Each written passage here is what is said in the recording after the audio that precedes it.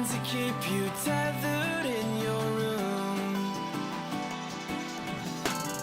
Well, someday both of us are leaving here, but for now I'll just bring this sea to you.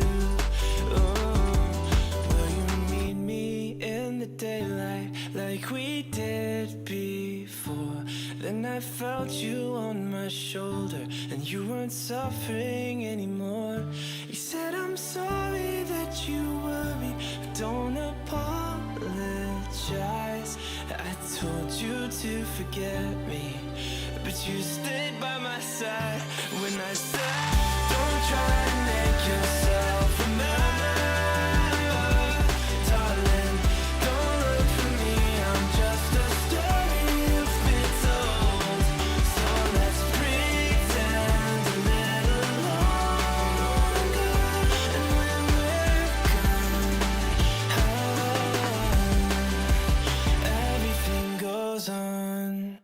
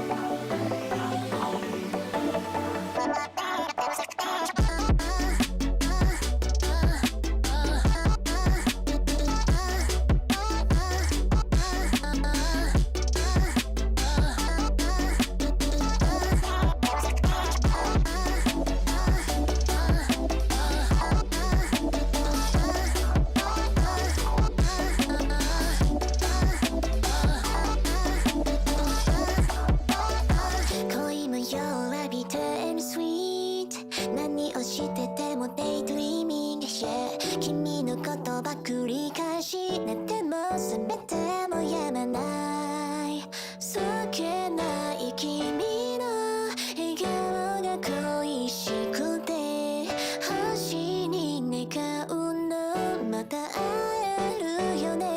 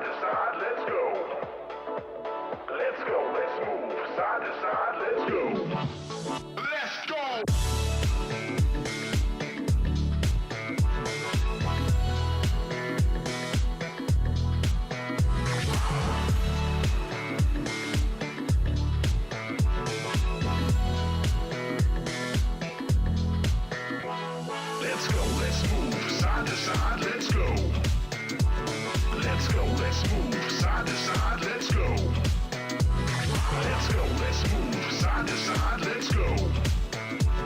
Let's go, let's move side to side, let's go. Come on, everybody, bring it in.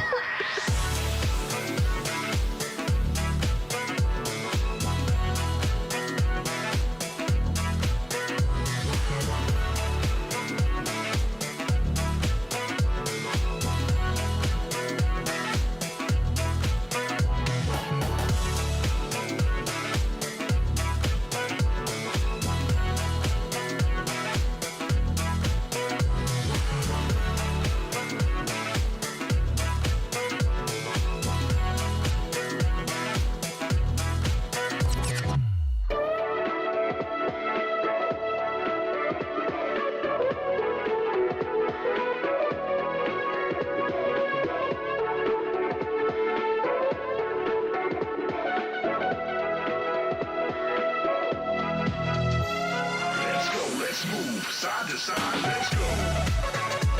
Let's go, let's move side to side, let's go. Let's go, let's move side to side, let's go. Let's go, let's move side to side, let's go.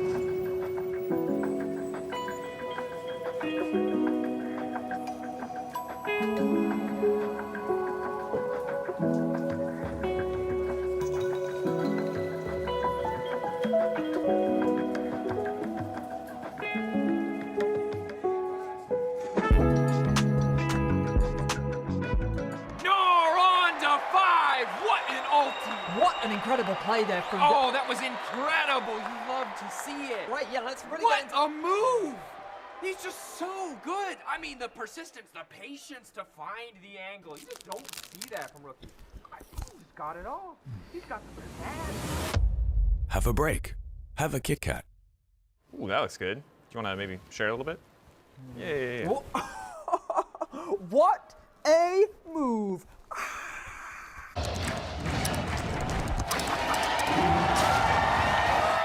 Red Bull gives you wings.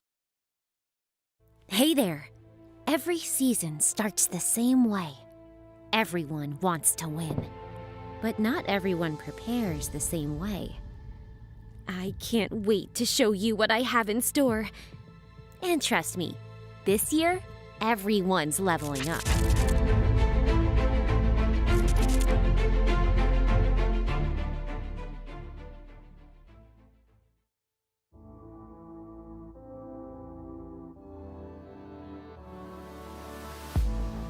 If you had it all, would you look the fall in the eyes? Could you walk away this time? Will you realize, recognize it's never over? And the flame that once had died, awaken. Will you rise above the days to come? Will you be enough? Will you walk away this time? Look to your left, to your right, leave the pain behind. 'Cause we all face the fires, and we stray from the light.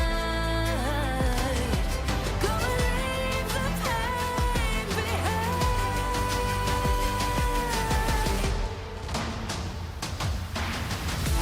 Feel that rush, feel the taste. Can you feel it? Rid the pain.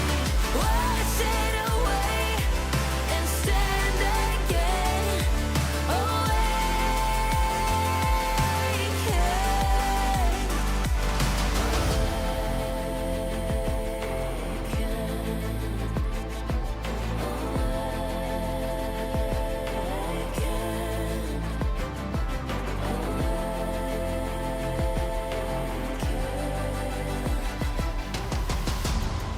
Will you turn and run from what's to come? Will you face it all?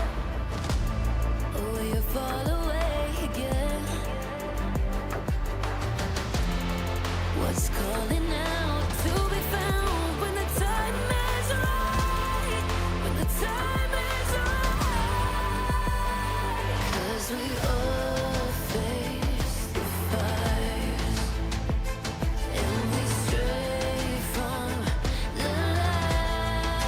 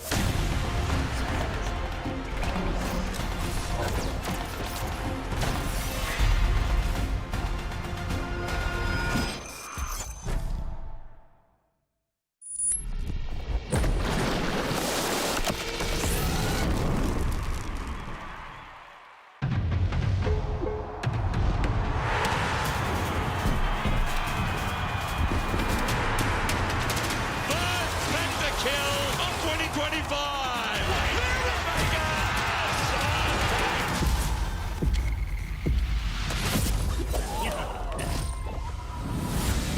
A new wave is coming to the LEC. That's gonna be one of the best LEC intros I've seen in years. Oh, Jackies! Forbid another. Crowd's already been a drag flying. Oh, their rapid, crazy mind brought the arcane again. Everything blue in this arena. Everything blue.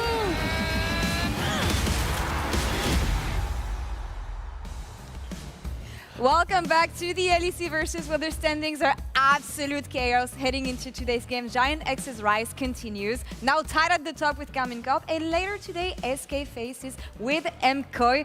SK with MKOI, LR with G2. Honestly, I don't know what I'm saying, but I don't know what to expect either from this How can you? Look at what's happening at the moment. Everything's in scrambles. Exactly. One word to sum up yesterday, guys. Confusion. Confusion. Confusion is a good one. Los Ratunis, let's go! That's 2 words, but close enough as well. Oh. What do we take on the standings right now? I don't know how this race is going to end up, honestly, because yesterday we were having a discussion on the bottom part of the standings, and then Los Ratunis keeps on winning. Yeah, but even like the other side of things as well, like I wasn't expecting Giant X to be top of the table. Like what happened? How did scrims leak into main stage? I don't understand. They did say that they will start inting scrims. Jackie says he will start inting scrims just so they will start winning more, because that's what they needed to do, and it shows. I mean, it's working, yeah. Yeah, he's taking a bullet for the team, and it's paying off on stage, I guess. I think he took several on the Noriani yesterday, so. But also, the middle of the pack is extremely important for me. Yeah. Because now in this best-of-1 format, I feel like we're in week 3, I guess, and a half, almost at the end, and you still don't know who's going to make playoffs. Everything's still completely in scrambles. I love it. You know what I love as well? The amount of upsets that we've had so far in the tournament. If there were 2, let's say, that we're going to remember till the end of times, what would it be?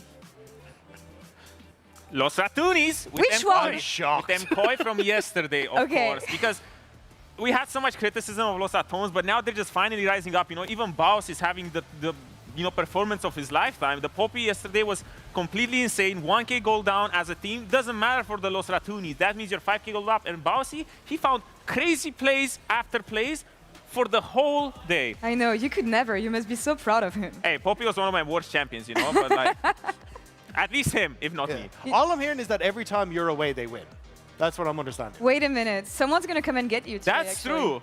Well, Kato's right over there. I mean, he can pull. There you go. Spotted here. It's crazy because everybody was saying they're not going to win a single game. Then they win 1, 2, 3 in a row right now. It's the meme. I'm starting to believe in Jack's propaganda from yesterday. They might even make playoffs. Or Betty Curse. Before Cajal made playoffs, actually, which is even crazy. Second upsets we have.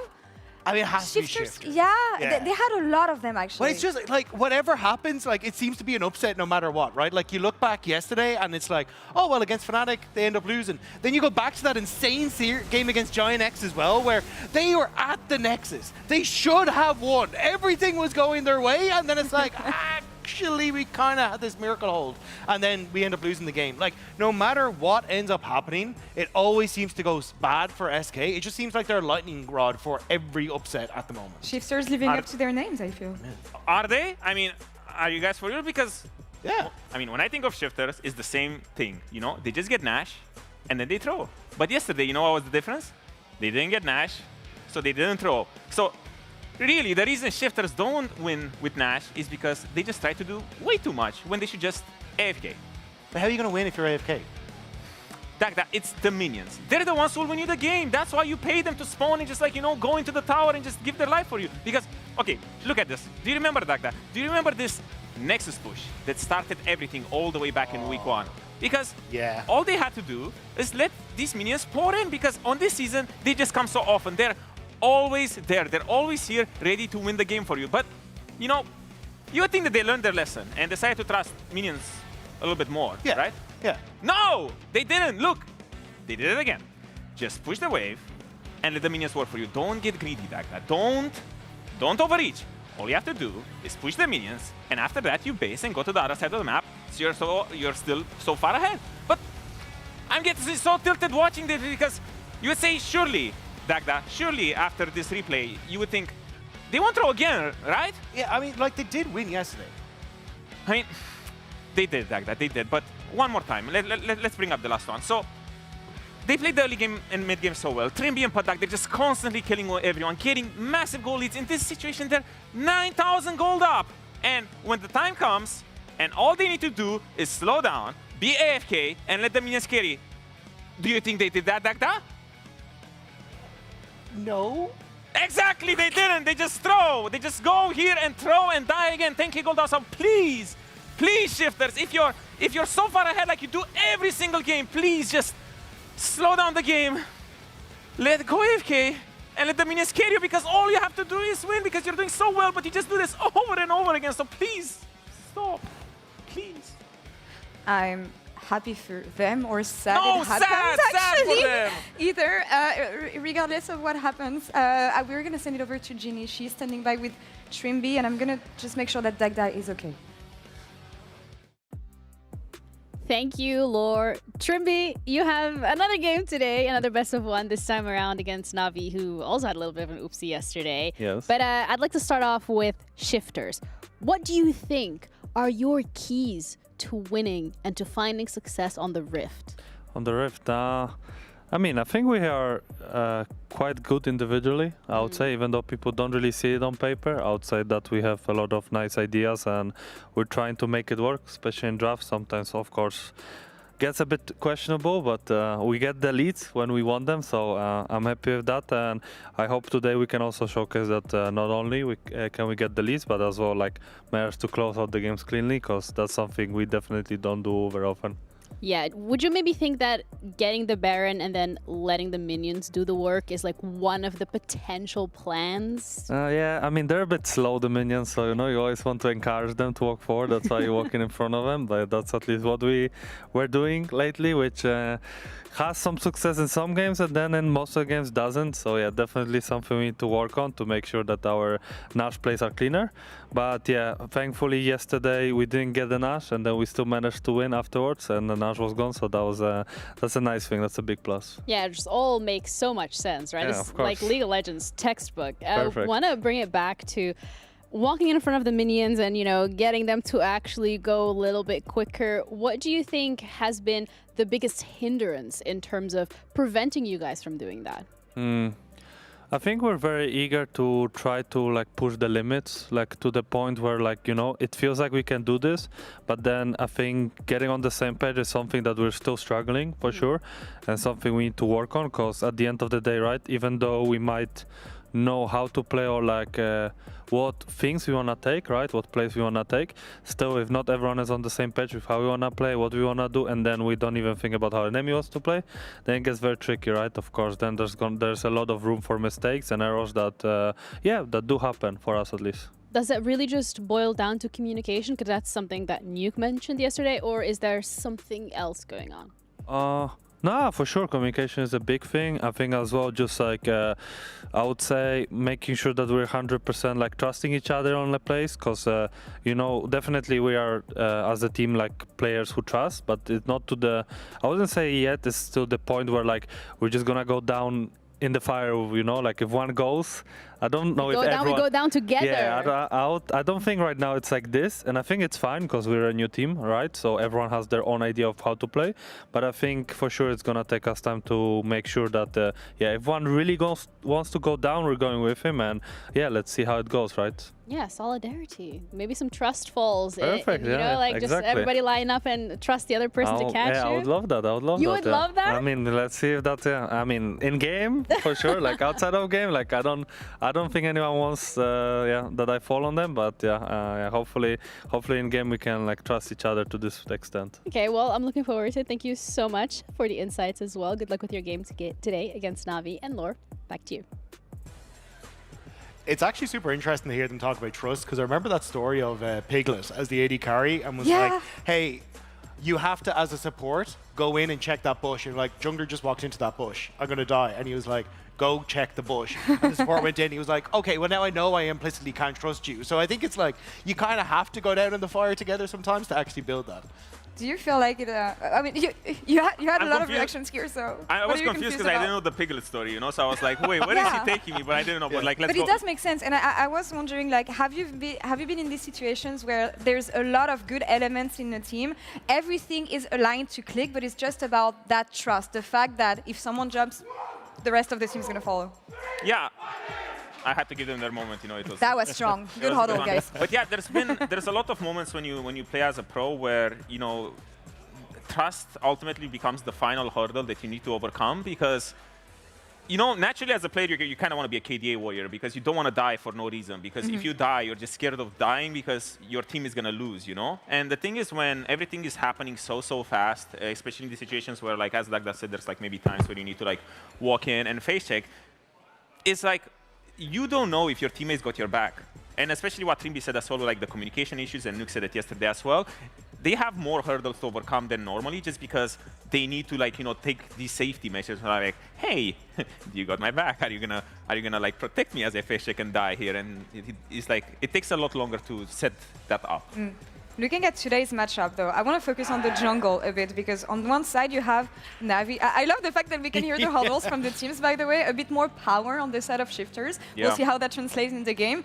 But looking at Navi, we've been talking about Riledge, his first steps in the LEC and how decisive he's been for the team and how pivotal he's been to his team's success. On the other side, Bukara underperforming a bit to the expectations that we had for this player. Yeah, I think like for the Riledge part, I think he's been absolutely fantastic. Like the fact that he's found comfort on a lot of these bruisers that are coming in on like the Aatrox and that kind of stuff has been incredible. So not only has he dictated a lot of the early skirmishes that are going the way of Navi, he then is very strong in like finding success in the side lanes as well as that starts to progress into the game. And I think that's really where he has started to shine for this roster. But for the long-term growth, I'm looking at Bukara because he's already taking the first step that I would like Riledge to take as well because he has been playing, as you said, his funny champions, the stuff that he's extremely comfortable with. But now yesterday he played Wukong, which is probably like, you know, been kind of like the meta staple for like every team. And when he played that, they got stomped. You know, it was a sad game. I think he looked decent though. It looked okay, but at the same time, it's like more of this stylistic thing. Because to bring it back to Bukada, he already took the first step yesterday to maybe identifying what shifters need from them. Because he played the Skarner, and it looked like it was something that worked very well, and it was something that empowered Nuke and Trimby to do a lot better. I feel like there's been a silent hero, though, on the side of Navi, and he might have lost the hands, but he's still 70 here.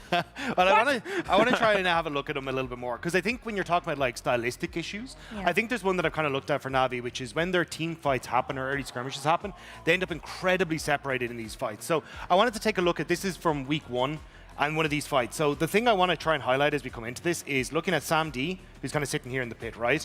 But also as we start to play out this clip, I want to watch how we start to see the shift from Navi down into this position with their front line, which actually ends up leaving in a second this kind of isolated position for both Sam D and Poby. You'll see it here, right? So we're getting this shift coming down in here for Paris, for Mainter, for Riledge, and you end up in this spot where as Sam D and Poby, you kind of end up just isolated by yourself in this pit. And you're going to be watching this Humanoid after this TP has started to come through. And like, you can kind of imagine this isn't the best spot to be if you're 2 carries, right? Yeah. Yeah, exactly. With the backs against the wall, with Azir just, you know, with the gun pointed at you, ready to, you know, put the soldiers on you, it doesn't look great at all. Yeah, and you've already got these restraints on you as well, because if you look, Sam D has just been ulted by the Nautilus as well. So Sam D kind of notices at this point, right, I'm in a horrible, horrible position. So immediately, he's actually going to start to walk back into this pit here so that then he can use Poby as the safety tool as we start to continue. So we'll play it out. He realizes, hang on, I'm going to be isolated by Humanoid here. I'm in a really bad spot. But you'll notice Poby immediately throws down the Unraveled Earth in this position, which prevents any sort of movement forward from Humanoid because he can always end up getting flicked back.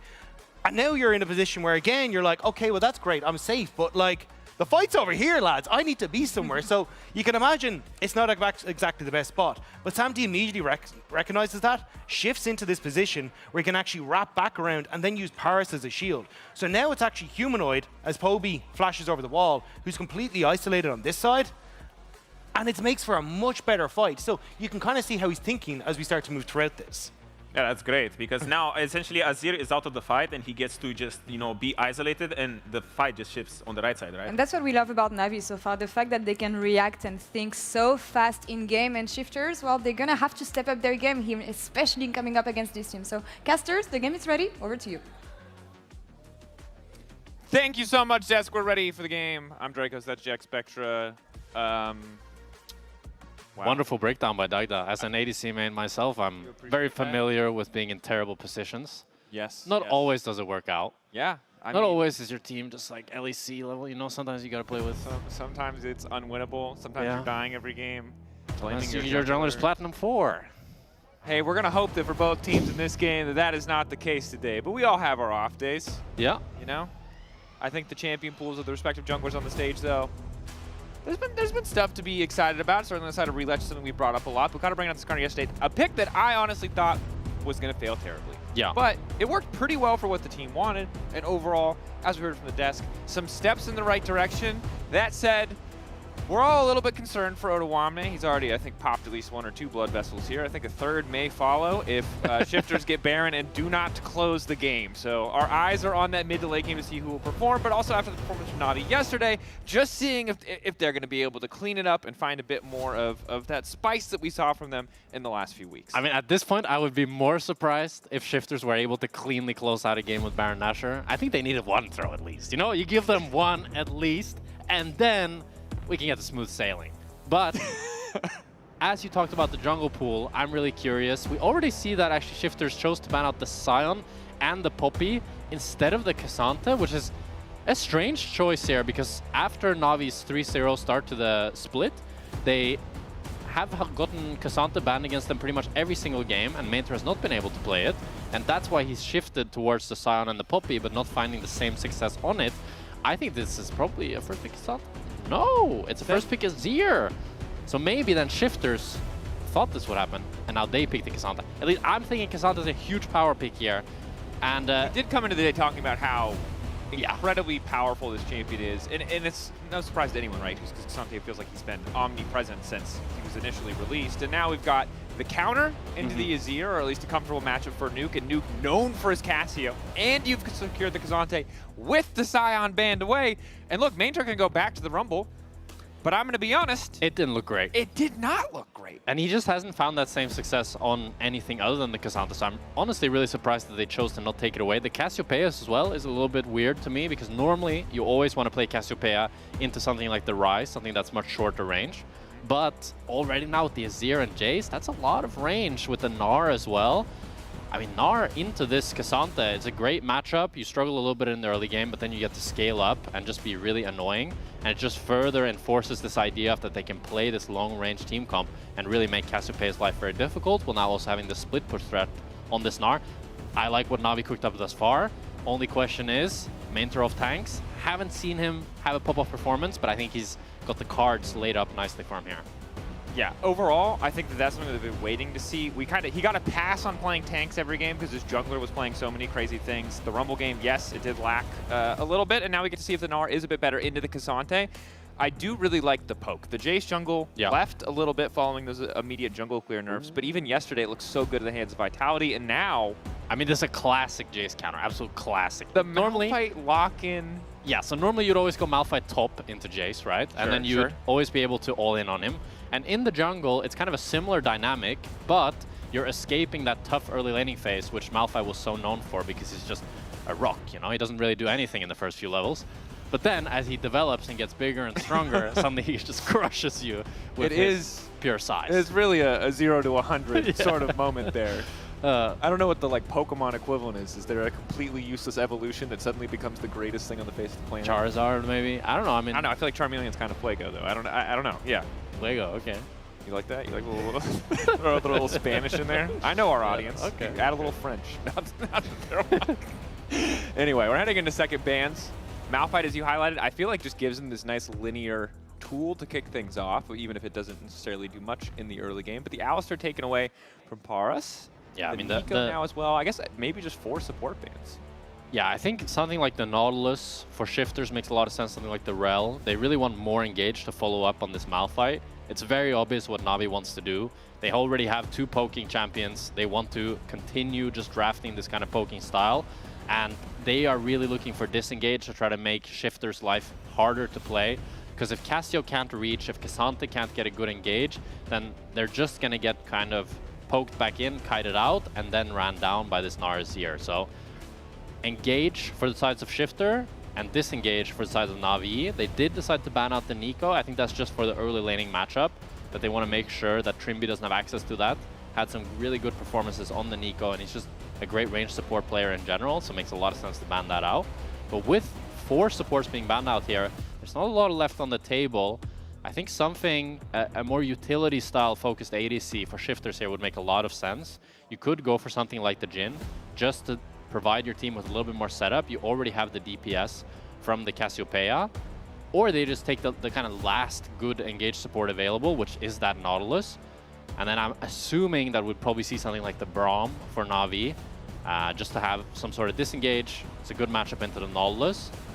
It's a critical lack of any kind of engage, though. I guess the assumption is you're just going to let the enemy team come to you, but I don't know. It's not a lot of CC. That is very true. It's not a lot of CC. You could go Leona. That's an option, for sure, if you want some more CC. I like the Sivir, the additional movement speed. You talked about disengage options with Alistar off the board, Rakan taken away as well. Some of those more defensive CC champions, or at least the champions who can get themselves out of dodge, are gone. So Sivir with the ulti, just outrange, run away, or into the Cassio at your discretion. Not bad, but come on. A little bit of CC here. Yeah, they can. Some part of me just feels like we're going to get a range support, and they're just going to be playing the most. I mean, they could go Lulu, but Lulu Jace is like, it's pretty vegan. It's very hard to kill people. Like, you just don't have much damage. So I think it's going to be the Braum or the Leona. Both are fine picks. Yeah, it's going to be the Braum. Poor vegans. They just care about animals and they're constantly catching strays. Well, we're here to fight. We're literally killing each other. That's true. So yeah, it's not very, I mean, League of Legends is a, I don't know what you're talking about. I was thinking about the Vayne. I mean, Vayne is great into Sivir. It's great into Braum. It's pretty terrible into Jace Azir. So that's kind of like a counter argument to the Vayne. I'm thinking something like the Kai'Sa could make more sense, because then you have Kai'Sa Nautilus, and the Spell Shield from Sivir is going to be the Kai'Sa Nautilus. Spell Shield from Sivir, not that impactful against Kai'Sa. Like, yeah, you can block like a tiny little rocket or a little W, but that's not most of Kai'Sa's damage, right? There's going to be a lot of that auto attacks. So that's why Kai'Sa feels pretty good into the Sivir, and you have a lot of fighting power. And then now you have a really solid engaged core with this Malphite Nautilus going in. Only thing for the Kai'Sa this game, pretty forced to go AD, because otherwise it's going to be a lot of AP with Malphite, Cassiopeia, Kai'Sa, and Nautilus. So she can't really go that AP poking build. So it's going to be really heavily enforced here. You have poking disengage come from Navi, full engage come from Shifters. So the question that really is on my mind with this game is, can Shifters engage before they get poked, or can Navi poke them out before they get engaged? Dang. Perfectly set up. Thank you. Poke versus engage, a tale as old as time. I'm an engaged man myself. What about you? I'm always an engaged fan. I just feel like people really people love... are too stupid. That's my, like I don't know, as a humanity, I don't think we're able to play slow enough for poke. You think it's a human problem? Maybe Gen G could do it. I was gonna say, I think you're maybe, it might be an LEC. Might be a non-LCK sort of problem. That's if true. I had to wager here as we get ready for this game. Shifters, of course, coming off that win yesterday. We did hear from Striker, you know, we kind of found some of his answers yesterday lacking. They weren't giving us enough info on what was going wrong, but they found the win yesterday. They talked about it. They feel like it's gonna be full steam ahead now, and need to see if they can deliver, because their job is to press R. That does, however, mean, my dear friend, Mr. Spectra, I don't really know what to expect in the early game, because I assume what Malphite is going to do is a whole lot of nothing. Yeah, I think both junglers have a pretty stable, similar game plan, that is to just full clear. Now, the question of lanes, there's not a whole lot of action. I think Shifters' laning phase is pretty strong, and they do have all-in window timers, but I don't think you can get a safer bot lane than Sivir Braum. It's just like you have so good wave clear, you have a spell shield, you have a Braum shield, you have heal Ghost. Okay, like this is my stray of the day. This is two iconic Reckless champions played together. Could there be a safer bot lane? That's just, they won yesterday. I don't know what you're saying. No, I'm just saying that these are two picks across two different roles that he's played. That's true. true. A man who understands being safe. Being safe. Yeah. Not safe from you, though, apparently. No, I guess you're right. Hey, Well, man, the vegans are catching strays. Reckless is catching. It's the nature of esports coverage. I think everyone's got to catch them all with the proverbial strays. Is level 2 close to be had? Paris rocking the best Braum skin by far. Was that the grill one? Oh, that's the kebab right there. Yeah, that's a good one. With the roasted veggies, as you can see. Important to add. Yeah. Yeah. This always leaves me in an interesting place in early game League of Legends, because most of my career I've been used to, in EU especially, casting at least one lane that's going to play completely crazy. And there is a bit of engage on the bot lane, not enough to proc all 4 stacks there, but pretty close. But yeah, feels like we're going to be chilling. Mainter, I guess, is the one player that we can keep an eye on, because we were critical of the Rumble yesterday. Gnar, obviously a new look, and need to see him really excel on this pick, or I think teams have sort of figured out the puzzle to poking holes in Navi's game plan, which is getting this Cassante and just taking it away from Mainter. Yeah, I think with this Gnar and Cassante matchup, what's just crucial is that you are able to maintain push in the early levels, and that you don't give Cassante any all-in timers, because just as the lane continues progressing, you get to a point where the Gnar can just be kind of this mosquito, constantly just annoying the Cassante and just poking him down. So as long as he doesn't give him any crazy ult angle, get hit by any Q3, he's always going to be fine. As you can see here, he's just continuing to like whittle down Rooster, but as soon as Rooster gets on top of him, it's a hard-winning trade for the Cassante. But as time goes on, Gnar gets the tier 2 boots, gets that Trinity Force, he just continues being able to kite him, and it's really once you get that 1-2 items that you start to make progress on side, you get plates, and that's when Cassante's life actually gets more difficult. So we're not expecting Mainter to hard stomp lane, we just want him to have a stable laning phase, and then he should be slowly accumulating plates and making Rooster's life more and more difficult. Which is important, because Rooster, again, not necessarily the poster child of the Shifters lineup, but yesterday it really felt like he was. Him and Nuke had an incredible day, but he especially, we looked at that composition behind the scenes, we were both on the analyst test that day, we were skeptical. Yeah. But Rooster really did make it work, and we were talking earlier, he played the Nidalee as well, obviously didn't result in the game win, although it was damn close. It seems like as Shifters have been put under the gun, under a lot of pressure here, he has been the one who's been allowed to experiment, and it's really been paying off. But this game is kind of a departure from that. It's back to Cassante duty. I agree, but I also disagree with you in the sense that like they put a lot of resources in this draft for him and top lane. Because if you think about it, they banned 2 top laners in the first 3. They banned Sion and Poppy, and their clear game plan was, we want to take away Cassante from Mainter. So even though it's a very traditional standard pick, the way that we got here is not a traditional standard way. It's trying to take away this pick from Mainter and kind of saying, you don't have any other cards to play. But, I mean, the Gnar thus far, he's already gotten a plate. He's forcing Rooster to base now. I can't help but think that this might be a mistake, because Mainter last year, we saw him in ERLs, he loves this Gnar. He had a ton of success on it, and I don't think he's just the Cassante one-trick. Like, I think there were other ways that this draft could have went, and that would have been a lot more beneficial for Rooster if he went for something more spicy that could have stumped lane and shown more his laning prowess, as we got some fighting here in the jungle. Relech doing a whole lot of hitting the rock, not a whole lot of damaging the rock. That's not a good sign for the Jace if the level 5 Malphite is he hasn't even built any armor yet. That's a roughie. Relech, of course, though, printing money every time they fight, as we see another short little trade here. Printing money might be an overstatement. He got probably like 5 gold. I mean, where did it come from, Jack? Where did it come from? Okay, It's printing it very slowly. Incredibly slow inflation. Healthy amount of inflation. For some reason, instead of making counterfeit hundreds, he's making like counterfeit, I don't know, €1 coins. Yeah. But we're getting there. He's going to buy an extra potion soon. Level 6 here. Opportunity for Rooster to go all in. Mainter, though, recognizing. I mean, it's as you said, right? If Cassante gets on top of you, so easy to stick to you with that Q slow. When Mainter's in the Mega Gnar form can do a lot of damage, but Cassante, I think, not too bust as Paris. Trade's looking decent. Ghost coming out from Somdi. Trimby getting chunked as well. Now, Paddock has been caught by the Winter's Bite. We're going to shift our attention to the top side because it's Nuke ready to go. Level 6 there for Bukata. Wandering in. Nuke waiting in the darkness. He wanted the Euros. He wanted to print the money, but it's going to cost him his life. Flashback from Nuke. Poby forced to ultimate, but Nuke wants to keep going, and he's going to get the flash as well. Wow. Excellent play, excellent bait. Yeah, I mean, that was so well played by Nuke there. Sits in the bush, flashes over the Azir wall, And it's that Bukata's level 5 there crucially, so they think they can look for the fight, but Nuke is waiting with the Cassiopeia ult. And at this level, most pro players can always sidestep Cassiopeia ult, so you really need to be creative with how you can find those angles, utilizing that pocket of vision to find that. Wow. I mean, you can really see Nuke is the key player to look out for in this team.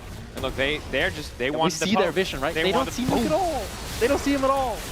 And this is just a nice little trap. Nuke wasn't even that healthy, all things considered. So if the ult whiffs. And it's also like probably Poby's comms is like, we don't see Nuke. Maybe he went to base because he's like, he's chunked. 1/3, yeah. So it's like probably it's a free crab. He's just faking. Free crab, free extra bit of damage from first strike, but instead grabbing that kill, really nice for the Cassio to have, right? Catalyst as well, just meaning you have that extra sustain in lane. I love how you keep bringing up the first strike. Like all his actions this game is motivated by the first strike. I think you have to understand that I exist in a world of ARAM mayhem, where dopamine is the only thing that matters. Grasp in ARAM mayhem for me is like the heart steal, grasp, first strike. Any of these things, it's the only thing I care about, Jack. The idea that I can make extra money, efficiency, min-maxing. Feels like cheating. Yeah. Electrocute proc, extra damage, sure, whatever. 10 extra gold, I'm in. Bring back Kleptomancy. Oh, Rooster is... Maynter, flash. Ooh, Rooster full committing now, instantly going all out. W3 connects as well. Maynter, though, going to get the double bounce. This is huge for Rooster. He's going to zone off Maynter off a full top wave here. I'm surprised. Kasante is balanced, or like, how does he just zone him off of tower 1v1? Wow. Maybe they were right to ban 2 top laners and take away the Kasante. Because that's going to be now probably 2 plates going over for the side of Rooster. A wave and a half denied from Maynter. He also lost his flash in an earlier skirmish that we didn't see. He gets the cannon. He's going to get the cannon. He gets a little bit of minion back. Now, I think the big question for me there is, was he under the impression that Bukata was there? He doesn't have good vision on the top side, so maybe that's why he left the tower entirely. I think he was just so like chunked and so low base stats with the minion R that he would have just gotten one shot if Rooster got his full combo on him. Fair. And without the flash as well, you can't flash any of Kasante's damage with the chain CC. That's what it looked like, at least. Ultimately, Maynter, again, still holding on to a gold lead for Rooster. This is really nice, especially getting closer to that first item where the trades will really start to become favorable for the Kasante. Much easier to stick to your target. Relich making the most of the time that he has as he sees that Maynter has that wave pushed in to at least take away one of the grubs. But again, they don't have enough prio to go for more. Yeah, Maynter just wants to crash the wave here, but it's a bit scared of the Malphite. Has no vision in the top side here. He's going to look to put down a ward with the Fey Lights. They get full vision here, but it's going to be 2 grubs going over to Shifters. And now we can really start to see this Malphite counterpick come into fruition. As wherever Jace goes, if Malphite is following, he has to play pretty damn scared. We'll see if he decides to go for maybe an early Edge of Night to try to counteract some of that Malphite power. The only thing is Malphite can like ulti and then smite it, but it's a little bit harder to execute, and if he doesn't have smite, then the Jace can play more aggro. As he takes away that jungle camp from Relich. Felt a little bit personal. And I gotta say, we mentioned earlier, Poke. You know, Poke, the big name of the game for Na'Vi. Can you chunk out the Shifter's comp before they find an opportunity to all in you?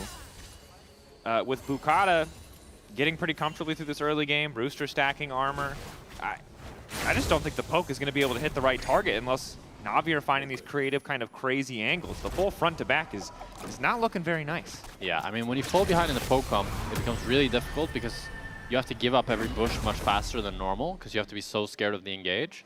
And that just means you have much less time to land that crucial poke that you really need.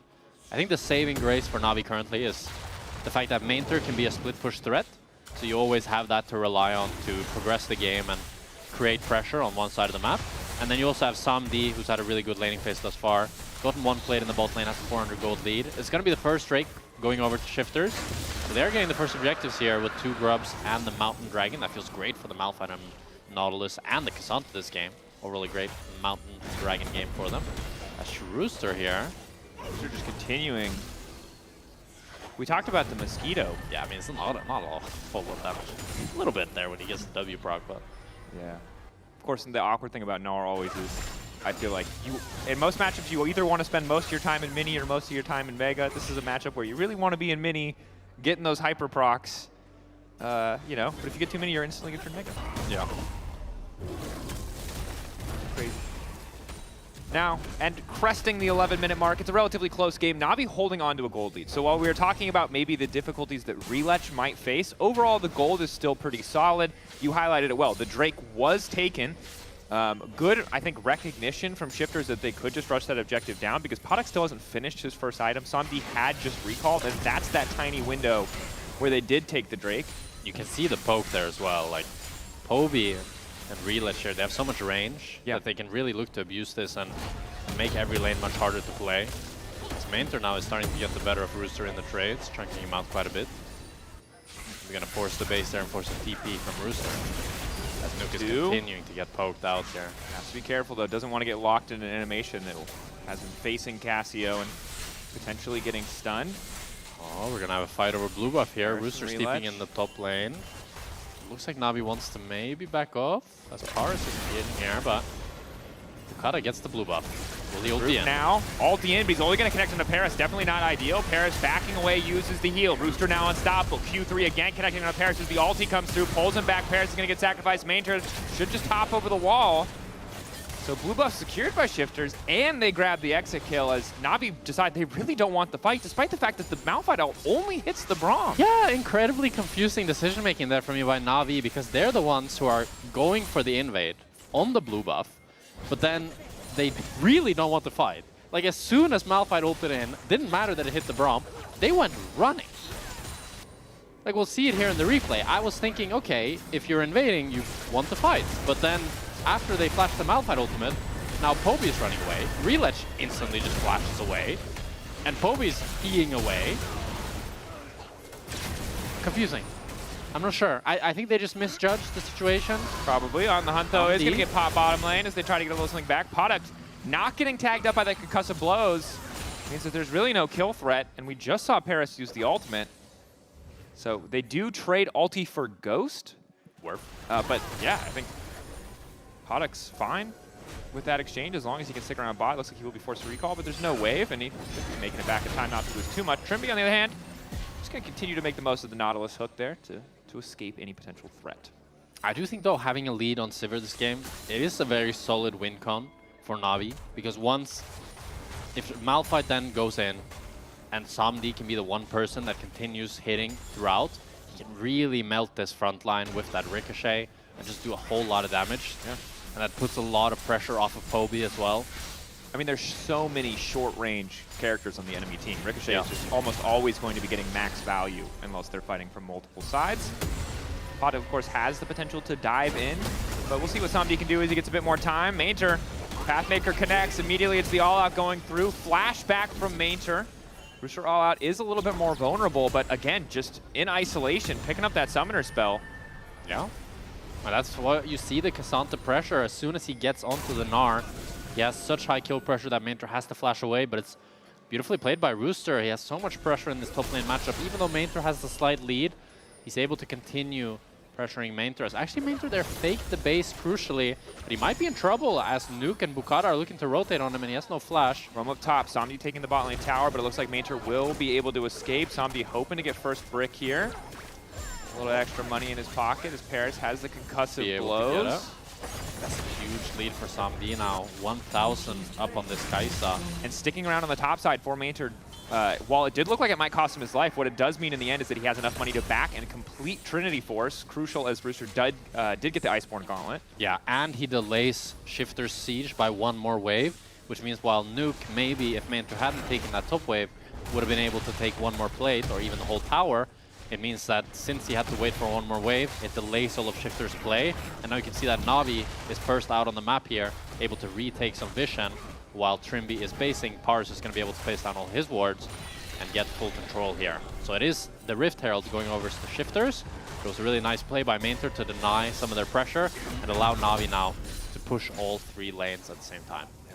And of course, when we look at the kind of exchanges that have been happening, 3 objectives in terms of the 2 Grubs, the Drake, and the Herald now. Going to be matched at least by 1 from the side of Na'Vi, but Na'Vi just going to be getting a lot more in terms of structure damage, a lot more in terms of plates and gold.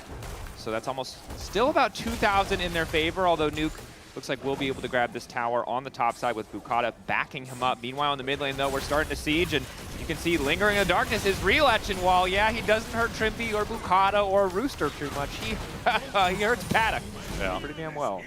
You can see the struggle of this Kaisa as she's continuing to fall behind. Samdi is just building this lead. Really good individual performance by him. That's kind of the vulnerability of this lane, that you really need to find good all-ins, but if you're not able to do so, then Sivir is just going to push you in and then get those ricochets and just poke you down. And you hit a threshold with Sivir where it does just... She feels just too powerful, and the game just feels over. Because so much of the early game... 400 CS power spike? Yeah, the 400, 500 CS win condition, whatever it is. There weren't plates when that was made That's up. true. So maybe it's less. But CS now you have than an it used to extra be. item. Ooh, Poby might be in trouble. Ulti is going to connect Poby on the pushback. Not quite enough, and he gets hit by the follow-up. Poby, close your eyes. I mean, Poby tries to go for one wave that he can't. His support jungler are a little bit too delayed, and Shifter's support jungler are there to punish. That's 3 kills now over to Nuke.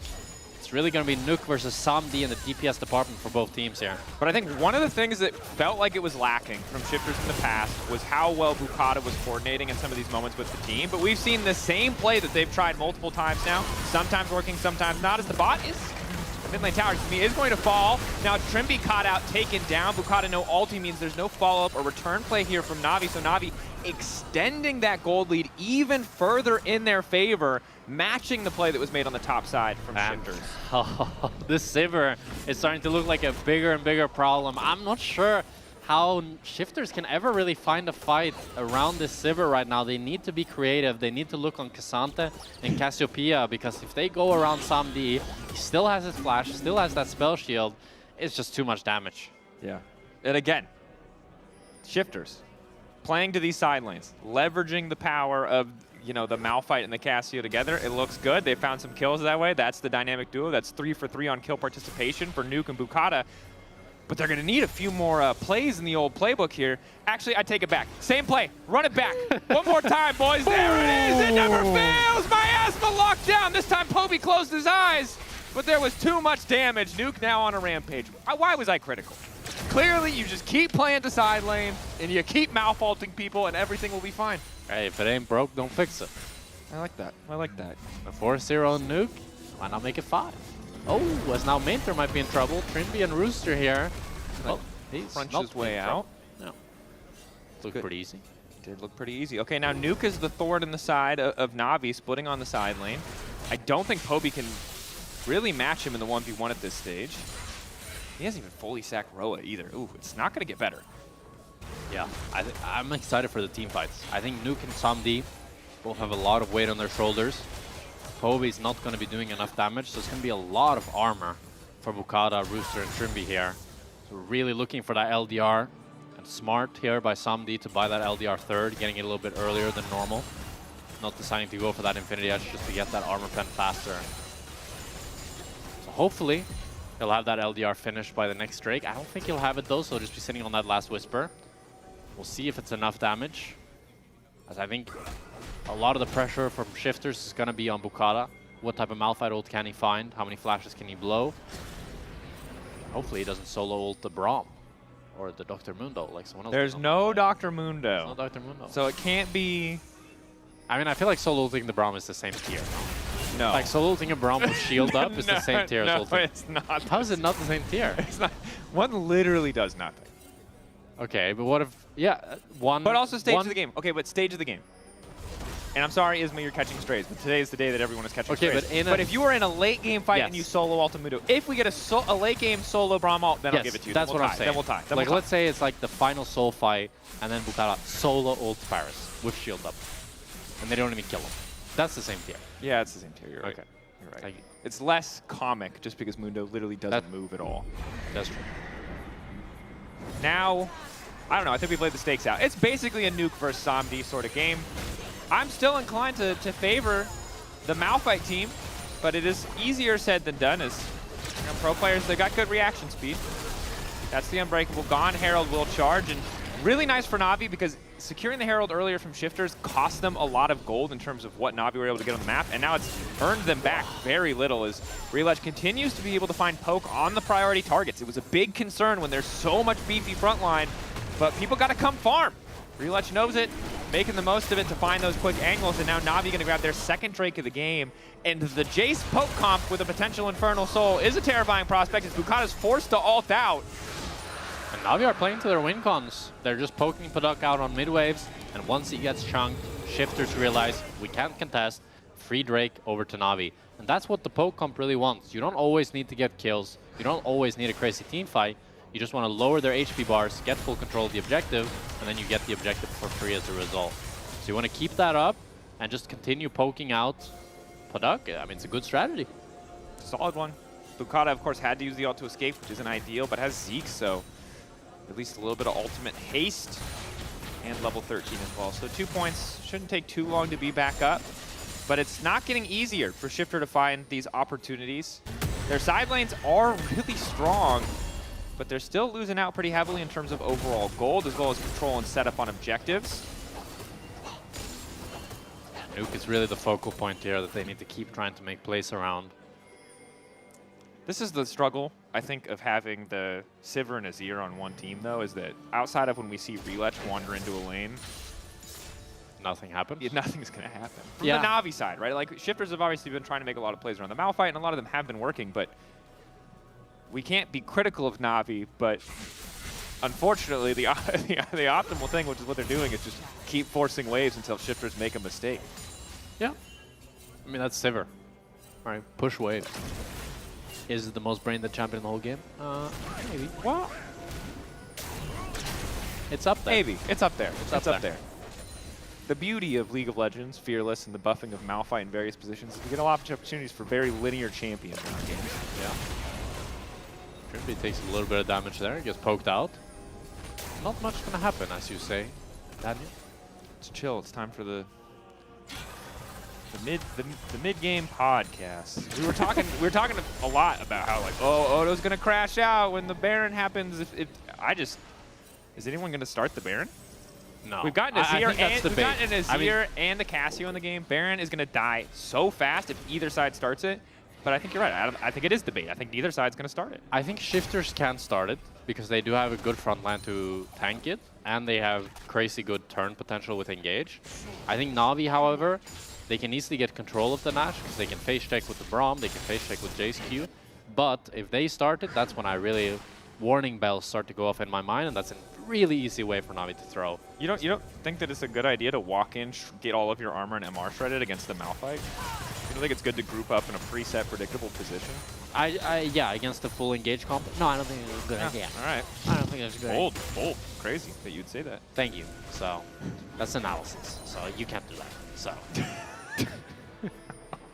That's kind of what I'm here for, so. Well, you know, at least we're united in not winning an NLC.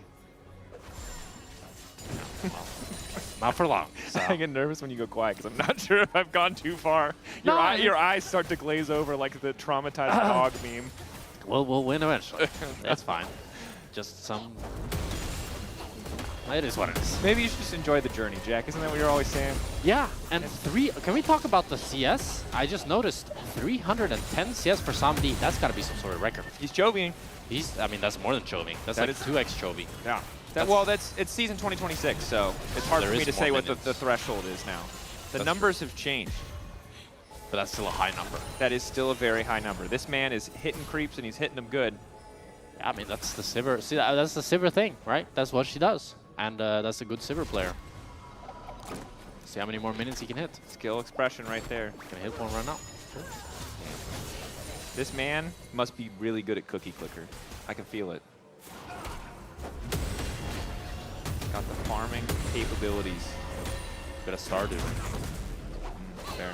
Got the spreadsheets. Got the strawberries in winter. Do you like idle games? No. I feel like idle games is like... No, to be clear, I would love idle games, but Bro, like, I watch reels that I hate, and I lose 3 hours of my life. I can't be playing idle games. Yeah. Idle games are the brain rot of video games. Just like tickles your brain. If you love idle games, though, and you're watching this, you should really try Sivir. Just as a side note. It's kind of an idle game. It's kind of, there's like occasional like quick time events where people try to hit you with stuff, and then you go back to farming. Yeah. Check in, get your dailies, or your every 10 minutes you get new item. pretty good. Is Rooster going all in here, trying to make a solo play? Major forced to ult him back. Good timing on the ult to make sure that the Pathmaker wasn't a part of the equation. There's always the chance, too, because, again, we gave Rooster a lot of praise yesterday, and Maynard is certainly building up a massive individual advantage, but there's always room for an individual player to make the difference here. Okay, we got a Dracos. Things are about to start happening. Rooster TPing in the mid lane. Poby is choosing to push one more top wave, so his team has to drop the position. Na'Vi already started up the Drake, need to pull it out. Okay, keep your eyes on Nuke and a Malphite ultimate. Although Nuke has 3 rounds completed, Poby's only got 2.5, and he's split pushing. Well, they're just going to concede it. The Drake. They're going to concede it. We are... I mean, that's the thing, right? When you're playing this poke comp, if Jace does not land any poke, you kind of need to drop the objective. Okay. And Jace didn't land any poke, and Poby said, well, I'm just going to hit tower. Do you think if we all shout fight loud enough, they'll listen? Is that allowed, actually, now that I think about it? Will the competitive team get mad at us? I don't know. How would that not be allowed? I mean, they're being coerced to fight. I don't know. What if we all pretend like if we toggle vision and then one team doesn't have vision of Baron and then we all just start shouting Baron, Baron, Baron, Baron, so that they think that the other team is doing Baron. That would I don't know if a fine exists for that, but I think it would be fair for them to make a fine in that case. That would be so funny. I've heard stories in other esports of people trying to shout like call-outs or whatever to give information away, and that's obviously... Yeah, but like the funny part is that they're not doing Baron, you know? So that they just think they're doing Baron, so they go either fight. way, it's bad form. It doesn't matter if it's true information or false information. Okay. But I'm not that desperate. If we get to 60 minutes and they haven't fought yet, screw it. I'll risk my job. We'll find out. We'll all just shout Baron until something happens. Or we all start shouting, Bukata no ult, Bukata no ult. No, stop.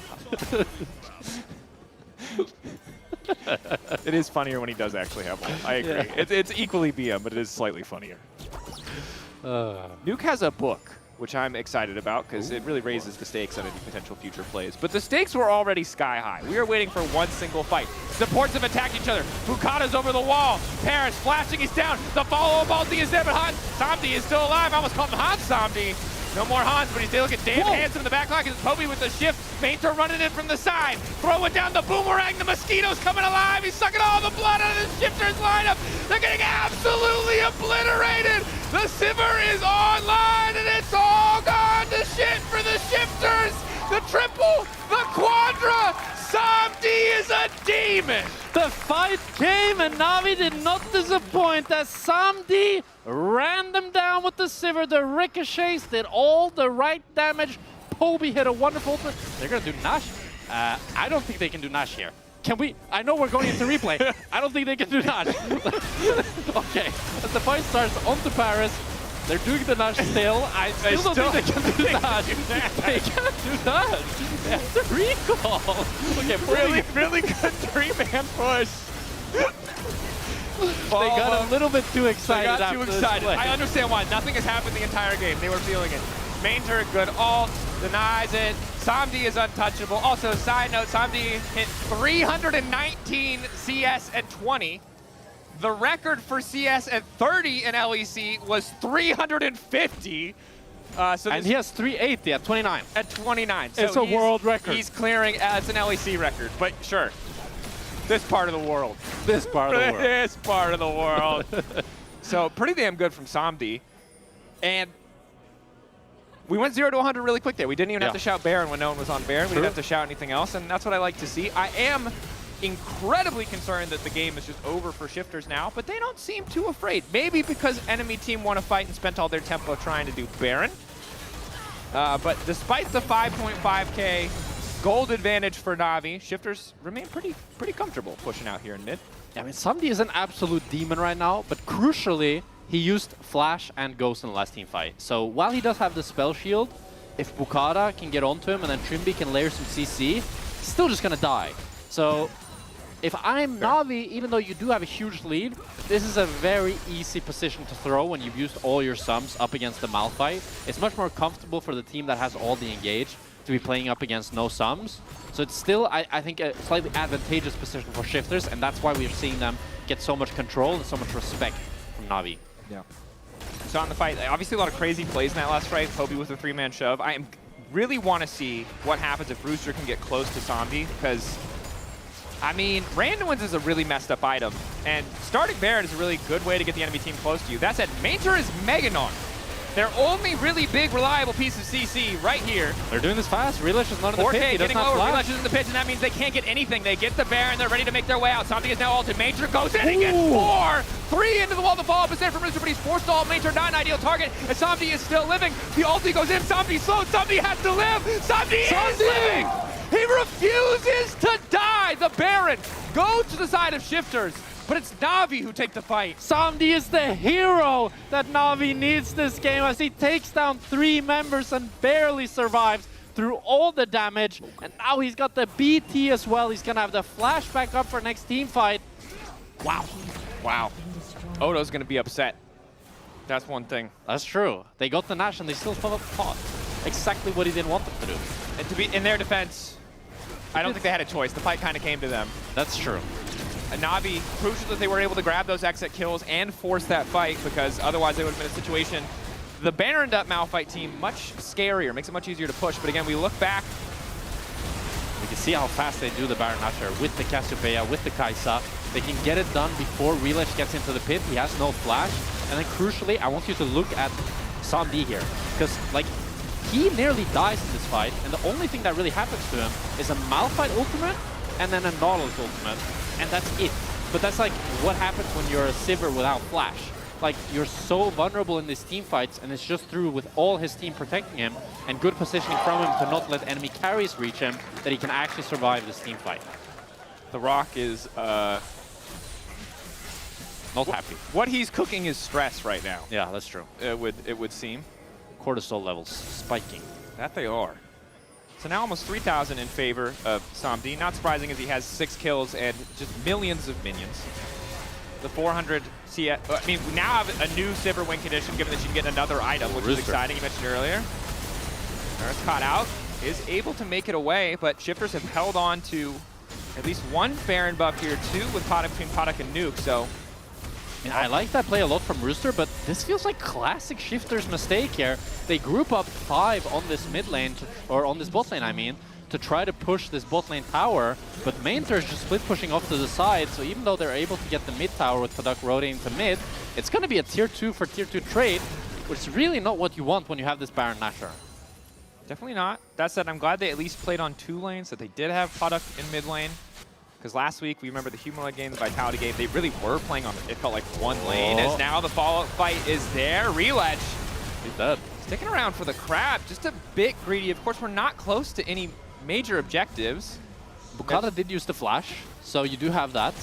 One thing to note, I don't know if we're going to get a replay of that, but Bukata flash, smite, ulted to get through the spell shield, so that was a nice little mechanical thing there, in case you missed it. Probably Bukata haters. That was nice. That was good. Good play. And I don't want to criticize something that resulted in the kill, but I am worried about what the next fight looks like without Malphite having flash. Will we slow it down? Let's see. I think we'll slow it down. Oh, there it is. There's a, you see that smite? You saw that smite. Relish did get the crab though, so. By who? Some junglers. You know what I'm saying? Just. Yeah, true. But yeah, overall, I don't know if that's actually even worth, to be honest. As much as I glaze the smite, like flashing on Malphite for just 500 gold before Soul and Nash is going to spawn. Probably not worth, honestly. Maybe they get scared to both though. Well, now they're going to ult immediately in again onto Paris, but they don't have any of their damage dealers in the midst of the fight, so Bukata, you have no flash! Oh no! Bukata gone! Major manages to find Nuke, the wallop is there. They body blocked in concussive blows, but Somdi's ulted, and now Na'Vi are on the hunt. Nuke needs a perfect ult, and he's found it! Podok immediately into the backside, he's trying to kill the Sivir, and he manages to take him down! It's a miracle for Shifters, but they don't have enough left in the tank to finish the fight! Rooster trying to TP away, he's stunned, he's locked up, Podok will die, they spent it all to kill Somdi, and they found their man, but it might just cost them the game. And the first 34 minutes were all Somdi, but it's too late for Shifters now, even though they're able to take him down. At this point, Kobe's strong, Mainter's strong, and now with the ace, Na'Vi are looking to end the game. That they are.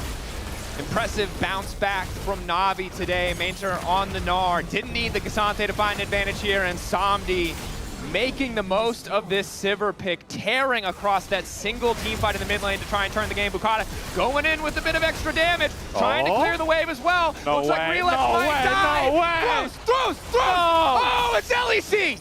It's never over when you think it's over. Poby continuing to fight Trimby, 1v1. Now we'll get hooked and will most likely die. Definitely will die, but eventually kills. No, yes, does kill Trimby. Oh my god.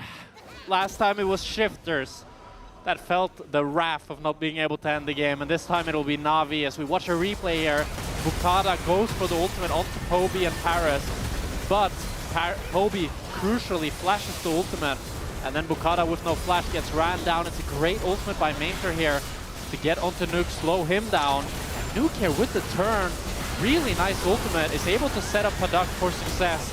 And he also, Paduk then flashes the flash ult on Poby. And it's kind of the best possible scenario fight for Shifters. But without that Malphite and without that Malphite ultimate, they just don't have enough left in the tank, and they end up all falling. As we go back to live. 15 seconds for the Infernal Dragon. Trimby still dead for 1. Poby still dead for 10. No TP onto Poby, so it's a 4v4 for the time being, but Trimby will be back first. Eyes on Bukata. The flash we felt he wasted earlier did cost him the previous exchange, but if they can stall, Navi will drop take this. It's crucially, it's not the soul for Shifters, so now we feel comfortable dropping it, and they're running straight to the Nash. And I think Shifters have to drop the Nash. Fair enough. Luxury of being at Soul Point is you don't mind if enemy takes with Drake. You highlighted it well, so Na'Vi don't get to pick which of the two objectives they secure, but very happy that in the end it's the Baron that they're able to grab. Surviving this assault is a tall task from the side of Shifters. Already outranged, and this is where the Jace poke, yes, you can maybe get frontline in front of you, but if Relutch finds the angle to hit Paduk or Nuke, it's really going to hurt. Yeah, and despite the gold lead and CS lead onto Samdi, Paduk is same items now. Both ADCs are full build, so it'll be really up to execution here. So we'll see how both teams can play out this team fight. Poke versus engage. Tail is old as time. We need Na'Vi to get some poke going before Shifters can find the crucial engage. It's all going to come down to Bukata and Trimby. Poby has reset though. They don't have bot wave pushing in their favor even with mid and hib down. They've all now reset. 2 minutes left on the Baron. Seems like they want to clear bot wave, regroup maybe on the next mid wave. Although even... I think playing a 1-4 here with Gnar pushing top lane, that mid lane will push itself in with the inhib, and then the rest of the team sieging bot lane. It's a really good recipe for success here for Na'Vi. Only thing is, crucially, is Mainter needs to not get caught on top, but it doesn't look like Shifters want to look for any cheese play on him. So he's just going to be free reign here to push in this top side. And the tier 2 is effectively free. Probably one auto will finish it once they're able to get minions in range. Boom. There it goes. Now the next tower in their sights. Shifters grouped in a fight. If they force a 5v5 right now, before Mainter can TP, especially as this Mega Gnar is about to fade, it's a really good angle. But Trimby's been spotted on the flank ward. Bukata flashes up, but so is Samdi's. This is so tense. Very tense. Na'Vi wants to try to hit this tower, but Samdi knows even with the flash, he needs to be careful. Celestial opposition taken away from Paris. Top wave tower gonna fall, just Mainter ushering in that wave. Shifters know that essentially it's win or lose on the next set of ultis as Rooster goes all in onto Mainter. That's exactly what Paduk now going to follow. Mainter likely to fall, but is able to flash away, and that's gonna be big because it opens up the bottom side for the rest of Na'Vi. Shifters thought they had the angle, but they spent a ton of resources to walk away empty-handed as we see Mainter TP back to the mid lane. One final fight without the ulti, without the flash of Rooster. Mainter will just hit this top inhib here. As Na'Vi are continuing to try to look to poke out Shifters. They're going to get the triple inhib. And as long as Shifters don't get a crucial engage here, it should be GG. On the hunt there. Na'Vi ready for more. Na'Vi doing a really good job of just letting their minions do the work. Slow and steady. Waiting on Bukata's ulti. The tower is fading. If they overcommit, they could fall. Pushback from Rooster is there. Mainter hops out. Ulti there. Bukata able to find Poby. Instant fall from Nuke. Poby is just going to fall. But no, he manages to live for an extra second. And they immediately delete Nuke in exchange. That's probably just the game. But Paduk is still alive. Samdi just wants to hit the Nexus. He wants to hit the objective. Paduk still living for far too long. He's managed to step back into the fountain. But Samdi is still alive. And that's all that they need. Na'Vi close fought in the final moments, but they knock down the base. They take their 5th win. And Shifters can't kill Somdi, so Somdi kills your Nexus. What a fantastic game from Somdi here. Just an absolute menace in the team fights, a great laning phase, and just domination from start to finish. That it was. You can vote for your player of the game on X at LEC. Mainture, Somdi, or Paris, all solid options. We see some fist bumps here. Frustrating game for Shifters. We saw what their comp wanted to do, but they just couldn't find enough of those angles, and really it was that single big mid lane fight that swung things so clearly in the favor of Na'Vi. And from there, were there a couple hiccups? Were there a couple mistakes? Yes, but for the most part, it was really controlled. They didn't give up too much. And I gotta say, good discipline kind of in the face of, even with a big gold advantage. Yeah, I do gotta say though, I felt from like both gap from start to finish. Like Somdi was winning the bot lane, winning the lane, was getting plates, getting pressure, and it's just felt like a thorn in Shifter's side that they were never able to pluck out. And that Kai'Sa pick probably feels a little bit of regret about it now, because you saw the whole draft from Shifters, you saw everything that was laid out, and chose this matchup, ended up suffering the worst fate because of it, and never really had that pop-off team fight that you're really looking for with the Kai'Sa, even when the pieces were set up for him to do so. Just too hard into the Braum. Definitely was a little bit tough. That's enough from us. Ginny standing by with Paris.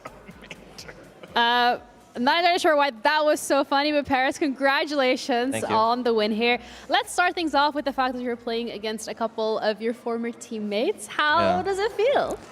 Like, it feels good, obviously, because I won, but I kind of feel bad for them because it was an important game for them, especially for players. I want them to make playoff for players. So, yeah. Well, it was an important game for you guys as well. Of course, every game counts. So walk me through your individual road these past couple of weeks here at LEC Versus and how you feel like you've been able to really gel well with the rest of the roster. I think it helps. Every player is easygoing. Nobody is taking serious. Like when you give feedback, they take it seriously. They don't get emotional or something. So it helps. And everyone is like funny guy, and I like funny people in my team. Okay. I am usually more happy when there's funny people. So yeah. Who's the funniest? I think funniest is Mainter, but I cannot tell the jokes he says, you know. That's fine. I wasn't going to ask that anyway, you know, got to keep it PG. But when it comes to the bot lane specifically with Samdi as well, you guys have had really good synergy, but in general, both of you are performing so incredible. What do you think is the reason behind that? Is it also just the jokes? I don't know, but this guy is insane right now on mechanically. I don't know how he's this good. I didn't expect him to be. But it's also because I worked with too many Koreans. I know what they like. I know how they talk. I have like 3 years experience with Koreans, so it helps.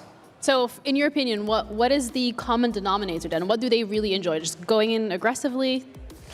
Like, usually they play slow, but they want to fight when enemy fights. Also, they don't talk a lot, to be honest. You need to force them to talk, and that's what I'm trying to do. All right, that's a great skill to develop. Thank you so much for your time for the interview. Congratulations once again. Thank you. We're going to be heading over back to the analyst desk with Lore and Rilesh so they can give us a little bit more insight on the last game. And Dagda as well, hello. All right, yeah. It's fine, he's here as well. Rilesh, thank you so much for joining us once again. Ginny was talking about Koreans in the team, so I have a question about this. Was Poby singing today? Today, like at office, probably he did. Okay. On stage, I don't think so. Okay, let's say that Poby singing is the lucky charm. Yeah, like he sings a lot in like office, in home. Like when I go home at like night after like day's over, I hear him singing in bathroom like a lot of times. Amazing. It's so good. I like him. I like it so much. Poby, karaoke, content, Navi, if you're hearing me, that is something that we're going to need. So Maincher is the funny guy, Poby is the singer. Who are you? I'm the... I don't know. I'm the main guy, I guess. The main character. You're the lead Let's singer, go. Yeah. I'm not singing. I just play good. I love it. Well, since we have you as a jungler, as the maestro of the game, there's actually something that we wanted to break down with you, Dagda. Something that junglers have been doing a lot so far. Yeah, we've started to see a little bit more and more is the fact that you can hit level 6 off the second Scuttle Crab. And we got to see it as well in this game. And I just want to get your thoughts on it and talk it through. So obviously you go for your full clear. Then instead of completely finishing your second clear, you don't don't go for that last camp. And do you want to talk through why you don't finally take that last camp? I mean, like I didn't take last camp insta because like at 5:30 you get jungle item stack, and when you take the last camp with this, you get smite upgrade. But it was like kinda unlucky that crab spawned on top side, so I had to get it before. And like when I was on top crab, Bokata had the jungle smite upgrade. I didn't, and I face checked Kessia, and it was like really bad position, and I died. But yeah, if it was bot crab, we will get it. I will get 6, and jungler who gets it gets level 6. Generally, like owns the map 1 minute. Like 1 minute, you cannot do anything. Enemy jungle is like 10 times stronger than you. Level 6, Malphite, like coming like this. He wants to ult you. It's like so hard. Yeah, and the reason is because whenever you get to that 5:30 mark, you end up getting bonus stacks on towards your smite. So the next camp that you clear will give you an extra stack. So you hit the 21 stacks, which gives you the smite upgrade, which is then perfect for trying to fight over that scuttle, which then gives you level 6. So it's just a really cool interaction. I love hearing about all those new jungle techs, and thank you also for breaking this down. Last thing I want to mention here is about your AD carry, Samdi. He's the Kia player of the game today, so he deserved. a lot of boomerangs. It felt like an easy game for Sivir as well. Yeah, I think this game Sivir insane good. They have only Malphite, Nautilus, and it's so hard to engage on Sivir. And like we have full front to back, Braum, Azir, Nar, so much disengage. It was so easy game for him, and he played really well in team fights, communicated really well as well, and he deserves them. Amazing. Team effort here, honestly. Easy to execute composition. You guys felt super confident in when you were gonna spike. So once again, congrats on Navi, congrats to you, Rilech, and best of luck for the third game of the week tomorrow. That's all for us here for now on the side of the desk. We're gonna be right back in a couple minutes. Team Heretics taking on KCB, and yeah, we'll see you on the other side.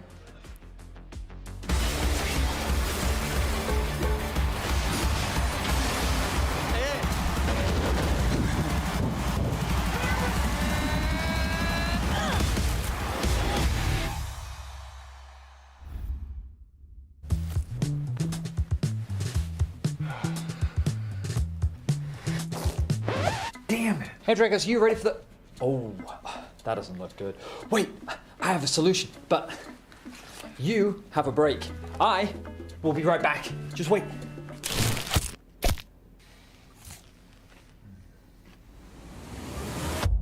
Have a break. Have a Kit Kat. See? I told you we'd figure it out. I don't think this counts. Come on, let's go. On another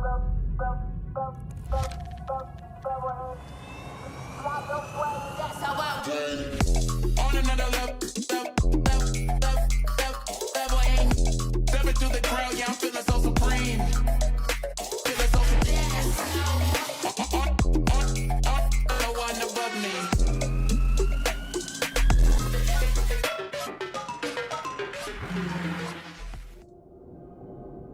The human body was built to move.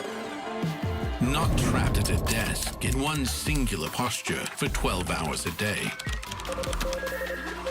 It's time your chair evolved. This is Secret Lab Titan Evo.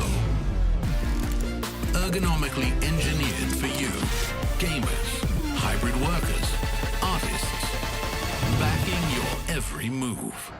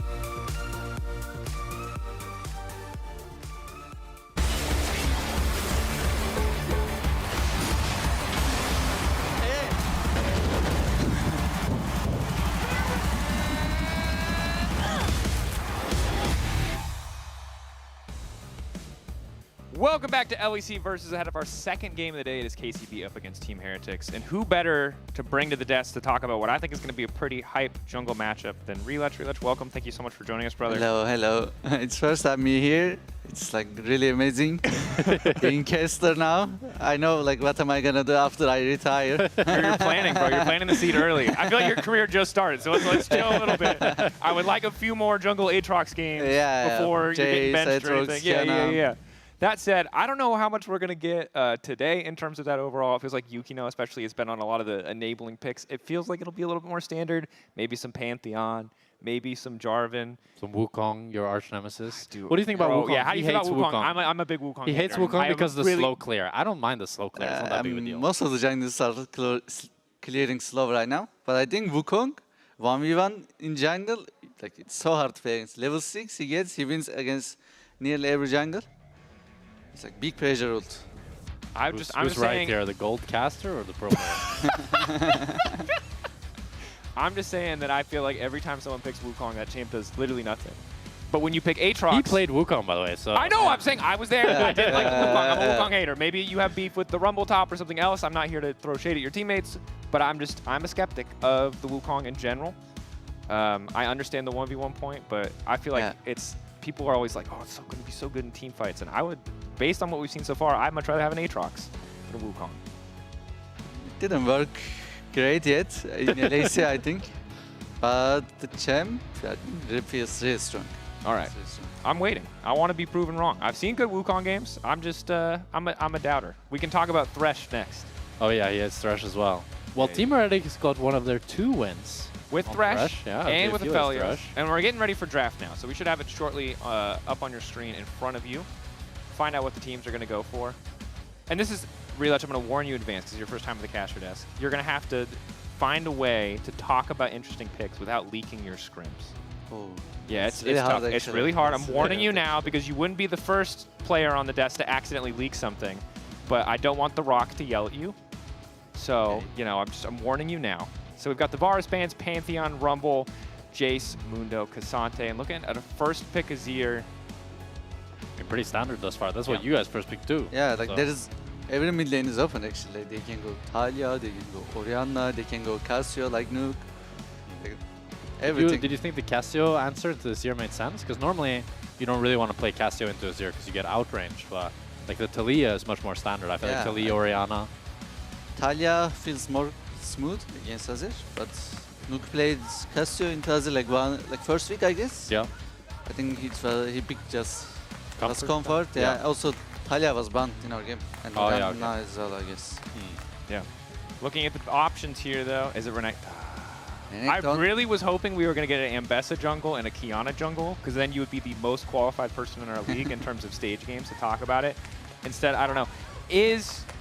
You guys obviously will use Ambessa as a flex, I assume. We've only really seen it from you guys in jungle. Is this something that you've seen a lot in scrims, that teams are willing to prioritize the Ambessa jungle more, or should we just assume that this is Trayson who's getting the Ambessa blind? I mean, I think Trayson is really good Ambessa player. They want to give him Ambessa, but now, in this case, I think they should send Ambessa jungle. It looks really hard on top lane into Vi Renekton. If he plays this, I respect them. You think it's a bad idea, but you'd respect it. Yeah. Fair enough. So, all right. For now, we'll have to wait to see where exactly the Ambessa is going to go.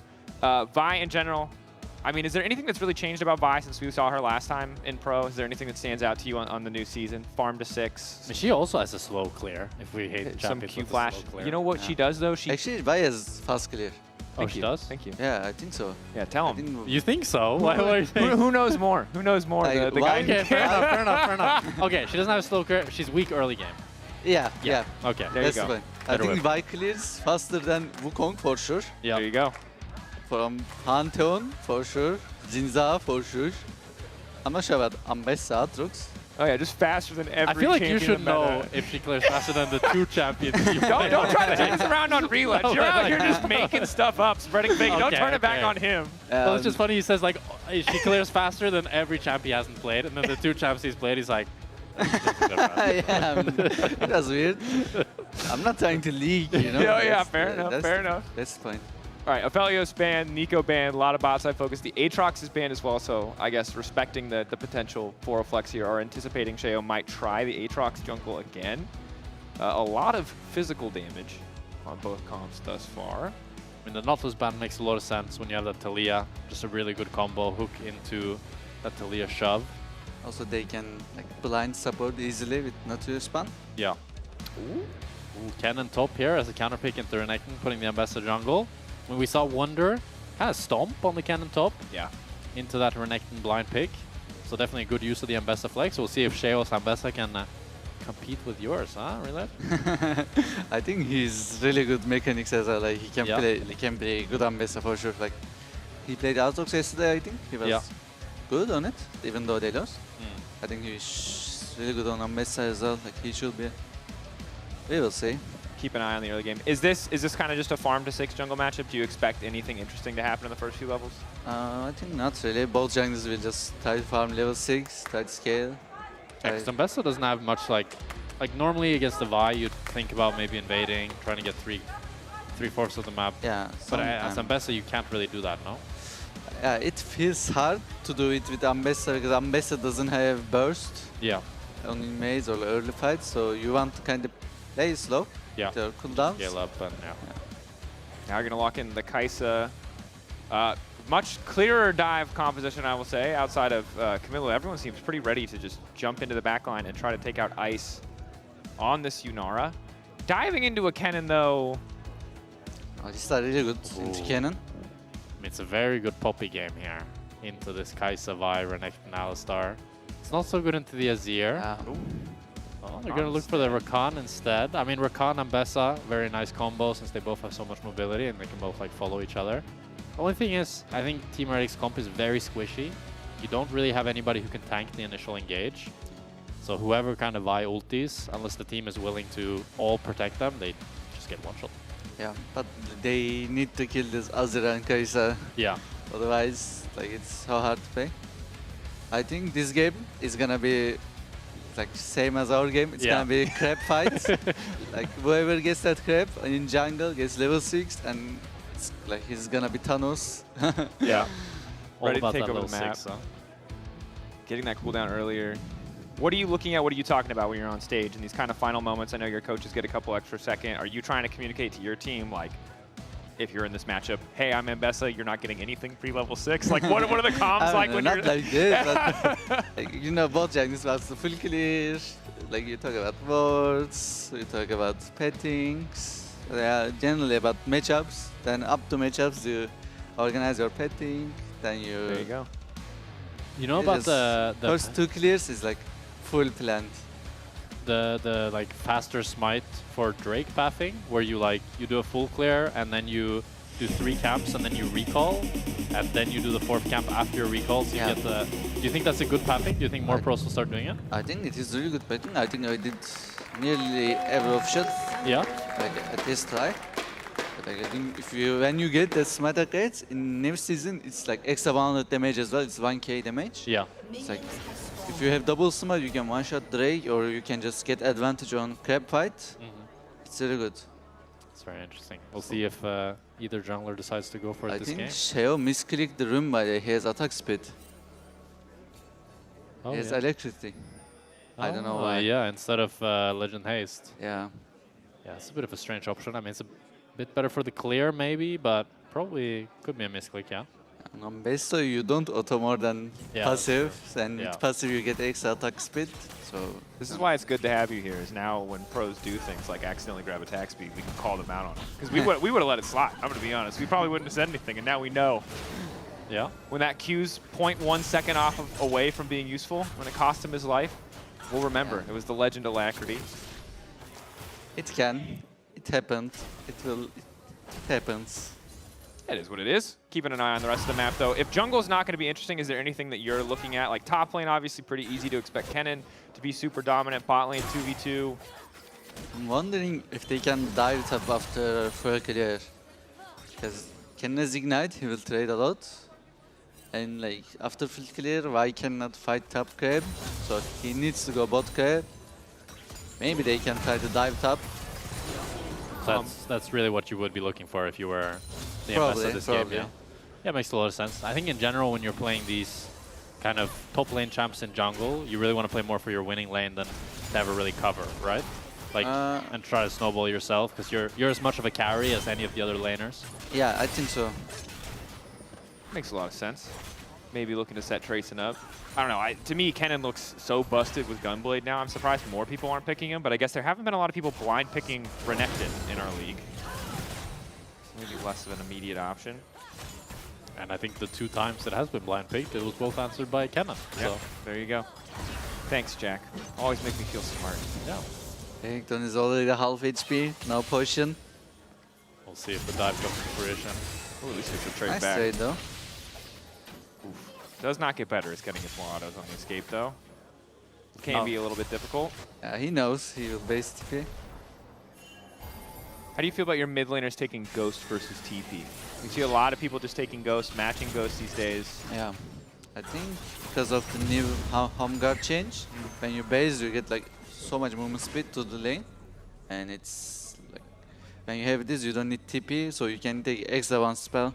Also in top lane, you get extra TP as well. Like, it's so much OP. Do you like the new home guards change, or do you feel like it's like dumbing the game down a bit? I think it is good because game feels faster. Yeah. Especially in early game, because I think last year it was after minute 14 that you had home guard. Yeah. Now you have it from start of the game. Oh, here potential gank. Cool.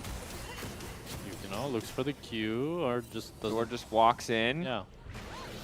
Looks menacing. But he made Serin lose cannon though. No, Like, warp. I mean, he doesn't have anything else to do, just waiting for the Grump to respawn. We'll be a bit late to it, but not the end of the world. It's a bit anticlimactic when you buy your Hero Reletch and then it's 2 farming for level 6 junglers. Yeah. Yeah. We didn't warn the teams ahead of time. We should have warned them. Maybe Yeah. we would have gotten a little bit more fist fighting. Is there even... I mean, who's the most active early game jungler in the meta right now? Xin? Pantheon? Does anyone not want to just farm for 6? Oh, hold that dot. All in bot lane. Sten. maybe Sejuani. No much. Oh, Saren and Camilo here are fighting to the death. Red. Saren. Ghost. Flash. Sheo there to follow. Flash for flash, crucially. That Sheo is was able to... better for Azir, because they live after 6. More pressure on Talia. Now the all-in fight here. Sheo, the initial shielding failing away as Yukino gets a bit more damage down. Q in. Flash from Sheo. Solid. Sheo might have had his cooldowns back up, but instead he had some extra attack speed. Crucially now with 2 flashes down from Team Heretics, once Camilo gets that level 6, it's so easy to play that 2v2 around mid lane. Yeah, Y6, Azir 6 is like big pressure on Mesa Talia right now. Yeah. And Trayson as well really didn't get that top lane lead that we were looking for. Just completely equal CS. Tao had to invest the TP, but is able to crash the wave. And Yukino is flashing Flash here. in. Oh, barely gets the shield from Sheo. Yes, Smite, he will get this Grump. Still good for jungle. Now dash through. Sheo flash over. Oh! Hey! KCB come out swinging with the first blood, but Sten is here. Oh, they don't know. No way. They don't know. Oh, he doesn't check the bush. No. It's a classic mistake. Just don't think to check the bush. Well, looks like Yukino's going to be getting 6 faster. Yeah, for sure. Maybe just a little bit here. How much of a disaster is this in the matchup? I mean, I look at Mbessa and Vi, and in a lot of ways they're so similar in terms of what they provide. That immediate ulti, that access to the back line. The Sheo cooked, I guess. Is And Mesa, you want to finish first item ASAP. Like, with every jungler, but with Mbessa especially. Now he's like 1 camp down, and he lost so much tempo because he died too. So it's gonna be harder to get 1 item. Vi will get faster. It's gonna be really hard. I think KCB will take like Drake or Gubs or mid fight, bot fight. What's your thoughts on Yukino in general? Because he's been kind of, for me, the shining light of this KCB roster. Like, the one player that I feel like is definitely going to be an LEC one day. Oh, we have a little bit of an all-in top lane, but some trading. But I want to hear your thoughts, like, playing against him. What do you think of him? I think Yukino, like, mechanically, is really good. I think he also, last year, he improved so much as well. Right now, he's keep improving, and he's playing really aggressive compared to other junglers. Yeah. That's been the big... He reminds me a bit of 113. Yeah. It's just like kind of a psychopath and willing to do things that other people aren't. Like kinda, like you can say similar. Yeah. Yeah, he was playing really aggressive. Yeah. It was so hard to play against him. Yeah. Like, Yeah, you I need totally to imagine. think about everything. He can invade every game. Yeah, I remember like we were scrimming against 113 and then our jungler was doing red buff and then suddenly 113 was just in the bush and he had waited there the whole time and just kills him. It was really creative. Yeah. See if we get more of that creativity here. Yukino, yeah, he's got the advantage. At least Sheo finally has level 6, but he's still pretty far away from first item. I don't know. Getting Sundered Sky early. I guess the same is probably true of Eclipse, but Sundered Sky, just a little bit of a messed up item, I think it's safe to say. I agree. Sundered Sky, you get so much pressure on my faction. I mean, just imagine you're Saren, you see Merc Treads, Sundered Sky, Yukino wander into your lane. What do? You just like die. You can't kill that Sandra. You just give push and stay under your tower. Yeah, exactly. Helpless in that exchange. I mean, Sheo has been able to start the grubs here, though. Yeah, it's kind of curious that they're able to get the grubs here for free, even though Camelu and Yukino are the stronger duo here, but they're just going to trade it for the Drake where they have all the vision. How do you feel about this trade in this season now? Like grubs for Dragon? Because I think before it felt pretty grub favored, but what do you think? I think like because of game starts faster, your third clear gets like synchronized with like grabs. It's good to trade, but also I think they should have fight because they were stronger. Yeah. If you are stronger, you should take the fight. Trading is also fine. More conservative. Just like option. team decisiveness. Yeah. Yeah. Which both these teams have had a bit of a rough run, so maybe don't want to take a risk, even if they're favored in the fight and getting outplayed. Hard to say, though, what the mindset is in those moments. Well, yeah, Flash is up soon. Yeah, it kind of feels like a missed window from KCB, the fact that they weren't able to punish the lack of flash on Sheo and Saren. Especially when you have such explosive ultimates like the Zero Wall and the My Ultis. Tao's in trouble. Speaking of those ultis, there they are. He doesn't quite make it over the wall. The flip back doesn't quite finish the job, and Yukino is here just in time. Trayson thought he got the fight started, but Sheo's the one who's looking to finish it. Follow up there with the public execution. Yukino versus Sheo once again. Yukino, though, doesn't want to fight in the 2v1. He's still sticking around. The Q flash, the full committal. Saren trying to finish him. He doesn't even have the Sundered Sky. He doesn't need it. The flash from Saren. The follow. Yukino, calm down. The man is rock surfing. He will finally make it out. He's too fast. Well played. Relech, thank you so much for joining us. We do need to let you go in a second here to get back to your team, etc. I want to know what your prediction is for the rest of the game. Based on what we've seen so far, tell me what you expect to happen in this one. KCB wins. Yeah? From this state, I think they will win. Is it all just going to be is it just going to be the Yukino show? Is that what we're expecting? It's going to be Sundered Sky by Yukino show. I love to hear it. Relech, thank you again so much. Folks, can we give it up for Relech? Thank you so much for joining us on the caster desk. Great to have you. Catch you in the next one. Overall, not the explosive jungle matchup we were looking for, but I'm glad, Jack, that we got some nice plays around the top side of the map at the very least. And we did get Ambessa. And we did get Ambessa. We didn't get to ask. There's a Death's Dance rush here on this Ambessa. We also just may have butchered an interview because we just did we? We just sent Relech out and he just walked into a shot. Our bad, bro. Anyway, we're continuing on. It's 11 minutes of the game. 900 lead for KCB. Yeah, there's the Sundered Sky. Let's go to Death's Dance first. Yeah, Death's Dance first. You really never see that. It's a curious pickup. I'm not sure why. I mean, I'm trying to like rationalize it. I mean, you're against double 80 topside. It's nice against that, and just for the survivability. I mean, he's for sure trying to play more of like a bruiser type of Ambessa this game because he's the single front line. Yeah. You know, I haven't done the math, so I'm not going to be a big hater. It's just that the passives from items like Sundered Sky and Eclipse are so powerful. I mean, I'm a big hater of Eclipse in jungle because I think the power of Eclipse is its short trades and how much pressure it applies in lane. And I think you're missing out of that in jungle. I I think Spear of Shojin would be like an ideal first item on Ambessa, but the problem is the build path is kind of bad, and you don't get any CDR until the item is completed. So I know like that's a completed item that would feel great on Ambessa, but it's not a good rush item.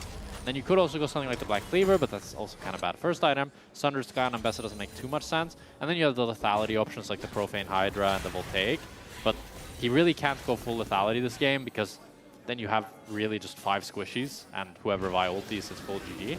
So I do like the tanky adaptation here, but it might not be enough. Immediate ult. Sheo gonna dash away. Should be able to hit the blast cone. Ulties to go unstoppable. Nicely played against Camillo's ult. Good reaction from Sheo. I mean, that's the def stance. It saves his life alongside the Ruby Crystal, alongside some great plays as he gets onto the blasting cone. But it's still a big win for KCB as they're able to take his bot side. And Trayson now trading up on the top lane. Tao. Ignite down on the Tao. Tao is in trouble. Empowered auto is there. Q just barely flashed away. He's going to get out here with his life, but still going to be Trayson denying some minions and able to just push him into tower. Trayson might look to go to cancel the recall, but Prime is there. Sheo onto the Krugs. So still some big leads for Team Heretics as they're able to continue pressuring this top side. Yeah, for now, plays kind of getting made across the map, mostly to do with the junglers. I like, again, how aggressive Yukino has been. I think that, oh, sorry. Saw something. Was the wrong thing. Never mind. Focusing back in on the game.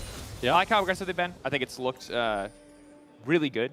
Been very successful for them. Also, gotta say for Camilo, there is the added stakes of you're on this new roster, this tier 2 roster built to develop over the course of the year. After a difficult year in LEC last year, playing against your former team, not an opportunity he might have expected to have because I don't think he knew about Versus when he signed up for this lineup. So this would be some sweet, sweet revenge if he's able to find the win here, if he's able to take out Saren and take down Team Heretics. And definitely, especially in the context of Team Heretics, like if this was a Team Heretics that were 4 or 5 wins already, nearly qualified for playoffs, getting a win against them, yeah, it feels nice, but kind of being the linchpin that denies Team Heretics playoffs. Like Team Heretics can still make playoffs even if they lose this game, but this is a game that you feel like you have to win. This is, yeah. Okay, we talked about it yesterday on the desk, but when you're playing against a team that is fighting with you at the bottom of the standings, it's just worth double points. You're taking yourself up, you're pushing them down. You sound like a bully right now. That is. I mean, that's kind of, yeah. It's when you get to the bottom of the table, it does get a little bit brutal. Yeah. Push them down. Bring yourselves up. Bring yourself up. Stand on them. Stomp on, you know. Yeah, Saren is about to do just that. Let's see it. Open. Let's see if Tao can survive this one. It's a classic tower dive. There. Immediate snare. The flick back does connect. There is some healing from the pull of the week. The Abernectin is not going down easy. Flashing from Yukino, looking to lock up Trayson, but there's no immediate fall damage on the opposite side either. But Camilo has finally arrived. Shifting in, getting a bit more damage. The flick is there from Saren, but KCB, they lose the tower. Still managed to turn the play. You just don't have the damage. Tao buys so much time and is unable to get on top of them there. And that's going to be the Herald for Yukino. And now with 2 dragons and this Herald, I might have spoken too soon here as Prime is basing and Tao TP'd bot. Maybe Team Heretics wants to try to contest this. Prime cancel this base. Intelligent of him. And Hazel is rotating as well, but it might be a team fight here. Sheo, uncertain if he wants to go in. Wall is there, ulti in, and manages to get the smite steal away. Sheo gets the steal, gets the enemy jungler. Bit of revenge for the earlier sequence. And a huge play from Sheo there, and a great setup from Stend as well, as Team Heretics are able to pull the trigger, get some gold back in their pockets, and get that Herald, and finally breathe some life back into this game. And it's off of the back of the French duo, Stend and Sheo, who's been the lifeblood of this team, and really been the 2 players that we've been looking for, and not finding what we wanted from them, what they had last year, what they built up. Yeah. This roster was built around them this year with with a rookie now in the top lane, and with Ice and with Saren. But those consistent members are really the keys if Team Heretics are going to make it to playoffs. Absolutely the case. And again, this play, nice recognition of a very small window of opportunity. Unstoppable, barely gets in time to steal away the objective. Ends up falling, and with Tao having TP'd bot lane, crucially, he was not able to join the fight and secure that numbers advantage that KCB needed, as they'd already expended a lot of resources to kill Trayson up in the top lane. And I got to say, if you're on the side of KCB, I think one of the things you always have to be nervous about against Team Heretics is ice. On this Yunara. Ice, baby. We talked about it. You need to be able to kill this champion. Ice, no stranger to playing these late game scaling hyper carries. It was the double Aphelios pentakills last week. He's got a pretty decent advantage he's been building, mostly in isolation. It's giving Sivir vibes. Reminding me of last game with just ADC, hyper carry, building up that lead on his own. Has a really good time playing into enemy team comp. Only really that Vi that he needs to worry about. So as long as Yukino's not able to lock him up, he can kite out the rest of KCB's lineup. Not as easy of a game as the Sivir game in the last one, but still one where Ice can show a lot of skill expression and show that he belongs in that top-tier ADC discussion. At this point, it's going to be calm. Similar to the Sivir game, I imagine that the Yunara team is pretty content to keep farming, although I doubt they want to give up their red buff. Sheo wandering in, Saren is here as well. I think it's already gone. It's already gone, and it's a great vision from KCB. Just able to get that deep vision really quickly to spot Sheo out at all times. Sten wants to look for Hazel and try to regain some vision of their own. I mean, it's got to be frustrating if you're watching... Oh, they're putting there. KCB from LFL. Knowing that this is a team you're going to have to deal with at some point. True. And now they get the mid tower. I mean, I think their scoreline might be 1-6, but the circumstances of this team and the story of this team is still really impressive. And this is, for all intents and purposes, an ERL team. Yep. So, and not just in the sense of like Los Ratones that is an ERL team. No, this is players that have barely played in ERL. Hazel came from 2nd Division France. Camilo came from 2nd... Oh, he played no EC. He played no EC. But, come on. Yeah, don't. And then Tao came from 2nd Division France as well. Like, these are players that are really, really young, really new to not just like LEC, they're new to competitive League of Legends in general. So these are names that I think we can look forward to in the future as joining LEC one day, and it's the same for Yukino as well, that we've been touting a lot. And had a great performance this game, and we really want to see him keep that up as we head into the 3rd Drake here. It'll be the 3rd Drake for KCB, crucial for them to secure them. Well, really got our eyes on Yukino here and see how he can play this team fight. Tao. Tao is looking face check here. Knockup is there. Tao doesn't even have time to ult thus far. Finally gets the Dominus off. Flashes back right into the ulti coming in from Sheo. KCB really don't have the damage to return, and the Dragon's going to reset as well. Crazy. Off on the flank here.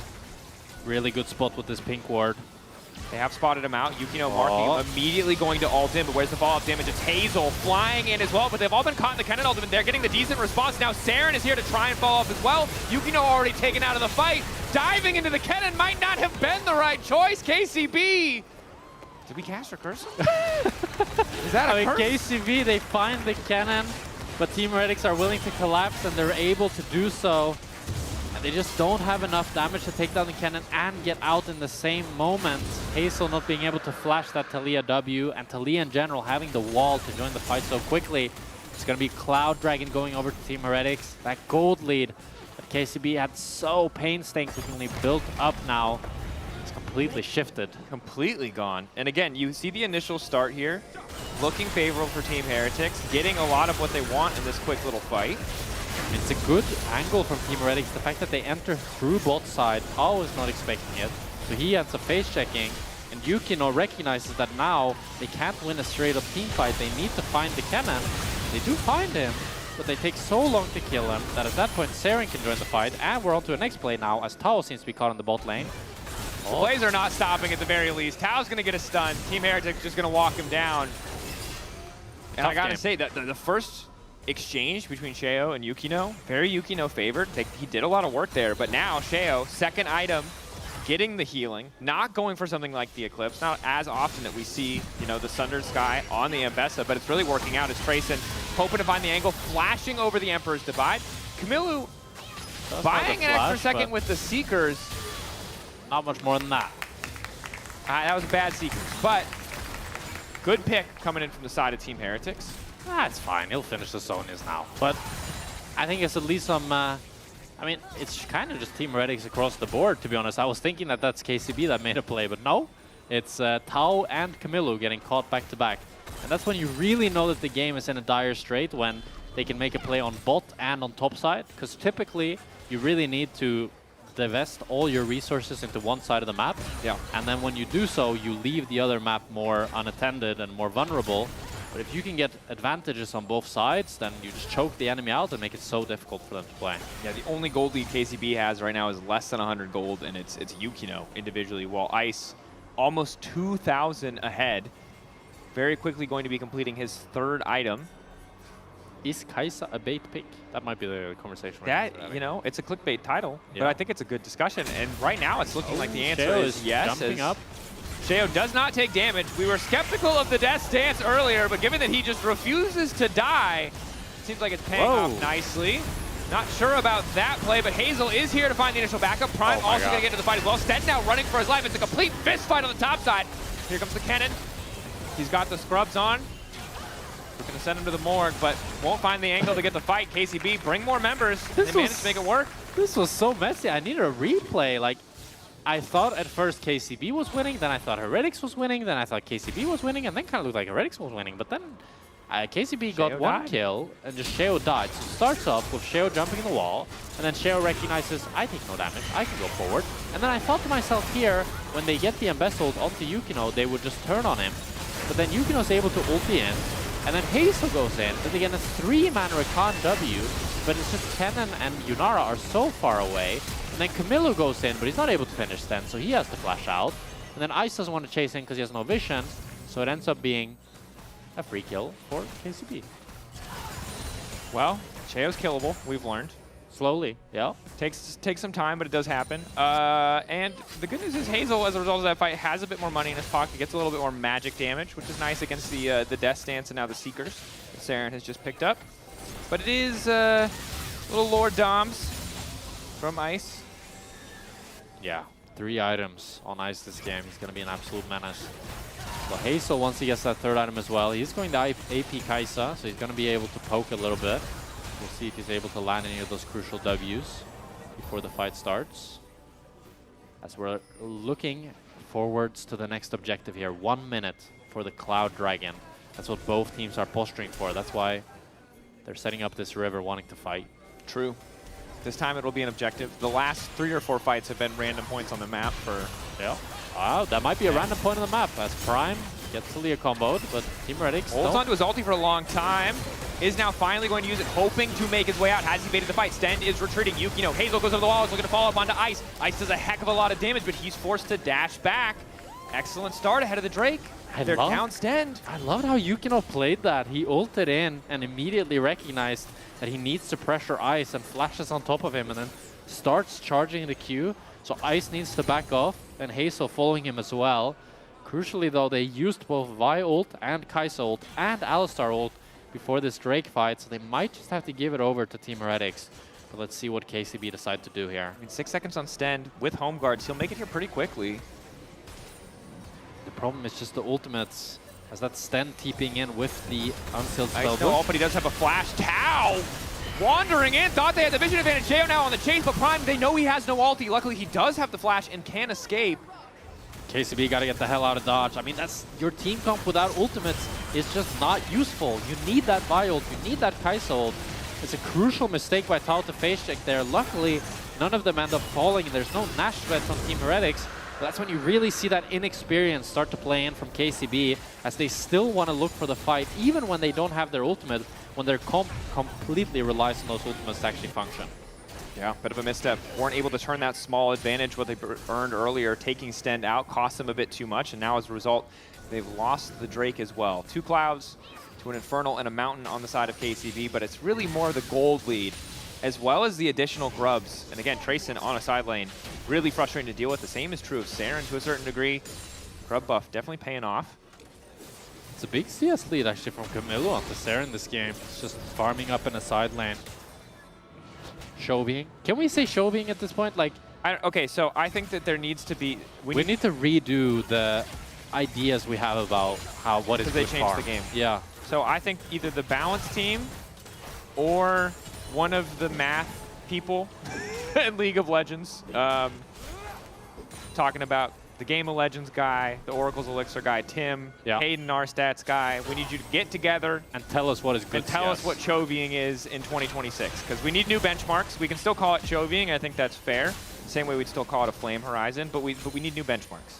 Yeah, I agree with that. If someone's already done the math and we missed it, just link it to us.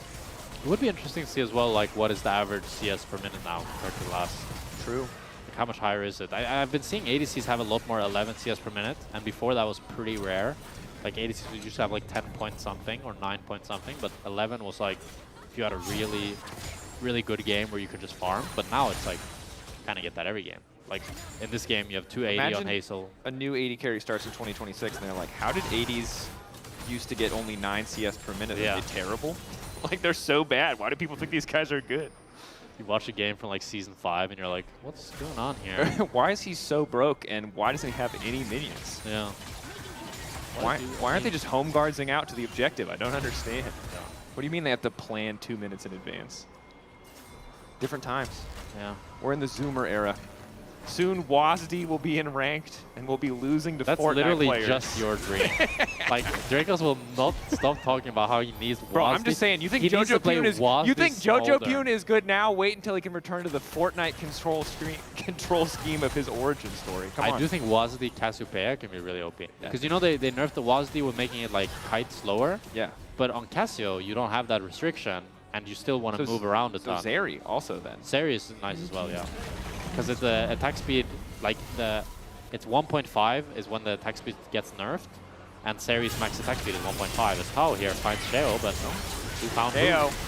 Good damage thus far, living for quite some time. Hazel looking for an angle to come into the fight. Trayson trying to make his way out. Oh man! KCB. They come out swinging. That they do it.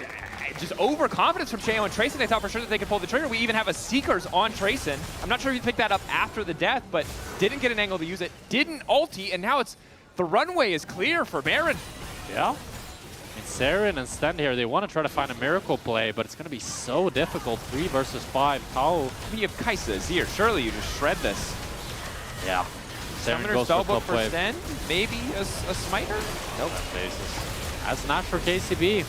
Big mistake by Sheo and Trayson there. They thought they had the numbers, but they disrespected Hazel with the Kaisa ult.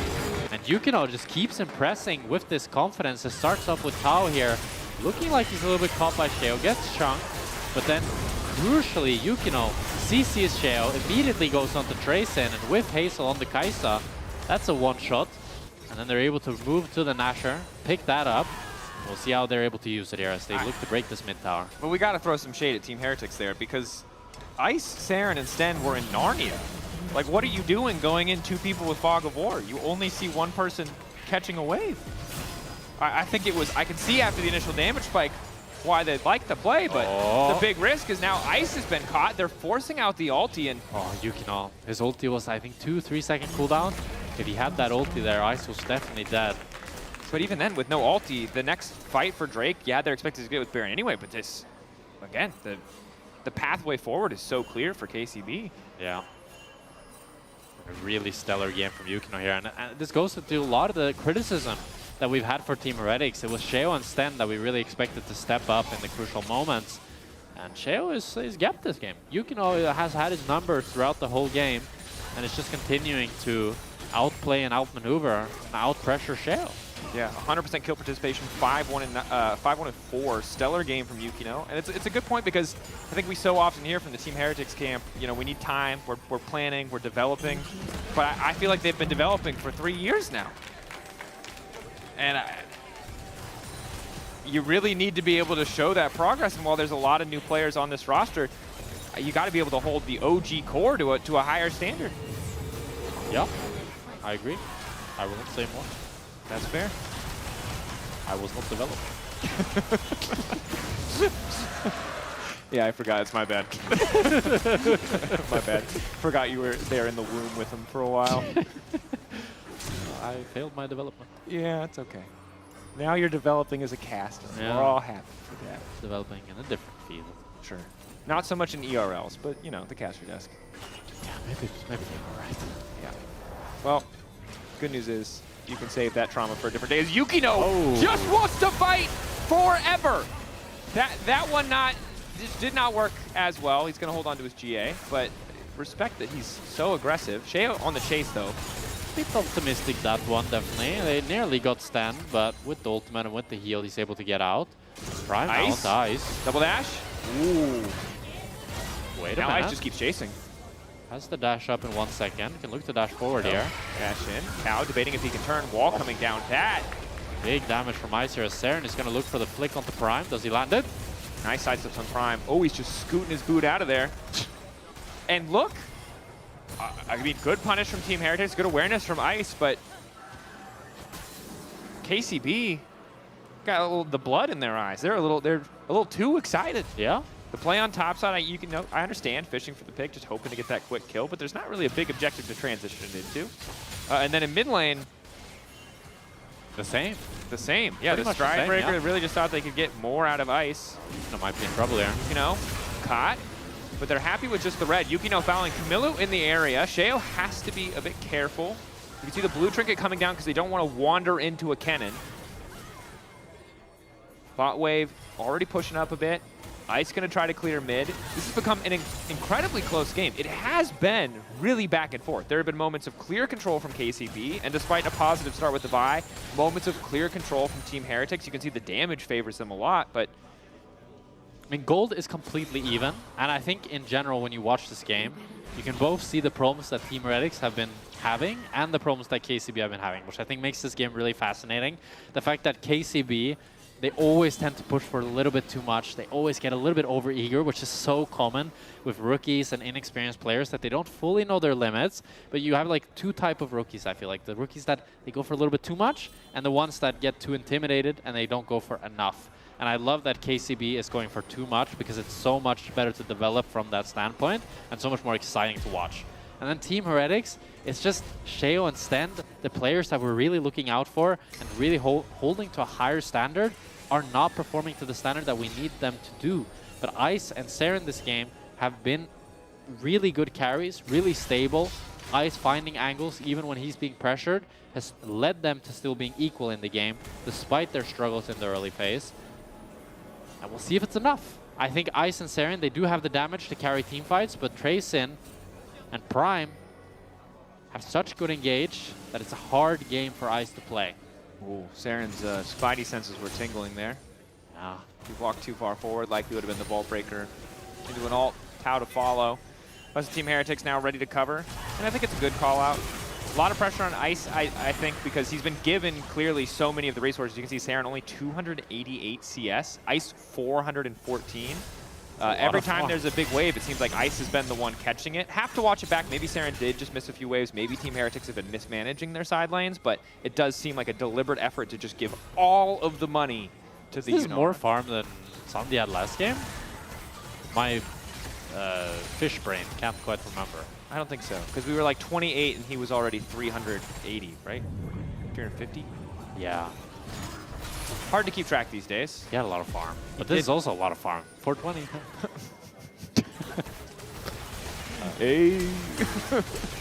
So the average CS minute for tier 1 ADCs is 10.1 right now. That's definitely way up than it was before. Those are some inflated numbers. Yeah. It's an inflated season, huh?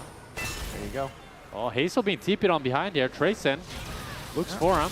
Oops, season might be inflated, but Hazel's the one who looks like he might get blown up. All up there from Tau, immediate ulti over the wall from Sheo, and they managed to take him down. Importantly, the Yunara, untouched, doing whatever he wants. Camilo now trying to turn it back, trying to make the difference. KCB holding, waiting over the wall. Keep your eyes on Camilo because no one is on top of this here. The Baron is shredding everybody, and Camilo just keeps on going. Saren now ready to follow. They shift out. Ice, does he want to go over the wall? Manages to get the slowdown. Saren hoping to get a little bit more, but Yukino, Camilo still living. Down goes the Baron and his Team Heretics to secure. Team Heretics completely turns the game around, and it's all off the back of Tracin as he TPs on an incredibly deep ward here and finds Hazel in his own jungle. And Hazel, caught lacking here, wants to flash over the wall, but then he's in the Baron pit, and even though his team is there, he gets CC chained and immediately dies. And then after this, Team Heretics can just fight them from over the wall, and only the tanky members of Team Heretics has to fight them. We're not talking about fighting yet. Yukino's dead. Wait, Camilo's still fighting, hoping to fight Saren, but Trace is moving in the shield. The Ember's about to push it back. Camilo! Camilo! Oh! That's revenge! revenge! That is revenge. That is personal. Stend is coming in, though. Oh, he has the red buff. Ulti, 100 to 0 the Azir. Support plus 420 gold. He's blazing him. Oh my god, his Prime wants to do the same, No, but he doesn't have the damage. What are we watching? Okay, Prime saw Stend 1v1 and got a little bit too excited, but he forgot that the target was 200 HP. Something like that. Or maybe he wanted Kai'Sa to ult and then Kai'Sa didn't have range. It bangs, but I'm not sure what it is. Camillu, incredible play here. I see the logic. It does cost Yukino's life as he is way too keen to kick that off. And Yukino has no ulti here, so as soon as he gets flicked back and Trayson is there, he immediately ends up falling. But Camillu here does so much damage. Flashes forward. Boom. Somersault. That was so much. Yeah, and then here we go. Stend. Bam. Bam, bam. Support is ult balanced. Support. And then Nah, support's bad. Support, and then we're right back to thinking support's pretty balanced. Yeah, ADC is so weak. Yes. Look at that smile. You could put that after any play and I'd believe it. Yeah. This one just happens to be a good one. Camillu, his whole team could get aced, and that would be the replay. Well, the nice thing about the gold at the bottom of your screen is we see a very clear story, which is it's Ice versus Camillu. Yep. Ice. Ice has the Sonias. Very intelligent pickup here up against the Vi. The nice that ulti completely, and Yunara has some nice AP ratios, so I really like that. Very nice. There it is. Okay.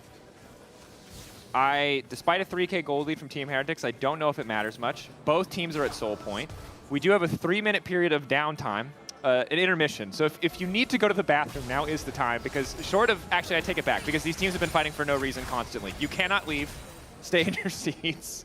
Normally, we would say 3 minutes. There's an objective, everyone's going to chill, they're going to push waves, nothing is going to happen unless someone overextends. Also, Team Heretics still has Nash. It feels like a fever dream a little bit that they still have it, but... They've got this wave. This is it. But This is the final Nash wave. Yeah, but this might be the wave that they fight on, as Prime TP's back into the mid lane. Yukino is looking for a flank here. Fight. It's coming.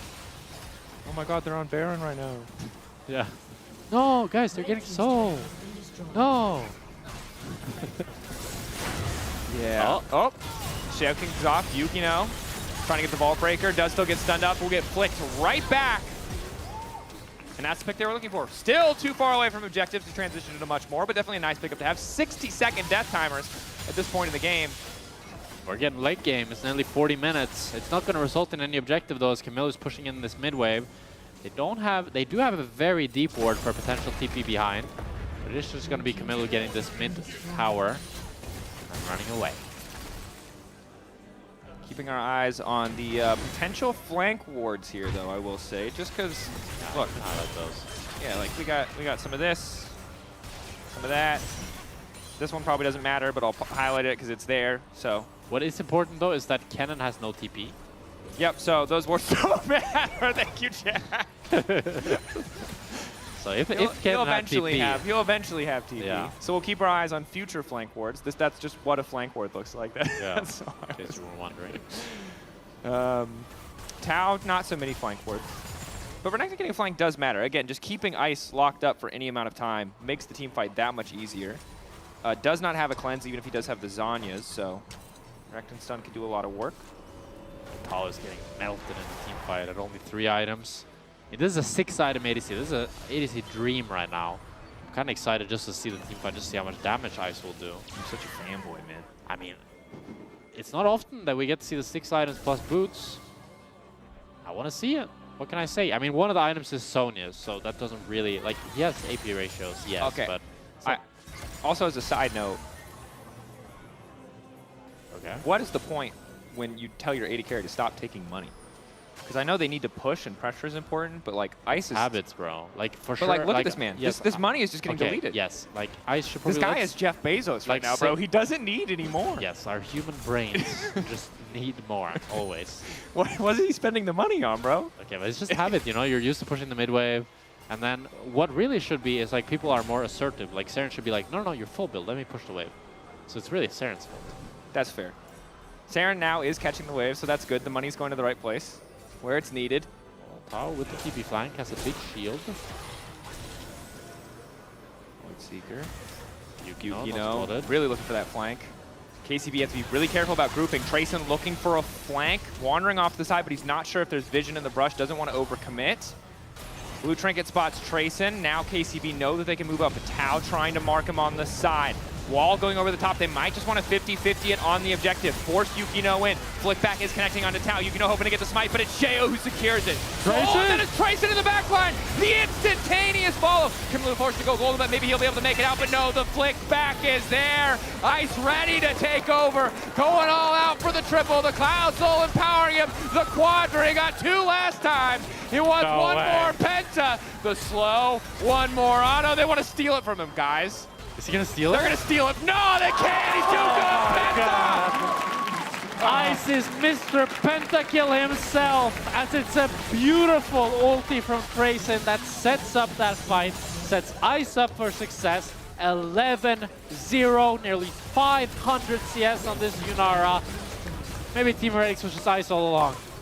Ice, Prince of Pentas in the league, no doubt. They're gonna camp the fountain. 2 pentas? 2 pentas? Double pen. There's no way. They're gonna end the game now. Yeah. They just really wanted to kill Prime again. Team Heretics, a back and forth game. Was it clean? Maybe not. Was it explosive? Most certainly. Was it fun? Yes. Pretty fun. Banger. Absolute banger. Great moments from both sides, safe to say. You, of course, can vote for your player of the game. Trayson, Sheo, or Ice, all good options. Now the question is, going forward, do we expect that Team Heretics needs a pentakill to win the game? Yes. Yeah? I like that. Yep. That should be our #1 thing that Team Heretics Can they always win without a penta? Shifters, can they win with a Baron? Team Heretics, can they win without a penta? Not sure. Now they've gotten 3 pentas over 3 wins. Ice is actually tied for the most pentakills in LEC history with Reckless now. Oh, wow. That's crazy. Yeah, he is the Prince of Pentas. That's very cool. That's a cool stat. Yeah, I didn't know. Shout out to our stats team. They just threw that in there and let us sound real smart. Wow. A hug for Ice. They know where their bread is buttered. I think he could get 4. I could see it. Yeah, he could get more for sure. Yeah. Maybe a little Zeri. 80 carries have more items now. ADCs do have more items.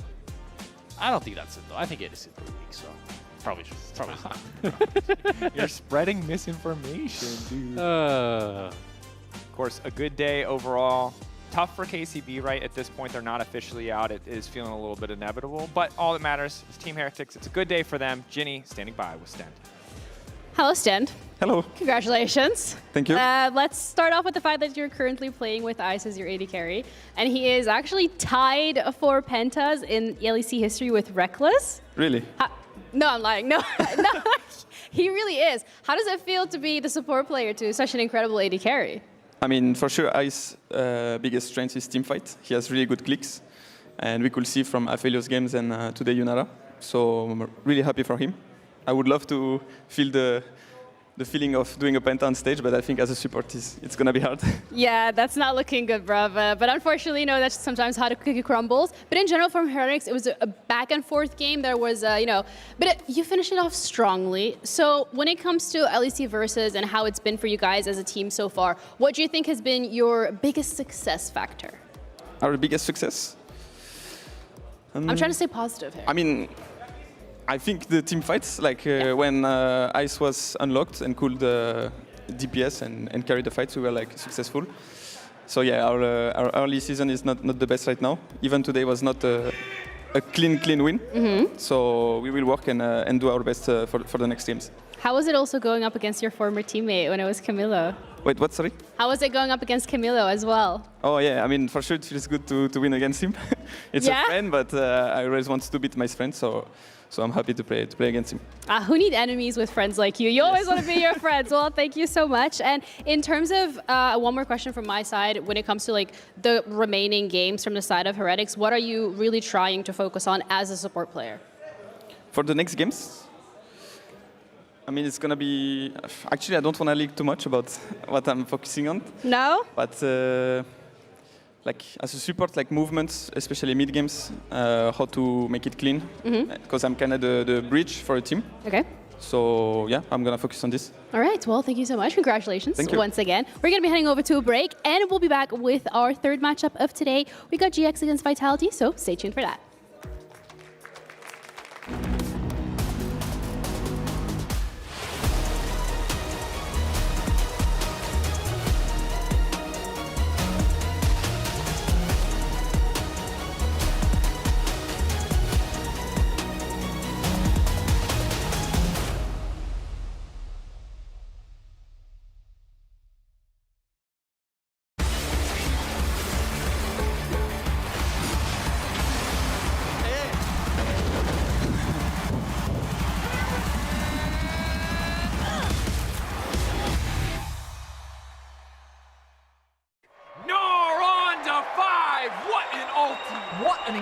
play there from Oh, that was incredible. You love to see it. Right, yeah, let's really What get into a move! He's just so good. I mean, the persistence, the patience to find the angle. You just don't see that from rookie. He's got it all. He's got the pizzazz. Have a break. Have a Kit Kat. Ooh, that looks good. Do you want to maybe share a little bit? Yeah.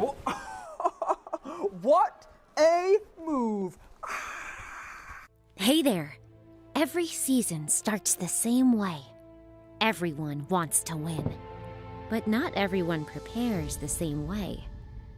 I can't wait to show you what I have in store. And trust me, this year, everyone's leveling up.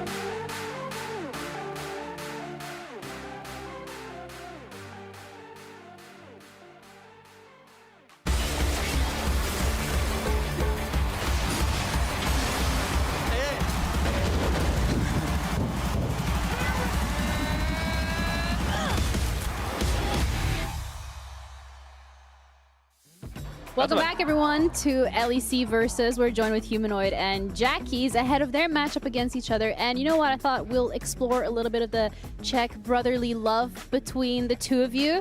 So I'm going to show some clips, and then you can literally give me your honest opinion on whether or not you think the player is really good or really bad or, you know, boosted or not. Either way. Let's roll clip number one, and I'm going to look at you for a reaction here, Jackies. Okay. Oh. Okay. Oh, wow. Oh, okay. I could see the vision. I think... Okay. Yeah, I think his jungler just griefed him there, honestly. I think this is always jungle's fault, so... Yeah, I will just say all to that. I think he couldn't do anything better. Okay, I respect that. Do you agree with that? Yes, I actually played perfect. My earpiece stopped working, but it's fine. I mean, I kind of... Okay, now it's working again. Nice. Okay, so I kind of... now it's not working. Never mind. So I saw the engage. I went for it, you know, and it is what it is. It was first game. Team diff happens all the time. Jungle gap. Let's roll clip number 2. You can give me your honest opinion about this one, Marek. I mean, I respect the try. He read my playbook, getting caught on side lane. I kind of invented this play. He was just trying to copy me, so I mean, I respect it a lot. Is that like flattery to you, or is it just annoying that he copies you? No, it's flattery. I'm happy that people like are trying to do my plays on stage, but it only works if you do it like me. Okay, which means not die or die? No, to die, but you need to like look cool while you're dying. What? How can you look cool while dying? Like, is it like something you I do? mean, I'm not gonna tell you my secret. You just have to, you just have to do it. All right, let's roll clip number 4. Jackie, this one is for you again. Wow. That's just more clips.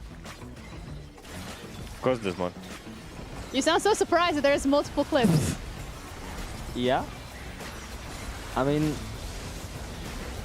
wow, that's some crazy level gameplay. But I have to say, he hit an E on a guy that was standing on place, which is very like, he cannot do anything better again, you know. Yeah, so for me, perfect gameplay again by the Czech number 4 mid laner in the EU. Peak mid laner gameplay. Like, this Yeah. is what everybody aspires to be. Let's roll clip number 4.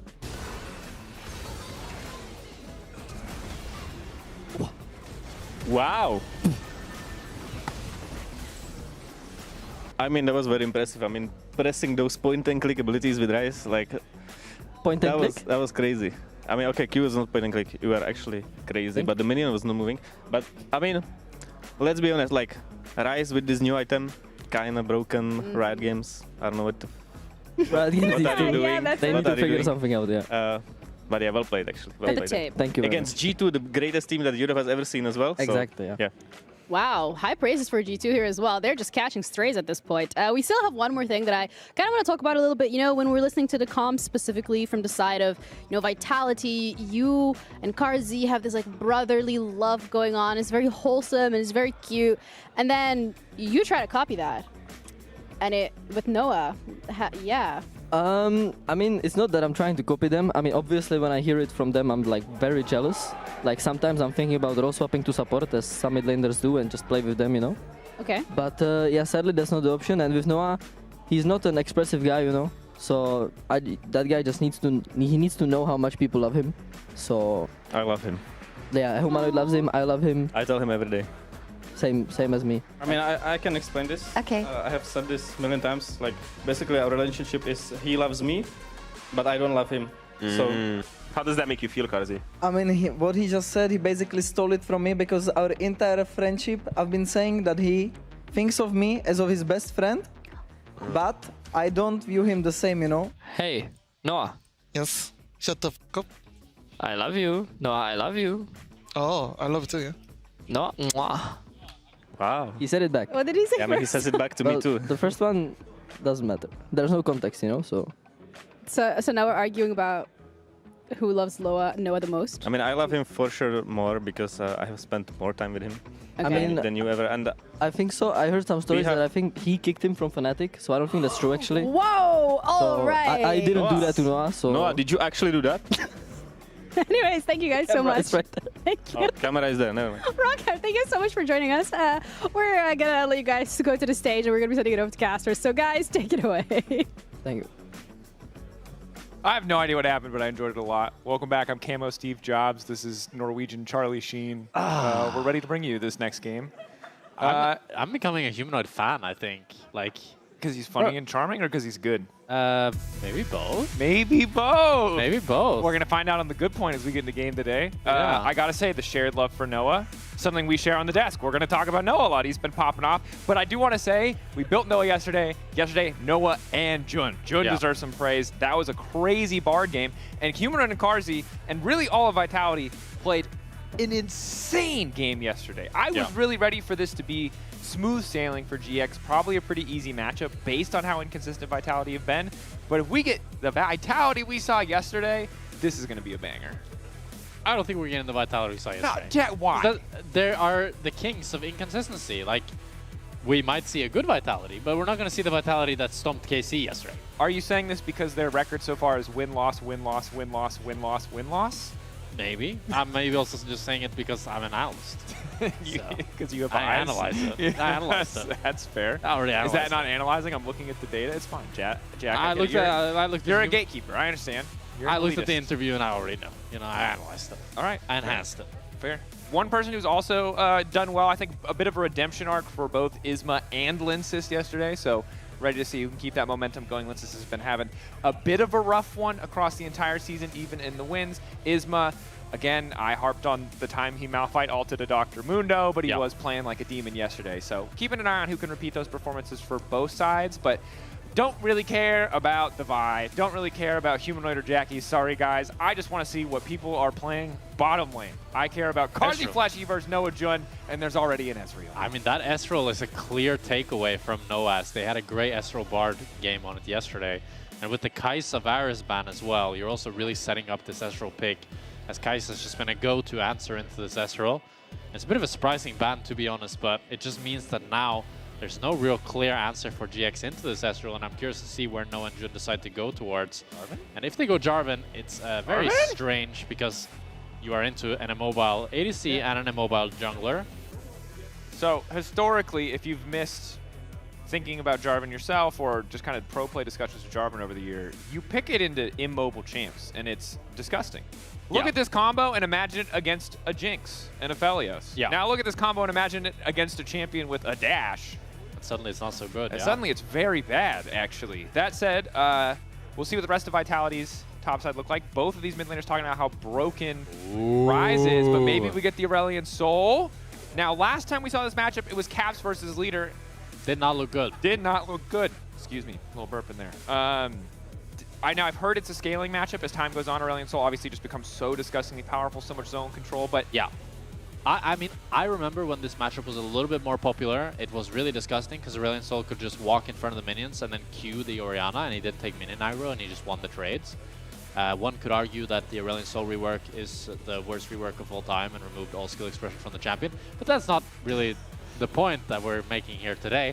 No, yeah, you're just saying that very commonly thought thing that everyone's read everywhere, not making it about yourself. Yeah, no, I got you. Yeah, and well, one could argue that. But Aurelion Soul, anyways, in this game, is going to have a jolly old good time because he can always fly out of the Jarvan ulti, and he has a good matchup into the Orianna, and he has good setup from the Vi. So overall, I'm really liking what we have from Vitality thus far, and now they can choose to further emphasize this bot lane prio as they can ban out both ADC and support, and they already just take out the Nico from Jun, probably the best Nico in our league, and we'll see what they ban last. It's going to be the Yunara, so even more ADCs taken away from Noah this game with 3 ADC bans from the side of Vitality.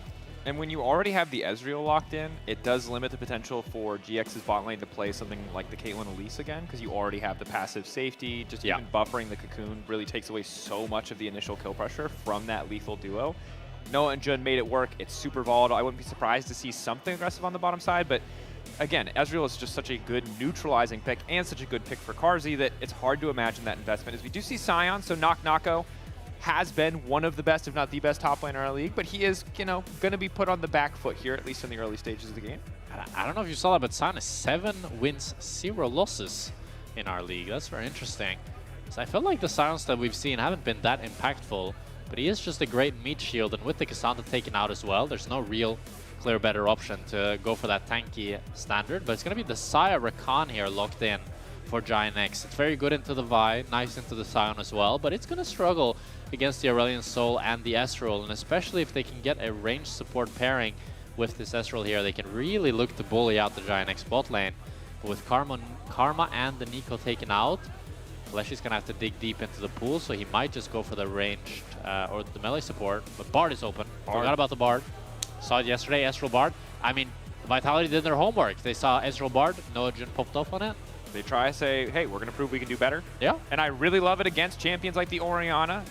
Even against the Xayah, if you can force her ult with the Bard ult, yeah, it's a fantastic Bard game. Really good pressure for both carries here. It also can deny so much of that Rumble ult pressure, as soon as you ulti someone, Bard just matches it, and then by the time they're out of that stasis, the equalizer has faded. And against the Jarvan as well, you provide some mobility with that tunnel. And overall, I think this Vitality draft, they really cooked up some good stuff here. That they did. I also will say on the top side, that Sion matchup just feels like the pressure now is on for Lot to build a big enough advantage, because I think we were talking about the win rate. I think part of it is just Sion is so relevant always, no matter what, as long as you're not feeding, whereas champions like Rumble, the pressure is on you to get value out of such a high priority pick. So for GX, I think naturally we're always going to come back to bottom lane. We're going to come back to Noah Jun. You mentioned it. It's not going to be the easiest time in the early stages, but this is a duo that often breaks open these 2v2 matchups, that finds advantages where maybe they shouldn't be able to. See if they can do that against Vitality here, or if Vitality's composition just is too heavily favored. We'll have to see. But this is a very hype matchup. Giant X versus Vitality. I didn't think I'd say it at the start of the split, but this is top of the table here. If Giant X wins this game, they're our first place team until KC plays. Well, and Giant X, we're still working out the details behind the scenes to make sure we don't confirm anything ahead of schedule, but we've been talking about, production team's been talking about it. If they win, pending some results later today, they could by the end of the day with the win here be locked for playoffs. With still 3 days left of games to play, that's an excellent spot to be. And yeah, just really, again, GX surprise frontrunner, so much on the back of Noah, not that other players haven't also been stepping up. Him and Jun doing a lot of work.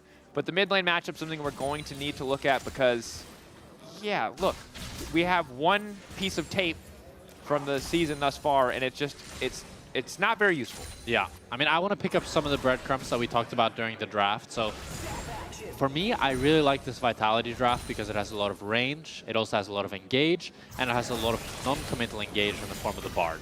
And it has good matchups with Aurelion Sol getting pushed into Orianna, Ezreal Bard getting pushed into the Sire Rakan. But we're kind of clear on how easily Vitality can win the game with all their tools and all the stuff that they have. So how does Giant X win this game? Well, they have a Jarvan and an Orianna combo. It's a classic. Everybody knows it, right? Jarvan can put up the wall, cage them in, and then Orianna puts the ball and ultis on top of them. The problem that Giant X has is these laning phases that they need to survive. You can see the bot lane, you can see the mid lane. They're taking losing trades. So Isma really has a lot of pressure on him this game to try to find some sort of relief for either mid or bot lane to get the ball rolling. Because if he doesn't, and Vitality play their lanes very well, they can look to snowball that into getting free objectives, getting tower plates, and building that gold lead to secure themselves a win. So my eyes are really on Isma to try to make some early proactivity happen, because that's a big reason why you have this Jarvan over the Vi, as your early game power is much higher with the pick. And you can see even top lane where Rumble we know can do a lot of damage and might be printing a bit of money. Knock-Knocko already proxying. That's a very early proxy. A bit Baus inspired, I would say. Ooh, he's even going in between the tier 2. Oh, this man has learned straight from Baus. This is straight from the Baus. This man's watching the VODs, and look, I'm not gonna lie, Knock-Knocko. Hey, the crowd is hyped. The crowd is hyped. This is the closest they've gotten to seeing Boss Sion, and probably the closest they will get to see, I'm sad to say, because no one's ever gonna let the Baus play it. And look, Knock-Knocko's been a bit of a demon this season. Really solid top laner, busting out the Ignite Renekton, now winning on these tank matchups, proxying on these tank matchups, making the most of it. Oh. That said, we'll see if it costs him. Oh, surprise. It's a good death angle. Unless. That's a Jarvan. He might have to flash, but maybe he just tanks the death. Waiting for the ward.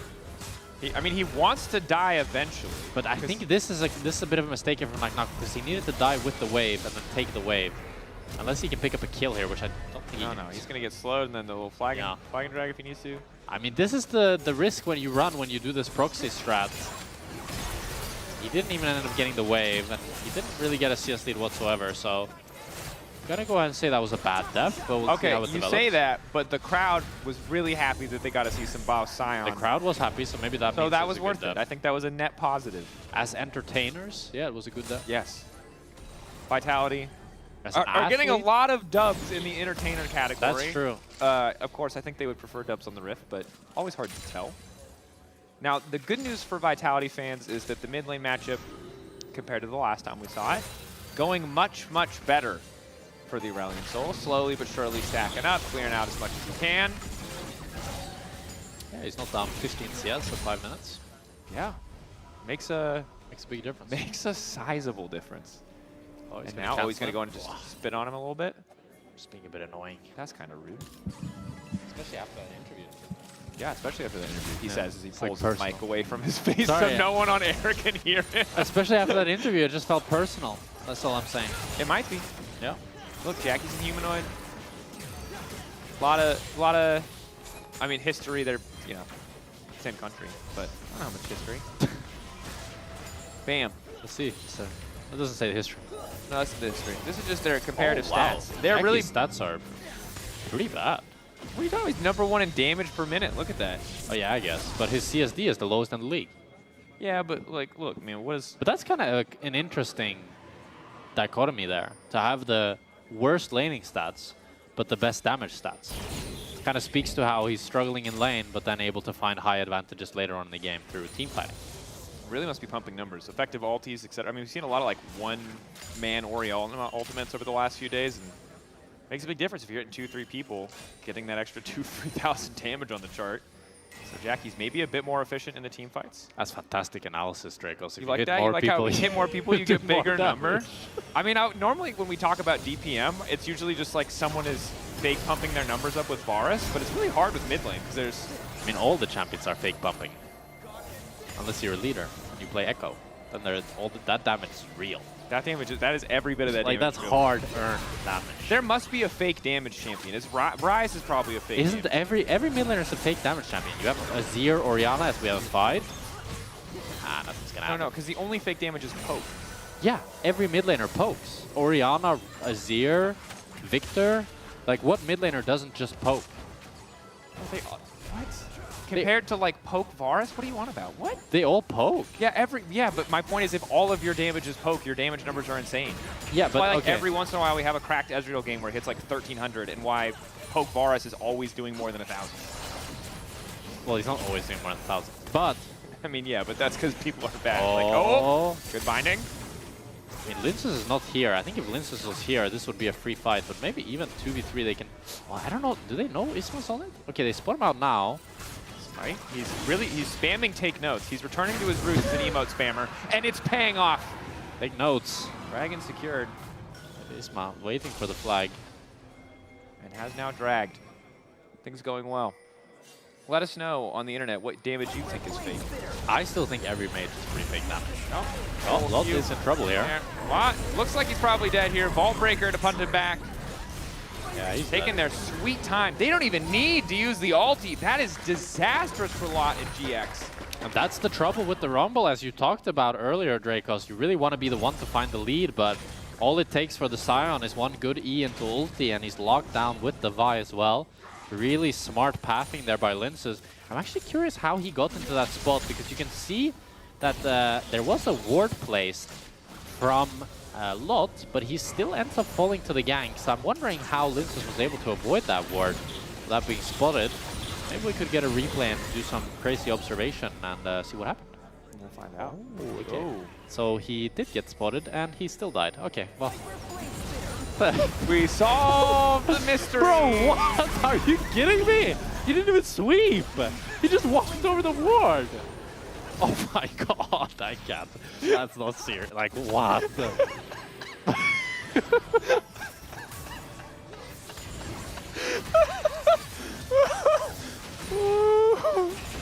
Okay. We're all going to take a deep breath. Say the thank word, you, observers. Say the word professionalism once or twice and just continue on. Sometimes you're just not looking. Yeah. Maybe he had like a little bit of sweat and he just looked down and then looked back up and, you know. Yeah. 3 grubs for Dynex. Who's to say? I honestly, now I kind of hope GX win just so that can be an embarrassing moment instead of, yeah, ever smile 413. Yeah, he had the boy. Yeah. All right, so we've learned some masochistic tendencies from Lot. To be fair, Knuckles' first step was also pretty silly, that he just proxied him and died. That's true. So maybe he just thought he'd give one back, keep it close. Yeah. You know, respectable. Maybe that was a good depth in some world. Not in this one. For the, I mean, you said for the audience. The audience probably liked that. The audience, I mean, we liked it. Yeah. I mean, yeah, in the battle of biggest- entertainment, this top lane matchup is kicked. Yeah, well, that's true. I'm entertained, I'll say that. See what else they got. Yeah, that's a good question. Humanoid bits and pieces on the build. The annoying thing about Aurelion Soul stacks, and I hate this, because I'm glad that we have a stack tracker on the overlay, but obviously there's two different metrics. There's total stacks and closeness to the empowered ultimate. Yeah. Humanoid really just trying to spit on those minions. Jackie's going to pull him, Scorpion style, get over here, and force Humanoid out of the lane. Yeah, ulti for ulti there. Humanoid missed the cannon, so that's going to feel a little bit bad. It's round 2. This time he does not have a ward. Let's see if he eating lives this Scion time. Q again. Okay, maybe the ward was the problem. Maybe the ward was, yeah. Nah, I get it. Lot is a vibes-based gamer. See, now he respects, because he's like, oh, I don't have vision. I don't know where he is. So then he just ultis the way. Huh. That's crazy. Yeah. Some people don't want to believe like the evidence and what's in front of them. They just want to go off their gut. And that appears to be the kind of guy that Lot is. His gut was telling him Vi was there. He trusts his gut. His eyes telling him Vi is there. Doesn't trust him. Must be wrong. Could be a trick. Trick of the light. The bot lane, which we really hyped up.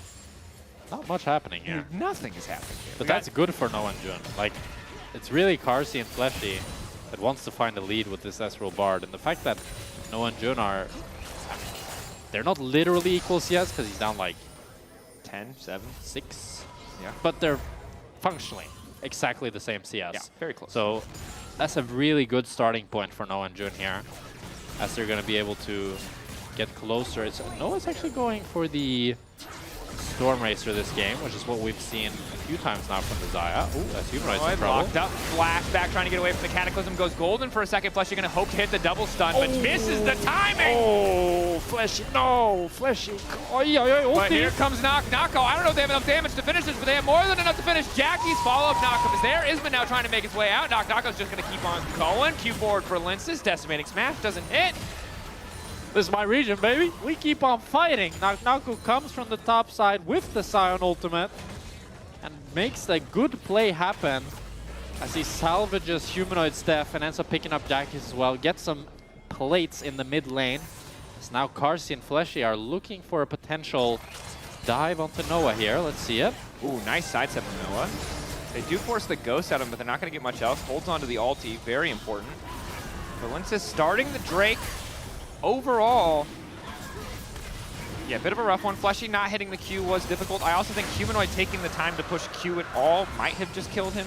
There's a chance he could have escaped. We'd have to check the replay. But obviously slows himself down. I think it's diabolical to blame Humanoid.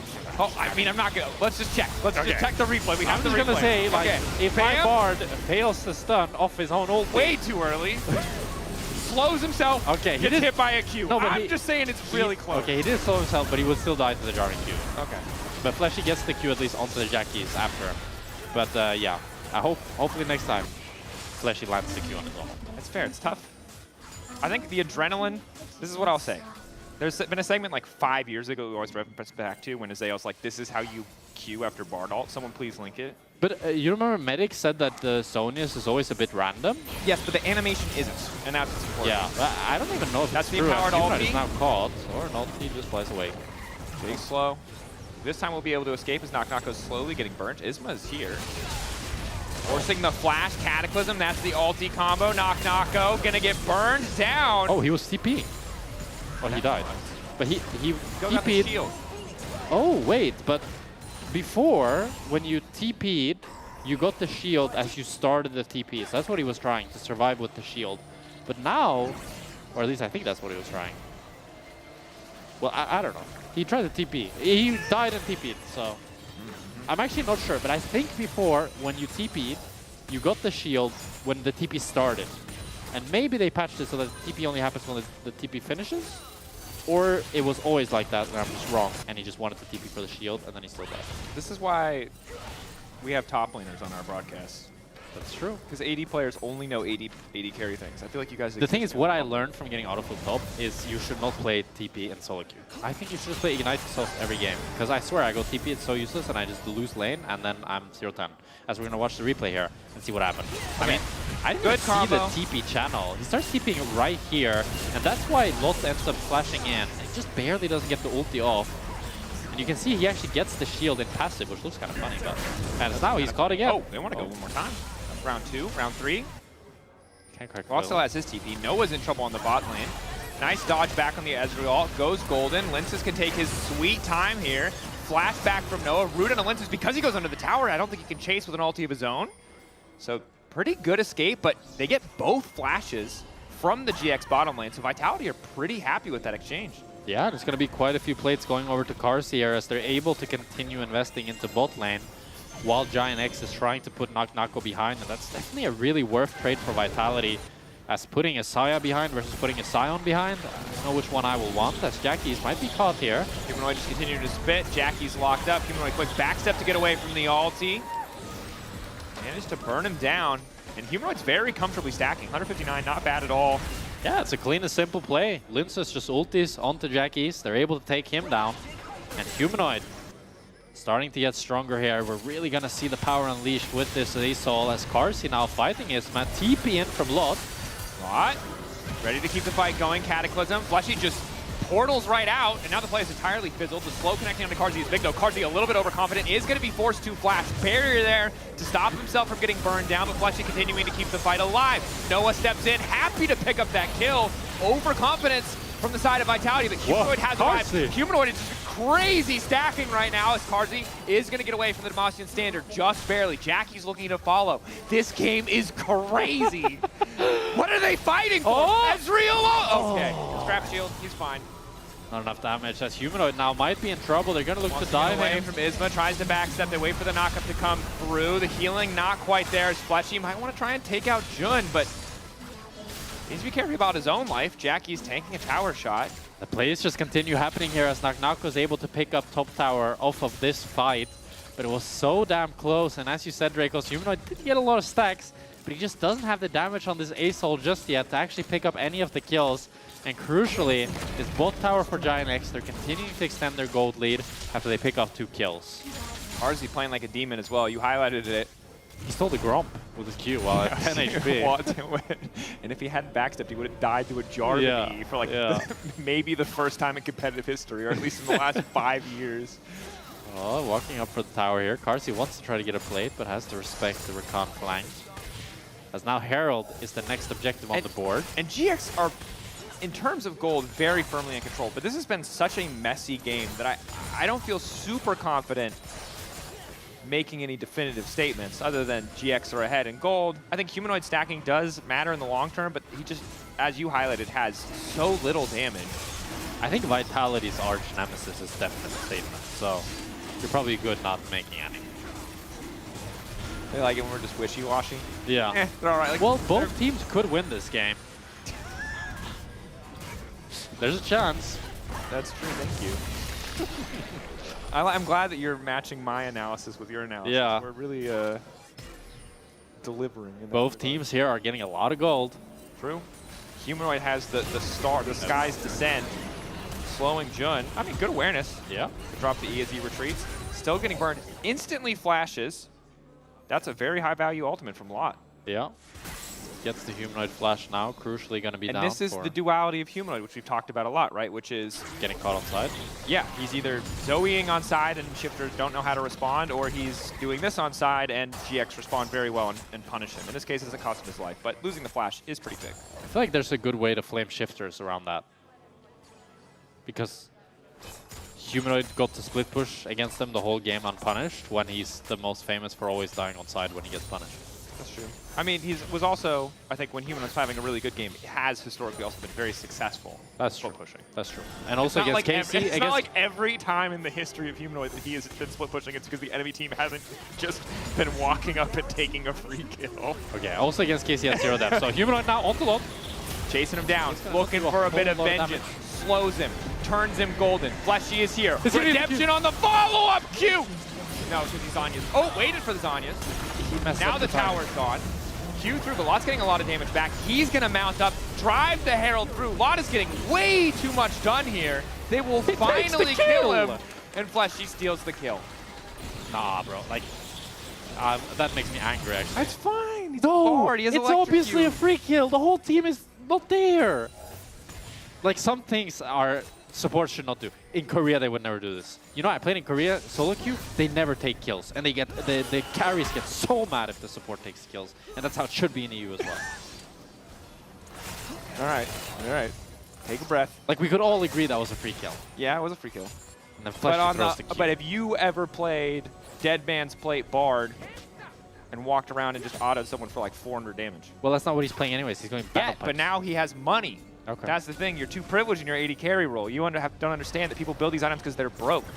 If they had 80 carry money, they'd get to build more fun stuff. Oh. Nice stun, but Jun's still going to be safe. Knocknako here has a huge blast if he wants to go a bit crazy. Big blast cone in. I mean, it would be too crazy. I think it would be very because bad. Jackie's is just waiting to punish. Yeah, good that he didn't do that. Would have been funny though. But again, entertainment value. Yeah, it would have been very good content if he did that. Okay. And I gotta say, a game that started with a very content-focused top lane, yeah, Lot has been getting a lot of value out of the Rumble. Not as much funny content since the first death, but been some good ultis, some good equalizers. Really good equalizers. Yeah. Which you would think after 15 years or whatever we've had of Rumble existing would be more consistent, but it is in pro play, in team fights. It is a big skill to be able to equalize in a way that's consistently valuable for your team. Yeah. No, for sure. It's probably one of the hardest ultis in the game to get like perfect. Agreed. Humanoid very close to a second item. Second item there for Jackie's, but it's a bit more defensive. Both sides trading blows. I don't know if that went live, Jack, but no, don't put it back on the table. You'll knock it over. Okay, again. my bad. It's fine. You're the comedic relief queen, Jack. Well.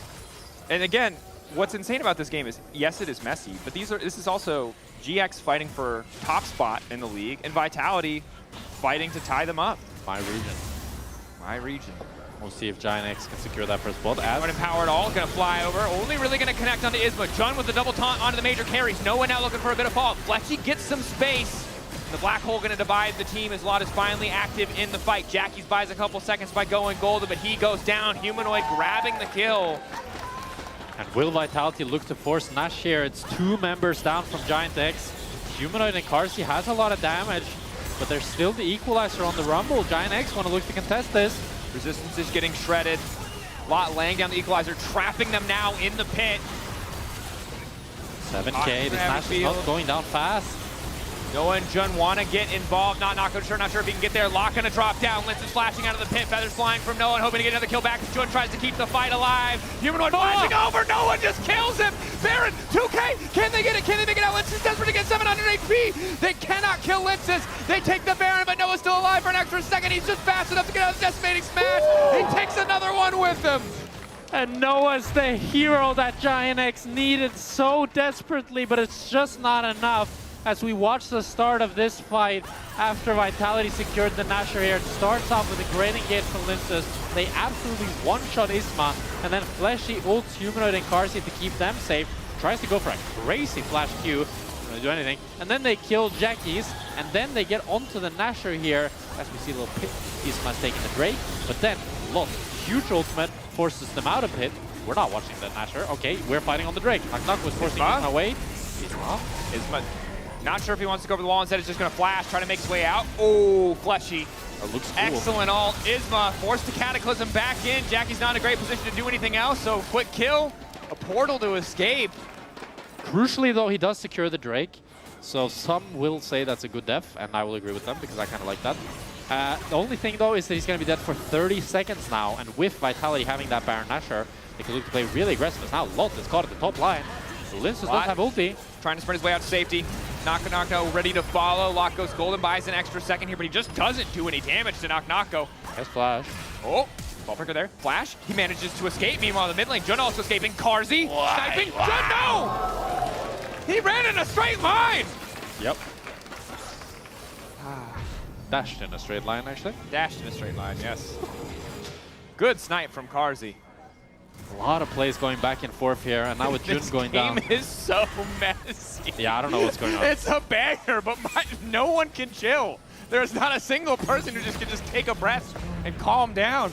I think Noah is kind of chill. Noah's the one trying to keep the boat steady as the world is falling apart around him. I mean, a minute left on the Baron. They've got pressure in 2 points. They're looking to make it a third. Nako continuing his onslaught onto Lot. Nako is there, Linces to follow. Perfect CC. Vitality making it look very easy as they're going to get that tier 2 after picking up the kill on Lot. And it's Nako that finds the angle to go onto him with that Scion. And just showing that strength of the Scion, why it's 7-0 in our league. So easy to execute, it's so tanky. Can tower dive and just tank up so much damage. Yeah, just the sheer quantity of HP you have. I mean, yeah, you're giving the enemy more Leandry's damage, but not in a significant enough margin to balance out your effective health with all this MR.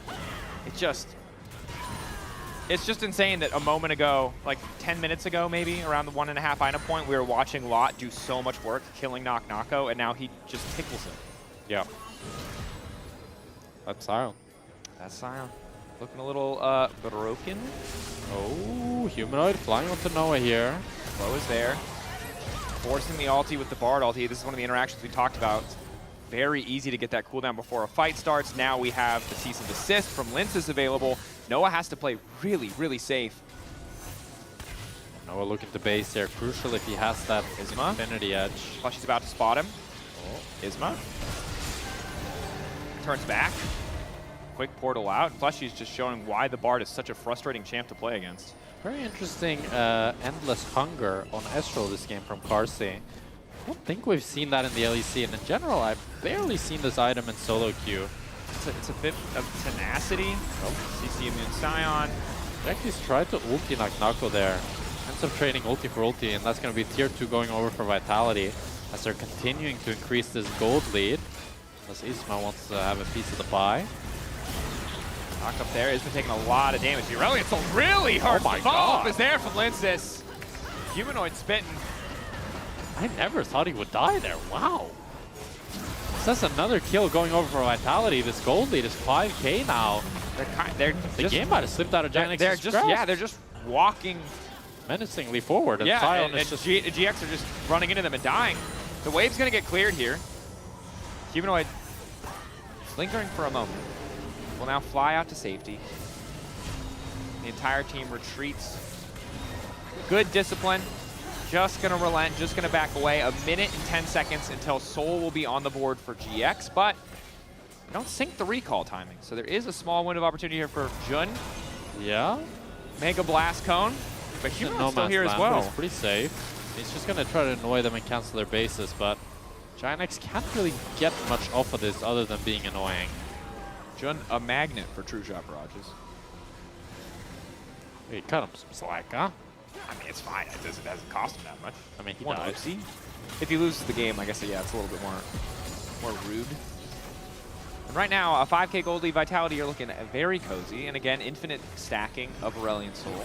The E, the little black hole, only going to get bigger and bigger and make it harder and harder for Noah to really step into a fight ever. Yeah. With 300 stacks on that ASOL, he's sitting mighty right now. The dragon greeds for more stacks as he dashes forward onto Noah. Bard ulti doesn't quite connect. Flashback from Humanoid. Slow comes in from the black hole, and now the ulti from Humanoid, big damage. Forcing the ulti response back from Noah, but the feathers are down. Maybe he can get some follow-up damage onto Linces. All of GX immediately retreating. Fleshy and Carsey zoning them away. Noah has to flash out of range of Nako, but Nako's got the slow, and he's going to land the decimating smash as well. Humanoid in the meantime getting burned to a crisp by Lot. Jun running, retreating. Jackie's giving it a heal. They're trying to get a bit more movement speed. The Mega Blast Cone to make it out. They're getting hurted as Carsey's on the chase. Jun dropping.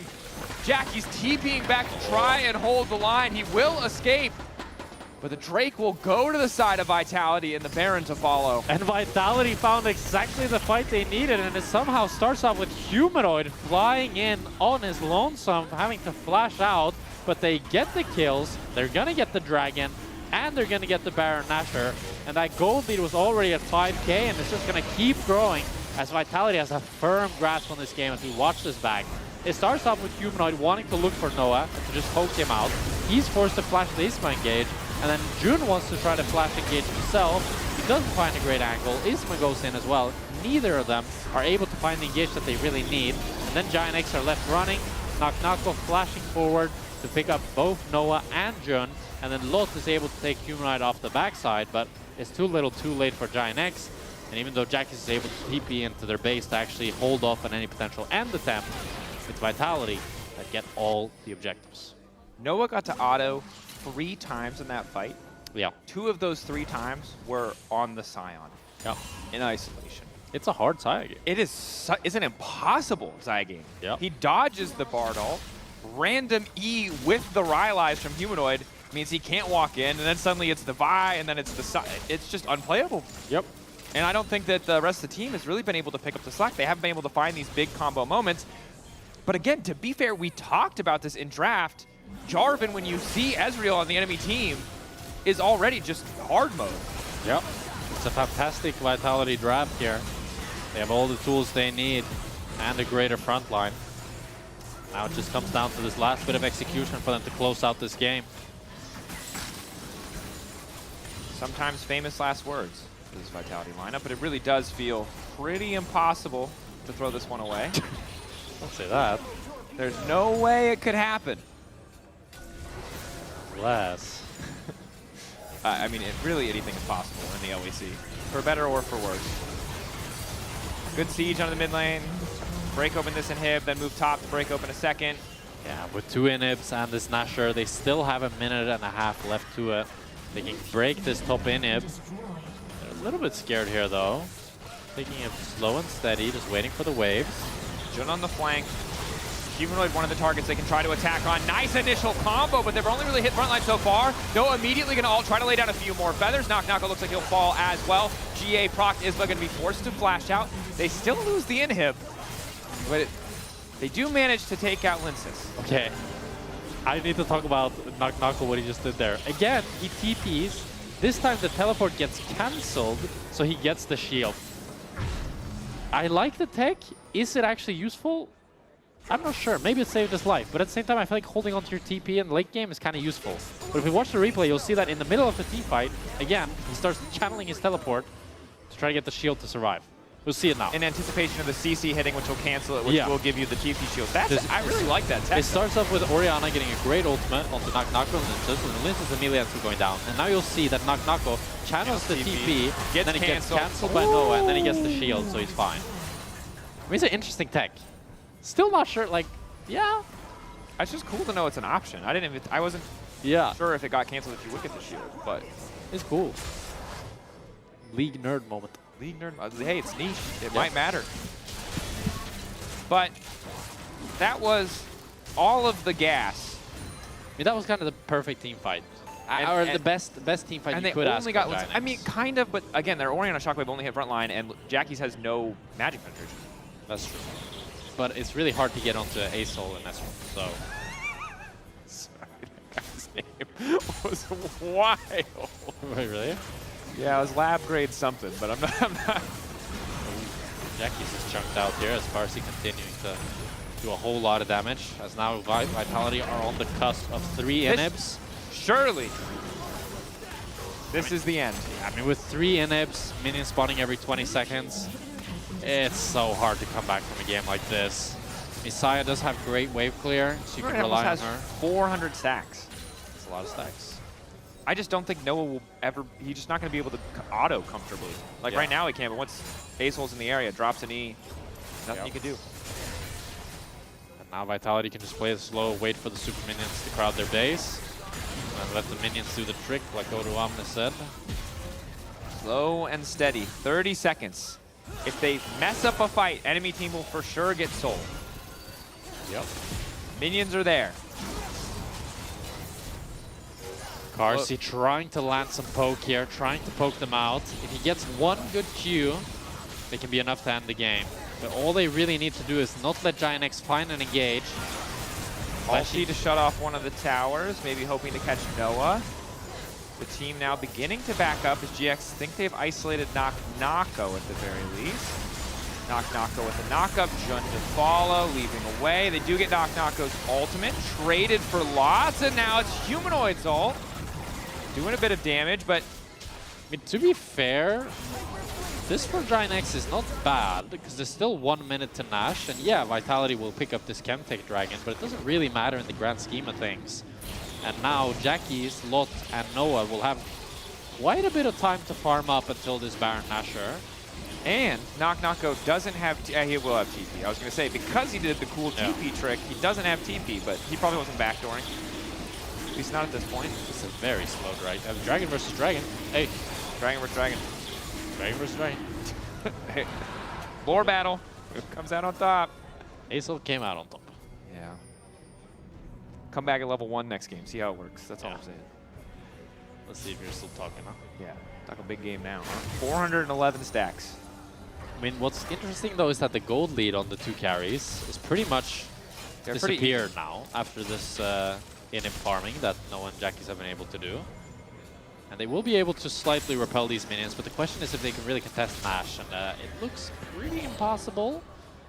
And with this Baron Nashor, Vitality can just run into their base. With supers. Yeah, it should surely just end the game. There's no way they throw There's no way. No one could throw it. No. It's what not is this? The LEC? Oh, good, yeah. This is LCK.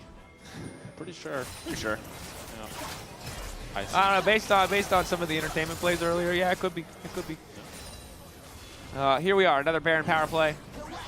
Less immediate money than it used to be. It used to just be a free 1,500. Now you got to work for your Baron power play.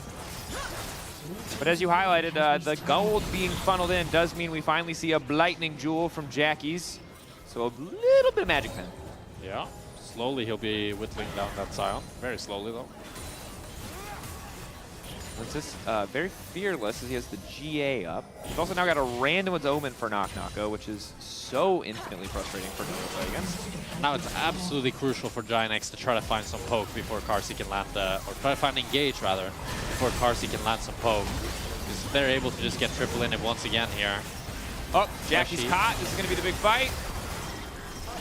Goes golden once again. Decimating smash there. Does manage to get the flash out. Isma. Flag and drag forward. Humanoid still has the empowered ulti, though. Good patience from the side of Vitality. Yeah, they're just in such a checkmate position. Noah's desperately trying to clear these minions, but Vitality are playing it slow. They're playing it disciplined. Ooh, Noah getting chunked. Feathers flying. Carsey forced to flash back, but the skies have descended. Noah's really got nowhere to go. He needs to get back into the battle, but it looks like this game is just over. Humanoid trying to get away. Noah living for an extra moment, but the Nexus drops. Vitality tying it up with GX at 5 and 3. And it was a slow, methodical finish from Vitality, but they showed the power of the minions. They played it very cleanly and left no gap for Giant X to pounce on. A very clean game from Vitality here as they take the win today. Yes. Some content plays in the early game mayhaps, but overall, well played. Scaling, not taking any big unnecessary risks. Had the edge in draft as long as they played to their win conditions, and they did so beautifully. Of course, you can vote for your player of the game, Linsis, Humanoid, or Carsey. That's Knock-Knocko. Knock-Knocko, Linsis, or Carsey. Well, there's a lot of chaos this split at the top of the table and at the bottom of the table, to be honest. There's really, for me at least, there's no clear top team. You could argue it's KC because they lost yesterday against Vitality, and then Koi has been dropping games. Now Giant X, that could have been the top team, lost today. I think we need to introduce an LEC like championship belt like they have for international, where it's just the most recent team to beat the best team before that is now the best team. Vitality's the best team now. Vitality's the best team. Vitality's the best team. Let's keep it simple. When we get to best of 3, we can do more than that. But for now, this is the best team. This is the best team. That's the best team in the league. KC Koi, sorry. Sorry, guys. Vitality's the best That's the best team. Look at that man. Oh, wow. How he's so aggressively thumbs-upping us. That's incredible. Shout out to players. A lot of good reactions today. We need more Humanoid and Carsey. We need more Humanoid and Carsey. I need more Humanoid and Carsey. Yeah. Well, let's not do it too much, because I don't want to say they're going to take both of our jobs, but for sure they could. So. Yeah. Well, there's still pro players for that. Upset stomach still continues to deliver, if we've learned anything. Upset stomach? He went like that. He did a little... oh, really? Yeah, it seemed like that was the gesture. Oh. Seems random, but maybe. You gotta communicate to maybe he got fed, no? Something like that? He did get fed. He might have gotten... He did get fed. Anyway, that's enough from us. Let's send it down to Ginny with Fleshy. Congratulations, Fleshy. Another win under the belt. Looking strong towards the top of that table. How does it feel to be in such a great position at the moment? I mean, we are just, like, from week 1, we are trying to be consistent, and we are hardworking as well. So it's good to see some results as well. Yeah, slow and steady wins the race, and that felt like very much the theme of last game. Specifically, when it comes to being in-game, being potentially under some more pressurous situations, what does the comms look like? Because there are certain players on your team that can be very loud at times. I mean, to be honest, when we are serious and we are playing the game, the comms are like calm and like we are just playing our game. And when we know that we already won or like we are probably winning most likely, like they start shouting and stuff like this checks. So you can't stop them. How does it feel for you as well to be, you know, the support player, but then your AD carry has, you know, a little bit of a thing going on with the mid laner? Do you feel left out? It's just so fun to be around them, to be honest. Like it's, they are giving the fun to the office and to the team, and like I'm just happy to be here.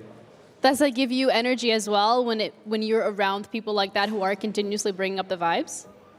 Oh, can you say that actually? Does it give you positive energy as well, like being around people that are always so happy and cheerful? Yeah, you are perma-laughing and life is good, you know. And you that just translate need to onto the win as server? well, yeah. And does that translate onto the server then? Yeah. Yeah? Yeah. All right. Well, thank you so much for your interview. Thank you so much. We're going to be sending it over to Lore, who is sitting by with Linces and Odo. So, guys, take it away. Thank you so much. That's us. We're here with Linces. And Jojo, look at him. And Jojo. we change the cameras all the time. It's hard on the players. Linces, thank you so much for joining us. Hello. Life is good when you win. Life is good when the game is stable, right? Yes. Yeah. Much better week from you guys, I feel, so far.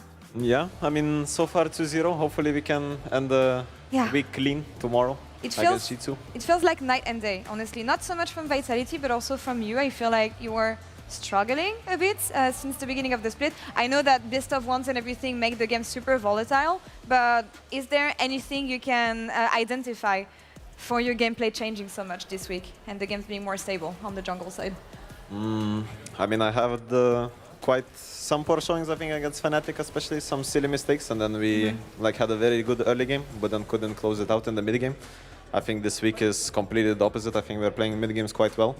And that has been the biggest change for me and the team overall, that we are not struggling in the mid game.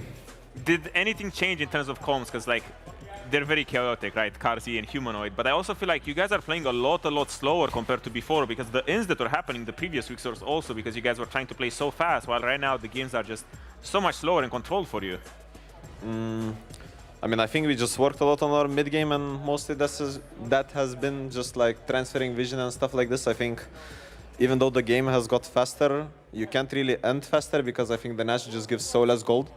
So, like this game as well, we need 2 Nashers to close out the game because with 1 Nasher you just can't get enough with the turret platings and stuff. So, I think, yeah, the mid game and especially on Chemtech map as well, like if you get vision, someone just deletes it. Yeah, deletes it with 1 plant. So. Taking a bit of a step back on your journey and upcoming opponents, at the beginning of the year, the week, your coach Pad was saying that KC is the most difficult opponent, and then G2. How do you identify KC being harder than G2? I mean, I think they just have a much better showing than G2 so far in the split. I think G2 are kind of struggling, I guess, but they're definitely not to underestimate. But I think it was a fair view assessment that KC is the strongest opponent this week. All right. I would maybe even say GX as secondary, but it's also trial by fire because you faced, well, perceived by him the 3 hardest teams, and now you guys won 2 out of 3, and all of a sudden Vitality is at the top of the league, probably, you know, like first, counting wins obviously because there's still like, you know, MKOI and KC pen. Tied for first. That's they're what matters. First. Vitality is first in the league all of a sudden. How did that happen? I mean, I don't know. We're just playing not bad league, I think, this week. Hopefully we can, as I said, close it out this week, and I hope that KC or Ano, whoever else is first, MKOI, lose. So. Well, they're on stage actually, so maybe. I mean, hopefully Yopa can drop another pentakill, so. Let's go. Karzi was the player of the game here today. Anything you want to say about his Ezreal performance? Because it felt like he had a lot of responsibility when it comes to killing off opponents in the later stages of the game. Is it stressful when you know that Karzi has the victory in his hands and the fate of the game in his hands? No, not on Ezreal. I mean, his Ezreal is just super clean. I think he's been playing very well this week. I think just mechanically top notch. It's more of like a bit more stressful in the mid game when the chaos and the fun happens and the voice comes. Then you need to stay disciplined to not throw the game. So that is the hardest part. But Karzi has been very sharp so far. You know what? So often I hear teams struggling about having a good a good vibes in the team. We're not going to complain about you guys laughing too much as long as we can keep winning. Tomorrow, G2 is focused on this, so best of luck for Thank your you. third game. So far, super clean week from Vitality. We're going to take a short break here. We'll be back in a couple minutes. We said it, MKOI, they're going to be facing up against SK. Stay tuned.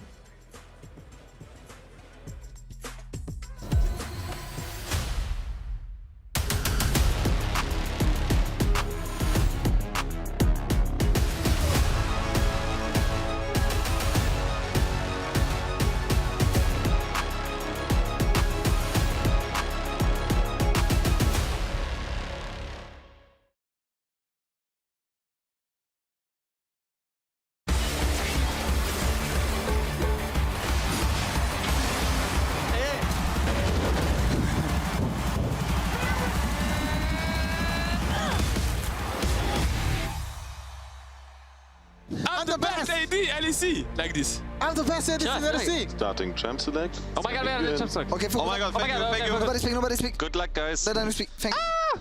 Hey, flash, no flash. I can't fight this. No flash. Take portal out if possible, nice. No flash. No play Zion, no play Zion, no play Zion. I hit one auto and I'm fine. You kill. Careful. Oh shit. I'm flying. Yeah, go. Load the video.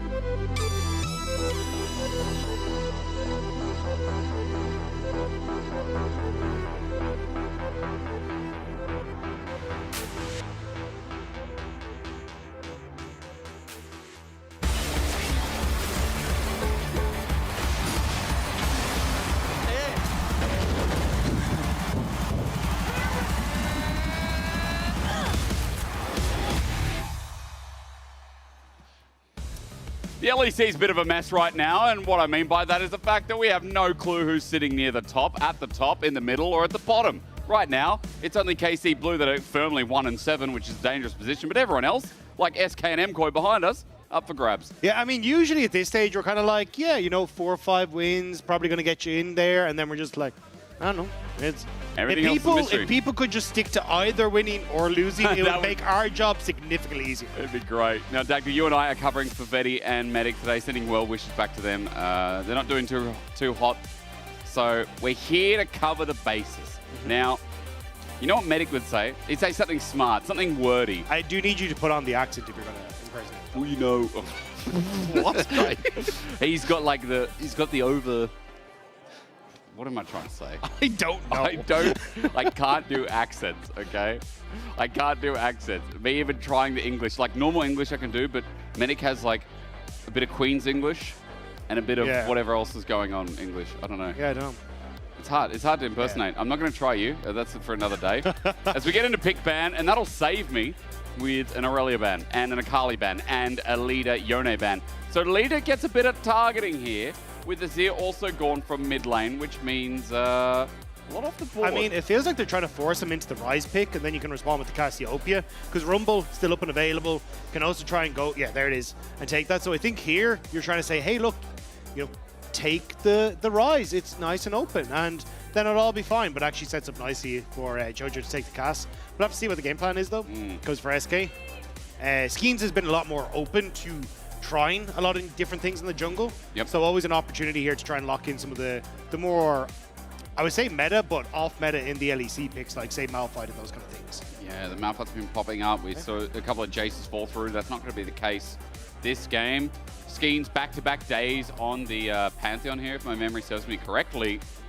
And we know it's all about pairing here. We know it's normally a Talia that runs into an Azir matchup, a strong mid regardless.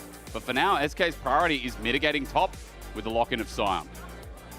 So not actually going to take the early bait when it comes towards a potential mid laner, which does make sense here because you can always take the third rotation mid lane for a leader and then ban away some of the champions that can answer into him, especially if you are eyeing up the Rise.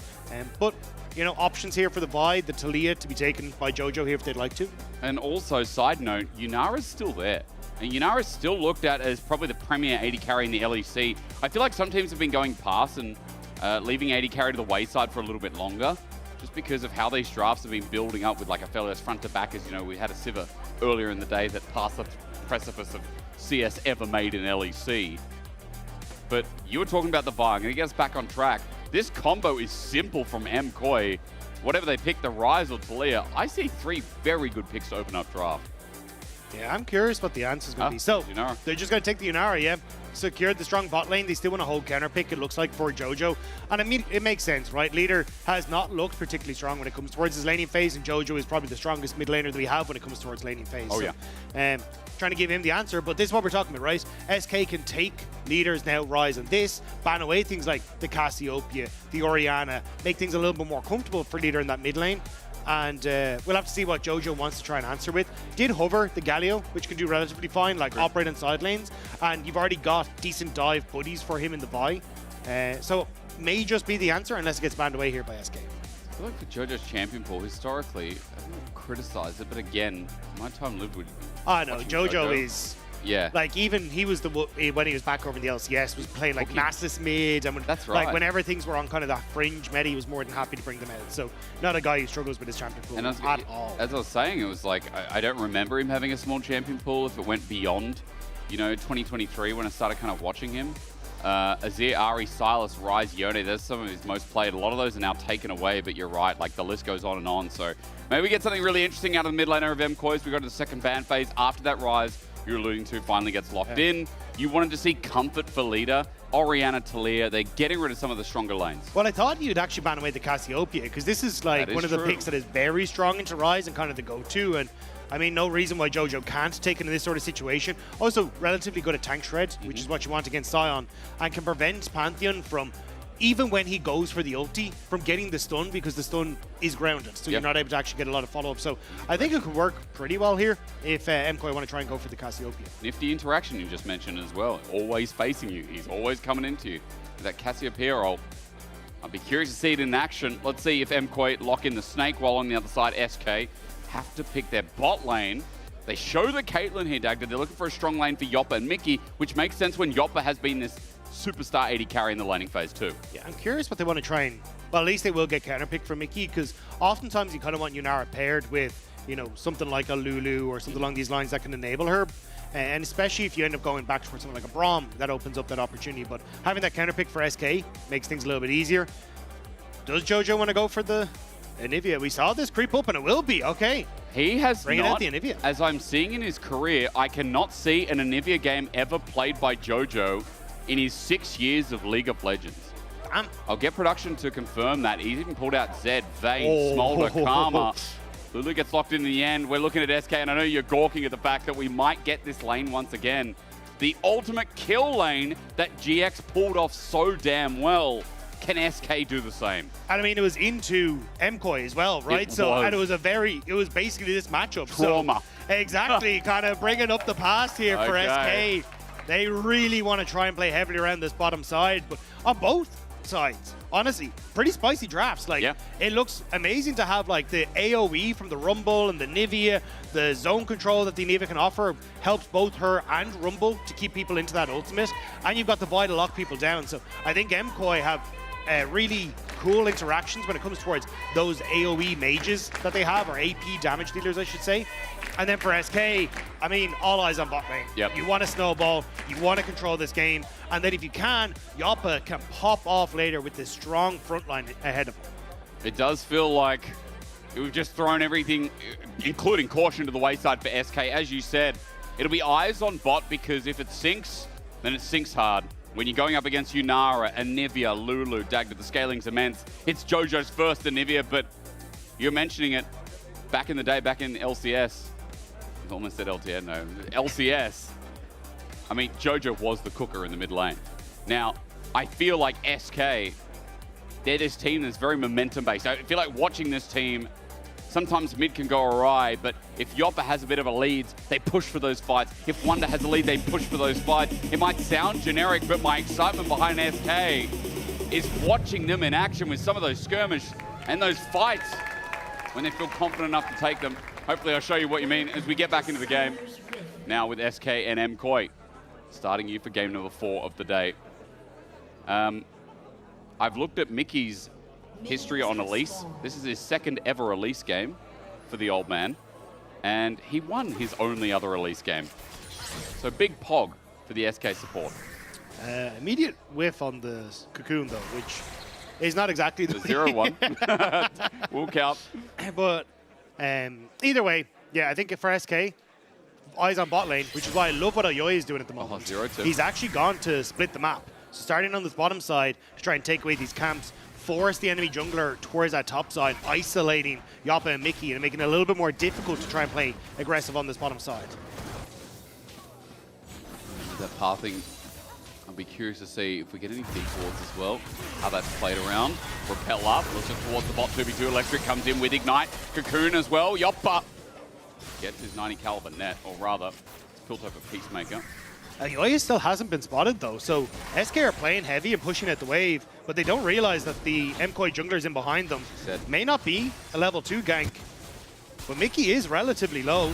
He's indeed. Good glitter lance and the slows are doing really good damage. The power of Lulu in lane has that extra bit of range. Now level 2 hit. MKoi get the push back as SK is still sitting on 1. As you said, Elyoya's here. Krugs are going to be taken. And notice as well that Elyoya will be getting level 3 off the back of it. So what can he do? I like the position there from Yoppa, so the fact that he moved up to kind of spot around the corner meant that Elyoya wasn't in a position to make that move onto the bottom side. Skeens would now realize, though, his entire bot side has been taken. Yeah. So maybe he has to go for the opposite side of the map. Luckily, should have push in mid and does have push in top. But what's his options? It's either make the play bot, but it looks like, yeah, you can see the pings. He's immediately going to go towards that top side, seeing that he has push in 2 of those lanes. Leader's looking for the push in mid-wave as well, because that's a chunky wave. Oh, the teleport that's not the scheme's going to TP spot. punish.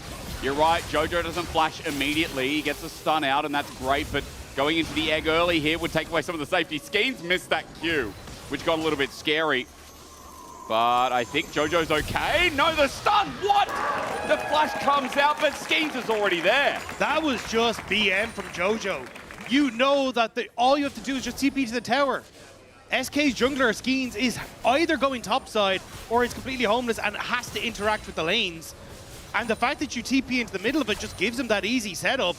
Disrespect from Jojo, and it costs him. It's so funny because Jojo as a player, I now know, no matter the champion, is someone who consistently sinks or swim in his lane massively or massively the other way. Just a quick side note, I know Medic and Vedius really wanted to talk about how Jojo was in the first 14 minutes of the game. I also have passion behind this because he had some really dangerous lanes, but he can also get solo killed a little bit. But it's even in matchups that he shouldn't get priority, he gets them, right? Like the Azir-Orianna matchup, he's been one of the players that's actually able to get the advantages to the Azir, and he's been playing so well, and it has been his laning phase has been the shining point. Now, though, Eggless, and also the fact that he's gone down as well, makes it a little bit easier for SK to have some repeat visits there, especially because he burnt his flash. Leader has that flash route setup that he can go for, but Skeens hasn't managed to get any of those camps on the top side. No. So when you look at the experience, like you always get back to hit level 5 off this, and Skeens still to hit level 4. Thank you to our observers. They're obviously focusing because he's just waiting. He's a bit homeless at the moment, waiting for those camps to respawn. The CS difference is immense, and if Skeens didn't get that kill, I would definitely fear for how this Pantheon can transition to 6. You already mentioned the level leaders. We look for a Flash Cocoon. It's found, repel on, and a venomous bite from Mickey. Alvaro's still not out of the woods yet as Mickey's looking for his cooldowns, but Cocoon still has a way to go. Alvaro then said packing as the Elise picks up the kill. And Super gone down means that they can shove in this wave and get a nice reset off for themselves as well. I mean, Yoppa would have liked to pick up the kill, but just shutting that down is great leader now. Should be able to sidestep this. He does indeed. Leader just runs it out. No phase rush, but he's got enough distance, and Jojo's still weary. Wary? Yeah, he's weary and wary after the kill. As you said, no egg. Because he's asking, where is he? Yes. Yeah. I would be too. Good stun, small trade. Bone plating comes up from Leader. Unfortunately, it's not really for the combo, just for that last auto. Mickey. A rat in a spider's body. Just going to clear. Leader's getting the push now. Walks up. Thank you so much. Mickey's still looking for it. Elyoy in the brush though, waiting for the Vault Breaker. Mickey's Cocoon misses. As this Elise is starting to roam a bit. Yeah, just covering mid, making sure the leader can keep up the pressure here in Jojo. So not the end of the world. You can see as well that Caitlyn was already moving towards that bottom side to catch this wave, just pushing out. So didn't really need to be in that bottom lane, so just kind of using his time efficiently. The issue for SK though is because Skeens is so far behind, there is a large period of time where Oyoya, when he gets this crab on bottom side, which I assume he will with the push, will hit level 6. But Super, if he gets caught... He's face checking for the ward. Sees Skeens now. Skeens has the flash available, but he doesn't pop it. Surprising. But maybe just didn't want to commit, considering Super had cleanse. Oyoya's mid though. Leader, Ghost, Flash. Now both summoners are down, but Elyoya, all he had to do was press Q, and Dagda, he's got level 6 now. So advantage for the MKOI jungler as he's thinking about going to match off Skeens, see what he can do, but the problem is bot is pushed in. Yeah, the time invested by Oyoya mid meant that the push could come through from bot, so Skeens at least will be able to get that second crab, but very far away still from that level 6, so we'll need to clear his top side, and Oyoya, a little bit ahead of him on the tempo, could end up just clearing top, reset, and then try and make a play bot, as he knows that for Skeens, he has to stay on the map to clear out his top side. We haven't talked about top side of the map, and that's because Rumble versus Sion is now just kind of one of our matchups. Both champions are broken in their own way, and it's much of a muchness up in that lane. Grubs will affect it though, minute 15 till that spawns. Dragon's still sitting there waiting, so we'll have a slower start to Dragon at least for what I was experiencing yesterday. There's a... the wave in bot lane is pushing out, so I think you will just need Vi down here to try and break this, or at least safely let Soup and Alvaro get through, because not even with jungle intervention, it's just the fact you can see the Mickey and Yoppa can punish so effectively, but has popped the Transcendent on the Q for Super, so should be able to push it in, but I think Yoppa and Mickey could just freeze the wave here, but they'll clear it out. I will say, MKOI's bottom lane, not too bad, not too shabby on the CS, like keeping in range of Yoppa and Mickey, especially after Super got killed. It's been a decent lane, as you can expect from an Enchanter and a scaling 80 carry. So MKOI not in the worst position. The gold lead is obviously coming from a little bit of bot, but mainly through mid right now. And I mean, the kill that Skeen's got as he's starting to catch up in the jungle, that's now accruing as well. So small lead for SK in the early game, but it's nothing to scoff at as 15 seconds till Grubs. Remember, this Dragon still sits here begging the question. Yeah, the catch-up XP didn't work for Skeens, but you kind of lost that timing window now as yeah, he's dead. Alvarez just dead. The trap there lands as well. Ace in the hole now up and available. Super's close to dying, but Mickey gets hit in the face. Good counter gang from Elyoya. He makes it a 1-for-1. Couldn't quite get away from that one. Elyoya managing to make that play work, but it's a support for a support kill. And no kill going to Supa or Joppa in that play. Oh, Joppa, he's just not claiming what Mickey's taken. A 2-1 on this at least. It does mean that there's going to be more AP sooner as well. And with Grubs coming up, looks like a good timer for this support to roam towards the top side of the map and sync up a little bit here with Skeens, who now has his ulti. Excuse me. Skeens is also backed away as 80 carries. I feel like this happens a lot, Dagda. 80 carries just stay in bot while Grubs go on. It ends up being a 4v4. For now, Alvaro's just sticking around a bit, but it does look like he's going to clear some vision, maybe roam up to contest this important objective. Yeah, I do think, though, for MKOI, the Grubs are just way less valuable at the moment. And if you're going to hit towers, 9 times out of 10, it's because you've already just won a team fighting groups. Like, you don't really have a lot of, apart from Supa, that can effectively hit towers, because Jojo and Leader essentially just trade the wave state. So I think the shift towards Dragons is going to be really strong, just in trying to set up then later on for the team fights, but also kind of keeping Joppa in a little bit of an awkward spot as he wants to crash this wave, but you can see now Supa's actually going to be able to freeze it, and Joppa can't step up. He has to go right the way back because he knows MKOI can make plays on the opposite side of the map. That's a really good point. As Dragon goes over for MKOI, the decision-making is pretty crucial. It does lose them a camp, plus, again, the whole of Grubs, but I do like your point that it's a one-team fight. It's going to be a dead turret regardless. It's not like we're going to see a lot of side laning coming through from this Anivia Yunara comp. SK have only taken 1 Grub, however, so this is not a done deal yet. Skeens is deciding, okay, I'm going to go for Crab.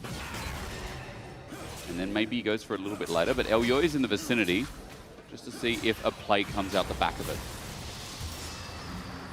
No, Grubs are left. It's just Scuttle, walks away. Only 1 Grub for SK. A little bit scared as Leader caught out. Frostbite's doing good damage. He's taking a lot of damage, yeah. Jojo's got Egg again, which I think is important to note. Yeah, the little angel wings above his level is how you know that he has the egg back up. That was a small add-on to Spectator Client for League of Legends, but that was like one of the best add-ons in the last 5 years, you know? Yeah. I mean, Anivia and Zach, you kind of want to know when these revive passives are up. Still, though, I think for SK, like, I want to see Skeens now starting to make plays. You've kind of farmed yourself back into a position where you're okay, but, I mean, Leader struggling a little bit in this mid lane matchup. You haven't really been able to have a massive impact on bot. Like, Yop and Mickey have done a decent job, but your gold lead's only 156. It's nothing major for how aggressive and how snowbally you kind of want this matchup to be. So I need Skeens to get good use out of his ultimate, but at the moment he's kind of been just trying to farm back into a position where he can actually keep up pace. It's been a slowish early game though, isn't it? I mean, Skeens, it's been slow for him because, again, as you talked about the invade, as Elyoya is coming bot and won't let me finish the point. You know, Jungle's gotten even again. And I'm surprised at that as well, as first item on the board for each. Elyoya ready to fight with that Sundered Sky, but he's going to be spotted out now by the ward. And MKOI just clear the wave and reduce themselves back. Leader's looking for the push in mid. With that maybe a play up to the top side, as Dagda, I've realized on this shirt, I've still got the tag from when I bought it. So I'm going to rip that out. Oh, and I missed the little plastic thing. You know the little plastic thing that gets caught? Look. Oh, yeah. Oh, no. It'll be fine. No one knows. No one in the audience is allowed to bring scissors in, otherwise I would ask for someone to get scissors to cut this off. Oh, God. I got it. Yeah, Skeens looks a little unsure as to exactly what he wants to do. Had the push from Leader, so took a nose into the enemy jungle, but hasn't really continued up onto anything. Now, Leader steps forward, but the wall is going to prevent Skeens from getting in. What do you do? The annoying thing about Anivia is unless you have that gap close, that jungle gank like you had before, what can you do? Mickey getting a small cocoon, but fumbled out as Wonder gets a flash out of Mir when that was a nice engage with the unstoppable onslaught. Realm Warp was used. Yeah, they were hoping to get both Pantheon and Ryze in there. Wonder trying to use that ultimate just to buy that space that they need, but not able to make it happen. And Jojo now playing down towards the bottom side of the map, knowing that he's got both the jungle and support behind him. It's just this annoying wave clear. Minion's going to be cleared out by both. Skeens just face checking. Means Skeens, come on, put 2 and 2 together. Assault and Battery comes out, and with the Flash Frost down. How easy is that for a kill? Now, Mickey came to support, but once again with the slow, his rappel goes down to the Krugs. That'll get him out of dodge, but that was just a rookie error from Skeens. I mean, nice spot from Elyoya that they could make the play, and also great CC layering as well. Like, if you manage to get that Aegis Assault down, I think you were in an okay spot as Skeens to try and flash away between the... Oh, hang on. We're doing it again, yeah. The damage from Yoppa, he's just ghosted at them, running at them, and a Vault Breaker now threatening them. An auto that's just out of range now with a 90 caliber net from Yoppa. But yeah, the CC layering was really good. You got the knock-up from the ult from Elyoya into the Q. Jojo then lands the stun, so you can't get any follow-up there. And then Alvaro uses that wall growth and layers perfectly. So Skeens just doesn't get to play the game, doesn't get to escape. And it's just a very nice pick from MKOI. And I think this is where they've actually found some really nice timing windows to move Alvaro in towards mid to protect it, like link up with Elyoya. And especially for a lane with Yoppa and Mickey, that we saw what Giant X did and how efficiently you can play with this. I think MKOI have kind of learned from their past mistakes and are actually playing pretty well in this match. Because it takes over the game, and when we were watching Nora and Jun on it, it was a 1K lead out of the lane. Run into mid, take mid, or actually no, in reverse, it was bot lane turret, gone.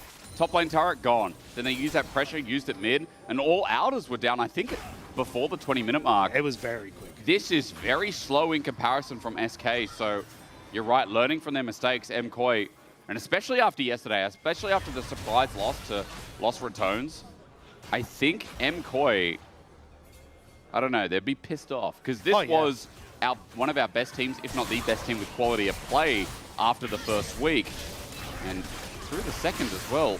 Now you can't say the same thing. Dragon has been started though, as I bring you back to the game. Elyoya says, nah, I don't care. They've already got the first one. It's going to be a later Soul, and SK pick up the Mountain Dragon, re-roll it into a Hex deck. And we're at one apiece here in the early game, which is still a good early game for MKOI with the scaling elements. Yeah, but it's even just the matchup that we haven't touched on the top side is may not touching it here. He just stepped forward. He decided to step forward into a Lulu. And to Yunara, he gets chased on. He's now flashed away. That means mid-wave has opened up a little bit as well. Super's going to get at least one plate here. Yoppa steps back up. Arclight of Ruin does some good damage. Now Mickey has to find a way. But it also gives Rift Herald now to MKOI. Yoppa cannot take the fight with no flash, no ghost, and that health bar. So MKOI should be able to immediately set up this objective after Super collapses this wave, and you get the push on top. So little, errors coming back to bite SK here. And it's information that MKOI are playing with so well, like the information that Skeens didn't have, the information that, again, they knew that Yoppa was isolated in that moment. Super and Alvaro with a great punish. Also, the matchup I was going to talk about is topside. Oh, yeah. Like, Mirren has a nice little CS lead for himself, but also has been getting a ton of those turret plates, which is why you're seeing such a massive gold lead for himself. And the first strike, obviously helping out there. But still, Mirren in a very good spot now, even bypassing the early boot purchase, which we sometimes see like Swifties and stuff picked up in this matchup. But he's more than happy, and here's the play. All in. Finally, Jojo flashes immediately, though. He's not making the same mistake till the cocoon lands him. He's in egg form up in this topside river, but that egg has been washed out. Leader with the kill, his first of the game, and SK finally pulled their trigger. And this is where SK have actually been pretty strong in their own right, has been using kind of the experience that's on the roster to make these plays on side lanes and find these timing windows. And there, Skeens and Mickey able to help out Leader in supplying him a kill. Still, though, MKOI in a very strong spot. Elyoya should be able to hold on to this, and there's a TP behind Leader. Leader just flashed. This is an easy punish, and Elyoya just waits, stands in line. There is a Realm Warp available, but that's going to be interrupted as well. Elyoya flashed a little bit further forward, I think, to get vision around that alcove. And he stops Leader in his tracks. Yeah, honestly, it's as well as you can go for Leader. Like, at least you get the flash out, but it was a big mistake, overextending in that top side, not knowing if there was vision behind them, and a good punish from MKOI to make that play happen. Jojo sees Mickey there, Cocoon comes out, and look, Wonder ult from downtown. No egg available, Wonder explodes him. Jojo in the dirt while Yoppa decided to take a 1v2. Once again, MKOI bring in the pain with all those balls from Super. Meanwhile, mid, open up. Elyoya has dropped the Herald, and that's at least one. Another charge incoming, but he's going to use it to rotate instead, maybe find something in this top lane. Can he I don't think he can get the it from angle? Here. You can't get That's it from too here. hard, Yeah. okay. Not many people, actually, I don't think you can. But MKOI, another turret, 2 turrets for the play. There's a lot of trading going on. Oh, TP behind topside, though. You'd think he's isolated, but he's not. Wild Growth used. Mickey just stands there because he missed his combo. And you said topside, a play's being made by SK, but it fails. It withers out. and MKOI get more. MKOI are playing the map so much better. Like getting the kills, getting the turret plates, and even when you end up trading in these 1-for-1s, it's still MKOI either picking up another kill or an extra tower. And now again, Alvaro is sitting in behind them, and that's another TP investment. They're going to punish SK where they stand. Leader once again still doesn't have that summoner, and how deep he is with Wonder. As Jojo has the CC, and Alvaro will follow up with ease. A wall against the wall, and Leader will see all. MKOI running as 5, and they are just tearing apart SK in the past 5. It's just been a rotation of TPs into that top side to make play after play. At least Yoppo will get a tower in the mid lane, but MKOI, it's mid tower, pressure on the bottom side, pressure on this top side with that tower gone as well. A 2.7k gold lead. MKOI just slowly picking off SK as this game goes on. Such an important game when we're talking about this clump of a league we're in right now. It's important for all the other teams that are sitting around this 3 and 4. Like, if you're an LR, if you're a Shifters, a Heretics, right now you want to see teams like SK lose because it enhances your chances to make playoffs. For MKOI, they're not secure after yesterday. They're not secure at all at 4 and 3. I mean, with G2 and Fnatic in the mix with them, like, in this best-of-1 format, this is a win that is a must for them to see themselves in a good position towards playoffs. Now, this game's not over yet. It's a 3k gold lead. It's a dragon apiece, but MKOI are starting to move their way forward with an almost 3-item Yunara after the Fiendish Bolts. And Dagda, as you said, Mirwin's like this silent achiever who hasn't even been in fights yet. So I'm looking forward to these team fights, because I'd be scared if I was SK if I don't find a pick first. I don't think your bot lane has done what you needed it to do. Yep. And leader also really isn't in a position. Oh, hang on. Yeah, because Skeens can come on in, make it a 2v1. This is really nice from SK. A pick onto Mirwin. Skeens commits. MKOI looking for something on the other side of the map. Couldn't quite get on to Mickey, though. Pretty sure there was another repel to keep Mickey safe in that one. So nice from SK. Finding a little bit of a timing window there where the waves weren't in position. And they can pick off Mirwin. Wonder. Shouldn't get walled off here. No, Jojo's too far away, but it is a Hextech Rift to remind everyone with the gates. Makes quick rotations with Dragon now being a thought. Yeah, Skeens Boy, doesn't spot it, but here comes the reinforcements. Oh, he's seen now, and 2, no, 3 versus 1. Jungler dead before Dragon. That was really nice from MKOI to play the patient game. Yeah, just the ability for MKOI to shift across the map so quickly and keep finding these picks is really impressive. Because you can see, like, Skeens and Leader are the ones with these massive long-range ultimates that can reposition. Yep. But it's MKOI who are just going tit for tat when it comes towards the picks. And again, they're picking up another objective off the bat. And it feels like Super and Alvaro are the ones who are really, playmaking here as well. And then often you see, like, the support and AD carry being super proactive. And a shout out to El Yoyo as well. I think he's part of the pinch, but... But again, it's the fact that Super and Elyoya didn't fall very far behind in the early stages. Means they can contest on the mid wave, which is opening up all these plays. So it's this kind of snowball effect from MKOI that stems from SK not punishing hard enough in the laning phase. Another turret goes down. MKOI continue to hold that lead. SK are obviously looking for something in a pick here, but with Repel up, Mickey is trying to utilize Wonder, but Wonder gets walled. The Ice Wall brilliant from Jojo. The ult from Elyoya maybe less so. A 1-for-1. And Jungler for support is the trade for now, but Mirwin's teleported down. Super's on the run. Realm wants to get Leader out. The flash from Wonder. He escaped while Skeens will not. The sacrificial lamb, as it were. A 2-for-1 in the long con. Skeens not able to escape. Leader and Wonder kind of waving from the window as the train pulled out from the station. It's just been, honestly, kind of like messy from SK. Like, MKOI are doing good jobs to get picks. Like, you're playing through the jungle, playing onto this bottom side. But this for Mickey, like, you're face checking and then going forward into this. Great wall from Jojo. But Alvaro is just helping out massively from the back line, keeping his team safe. And the TP advantage is still there. And look where Yoppa is. He's nowhere near this fight. So it's MKOI just collapsing quicker again. And SK playing without the rookie, who honestly had such a stellar performance yesterday. Should definitely be part of the conversation when SK are trying to make plays. I mean, again, it's not what I'm used to. Every Yoppa game I've cast so far has been, oh my god, Yoppa is the most insane AD carry in the league. Well, it's supposed to be your day off, so... Yeah, that's why. So it's Medic's fault, okay. Well, it might not be Yoppa's game, but, I mean, I guess the false information that went around in the past, as I got to pause because MKoi are trying to pinch off Leader, who's now just cleared the wave. He gets his phase rush. Great damage. Jojo flashes away. He's matched by Schemes, who ulted in into Egnivia form with the wall in the way, but that wall won't stop a decimating smash. SK, they come in quick, they come in hard, they get another kill. But what's up? Baron's on the other side of the map. Right now, it's a kill, nothing more. I have never seen a game where TP is used more off of cooldown in my life. Every single time that summoner spell comes up, teams are using it to get to the opposite side of the map. So I'm just going to watch where Jojo just decides to go for the next 2 minutes because I feel like he's going to TP to some side lane. I mean, he's up in 20 seconds. TP on cooldown seems to be the rule, you're right. Leader, I feel like Realm Warp on cooldown as well is kind of coming as Mickey's setting up for Baron Vision. SK move out to the Rift towards its next big objective. Oh, yeah. I think he's trying to get his red buff. I think that just expired as... Okay, starting up Baron with a Rise Pantheon.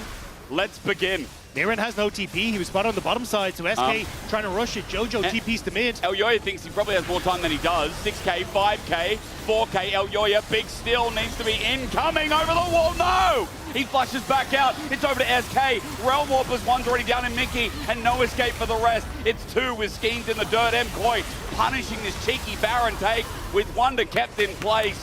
3 for Baron. MKoi are there to discover, but SK took the risk. SK get the Baron, but honestly, it may not be worth it. Unless they can actually respawn and get value from this. You've lost 3 members. You're about to lose this mid lane structure as well. It's a bit of a, like, Hail Mary from SK, but I don't think it paid off. MKoi are going to be able to find themselves mid-turret as well. Top wave's getting pushed. And with all this pressure, like on top of the 2 members having Baron that you said might not be worth, what are you going to be able to do with a 5k gold disadvantage and MKoi having all their waves in check? Maybe the Baron buff minions give them enough to, as I wasn't sure if Mickey was going to interrupt something there, gives you enough time to push out waves and contest Dragon. But here, SK, they try their damage. Like, it's a great play because Miran's on bottom side, but the call to get out, like, I think Leader just needed to get closer and actually get it. Because the fact that so many people get left behind, and that wall from Jojo to give him the due was great to keep people away from us. But it needed to be almost like an instant one in the pit to just get everyone the hell out. It was that kind of indecision on SK that ended up costing them. So SK hurt a little bit. Quick side note, I believe it was 75. Elyoya did smite. It looked like it was 75, and then, came close to getting a steal. Super stepping up again. Remember, this Yunara has just been good all game. Surviving the landing phase we talked about now with an Infinity Edge and Kraken. Oh, baby, that's a 3 item. But you've got both of your Baroned up people on side lanes. So MKoi are able to push mid. Now they get all this vision on the bottom side. And Dragon's in 4 seconds, so you have to try and hard force this mid wave in the hope to contest this. And SK, at least Wonder, is stepping forward feeling confident. But I'm feeling way less confident for SK's hopes here. All right, well, can someone cheer Dagger up? Let's find out. SK have to walk in. Wonder first to level 16 time, but he's stunned up in front of 4. Now 5 members. He's just getting whammed on. Has to ulti out that onslaught away, and third Dragon for MKoi, as simple as that. MKoi are playing this so well. They're not giving SK a chance. The walls from Jojo have been fantastic. He did go like 0-3 to start it off, but his impact does not tell the story of what his score is. He has been so good on this Anivia. Yep. And MKoi now 1 Dragon away from a Hextech Soul. With this composition, it is not going to be fun. And I think a lot of people see SK taking Dragon here as Schemes is going to ulti in onto Mirwin, but he's too far away. With Baron, they're trying to alleviate the pressure by getting that wave pushed in, but meanwhile, Wonder, who flashed away before, is a bit of a sitting duck. Gets stunned up again. Super's from behind. The turret's in the way, but it won't matter for too long as Super's damage will shred. And a 4 versus 1 for Wonder on this Scion will put him in the dirt. Turret's going to go down as well. It's an onslaught. I wish it was a base race, but I think it's going to stop there from SK. As Inner for Inhibitor turret in top. I mean, SK are still getting something, but Soul plus Gold still even at 5k. I think if SK had got the Inhibitor, I'd be like, okay, this works out pretty well. But you haven't actually now got the Inhibitor to create pressure on the side of the map. And MKoi got the Dragon still, and they're still at 5k Gold. So for MKOI, like, yes, it's not great. You lost your inhibitor turret, but I just don't really see SK having a moment to put pressure on that side of the map to actually get the inhibitor and maybe look for any way to use that advantage. Unless Wonder just goes up to top wave and ults in to try and get the inhibitor cheekily, but that's Give your life for well, Dragon and Baron are going to be But then soon, also, so. timing is really rough because 2 minutes till the Baron, 3 minutes 20 till the Dragon, and that's all for MKOI, as you said, for this team fighting comp, for this comp that has a Yunara Lulu. How easy it is to just chase down victims when you've got this permanent slow, plus Glitter Lance, plus JoJo's Anivia, which, by the way, might be his first time. But despite him getting caught out a couple of times, how awesome his walls have been. The scoreline doesn't do him justice for how much facilitating he's done for MKOI this game. And also, again, like, Supa and Alvaro have been spectacular. They played so well in the lane. They've been using this advantage, then chasing down Yoppa when he's left on his own in this mid wave as well, making things really uncomfortable for SK and really difficult to actually play on sides because you are losing that mid push. So MKOI across the board have stepped up. And again, like, Mirren has just been doing his job, like 2K gold lead for just kind of existing up against the Sion. And I feel like Elyoya and Vi again has been doing his job right. Like, Elyoya gets a lot of credit from me too, but we have such a high bar of him as a jungler that Elyoya having a good game like he is here, with his first death on Vi, by the way, because in this split, he played Vi another game, but went perfect KDAs. He actually hasn't some champions. He's performing at his, 9 out of 10, 10 out of 10. That's the thing. It feels like when MKOI hit the stride, they are the best team in LEC at the moment. What it should be it's like, just been, unfortunately for them, a bit of back and forth. I know Vedi was calling it the Mondays. A little bit unfortunate. But it's Sunday today, so we're Sunday okay. is okay. Yesterday. Saturday we don't count. Some people would say Saturday's not really the weekend. Saturday is the Monday of the weekend. That's right. Yeah. And Sunday is like the Tuesday, isn't it? Yeah. So. There's your medic. There it is. Yeah. That sounded just like him, didn't it? Oh, Yoppa. Supa steps up. Good damage from Yoppa, but Supa does ult, so he transcends. That's something worth noting, but I'm already seeing the cooldown. It's not the longest thing in the world, and it should be up for this Dragon Soul in minute 20. Unless you can rush the Baron here and punish that, there's not really much, but oh, hang on. Skeens again, he's initiating. Realm Warp as well. Another initiation. Leader flushes in. What a pick. Onto Supa, who's got the Wild Growth of Redemption. Flies in, but Skeens now, as he tries to turn around in that Arclight Beyblade, he gets kept. Skeens, low HP, almost dead meat. MKOI are making a TP play. They're not done yet. They want to try and get in behind, but it's only JoJo. Flying Can he bird, get Yoppa? okay.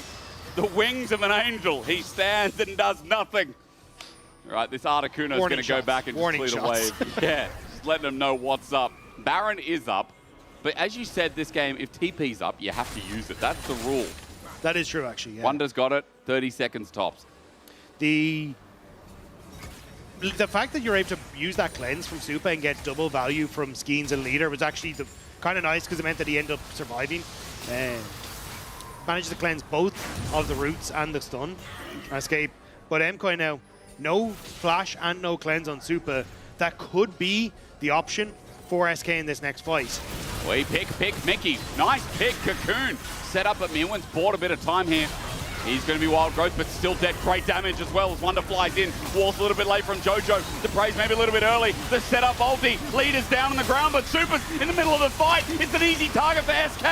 And Yoppa hits him one more time. Decimating Smash is interrupted, but for SK, I see a dream of a fight. Yoppa just has to hit and hit, but in the way is still JoJo, who's scaled up, and he's still going as I see Skeens thinking about whether to walk in. Can he find the target of this Anivia to get the egg out? It's a 3 versus 3 dagger and it's still tense. The ult from Skeens is up soon. I think they want to try and use it to be the engage. Wonder's so healthy and Yoppa trying to use the range. Skeens, he's going. He's doing it. All right, Skeens with an angle. The target onto Alvaro. Interrupted! Elyoya's timing perfect. Probably saved the Lulu's life as the stun comes up again and JoJo is just firing back with the blue buff. No mana usage really necessary as Wonder finds the ulti. Egg now found as well. It looks like Yoppa has an easy target over the wall. With a net out, it's a shutdown. SK make miracles happen. They tried to isolate Wonder, but Wonder says, you're locked in with here with me, lads. Manages to set up the kill for SK, and this might be the soul, but can the steal come through? It was close. That would have been the soul, but getting out is a different problem. Skeens and Wonder sit in the fires of hell. Mirwen brings in Damnation and Wonder as well. It's Dragon, but now Baron is available, and MKOI have all the tools to take it. But Mickey and Leader are starting to move into position, hoping to find some picks as MKOI go through here. Cheeky. Vision is on the Fae, like they can see where MKOI is. Oh my But god. how much can they do? Unks are being cheek again. Elyoya sees him. What a lens, what a lens. Vault Breaker now as Leader tries to go for the escape, and Mickey just has to run it through. Super takes him out, and now Mickey drops. It's a double down. MKOI have the Baron, and it was worth an attempt from SK. You can see the merit, but Elyoya is just god tier. I mean, a support and a mid laner against 4 players at MKOI. I don't even know if that's called a miracle. I think that's just called a daydream, because that was never going to work out. Ambition. But SK, at least they get the dragon. They stopped the soul. Yeah. It was a difficult, hard-fought battle. But Mirwin, great ultimate here. The red carpet laid out for SK. And now with Baron, it's more of a case of, you know, how much is actually left on the map for MKOI to defend themselves. Nice lens. Dodged the cocoon as well. MKOI back in the driver's seat.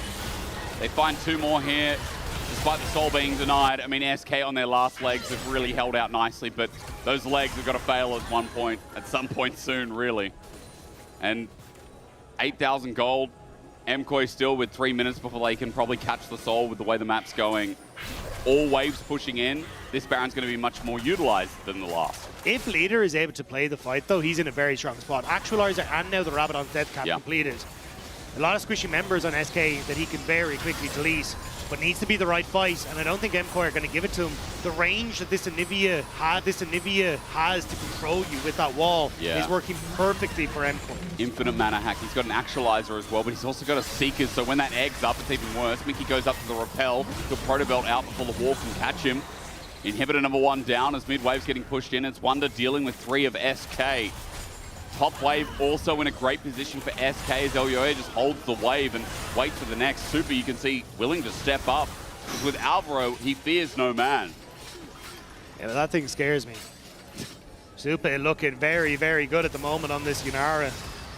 And this is the thing with a Pocket Lulu, you just become so insane as a champion. And again, like you can see, the siege from MKOI is so strong.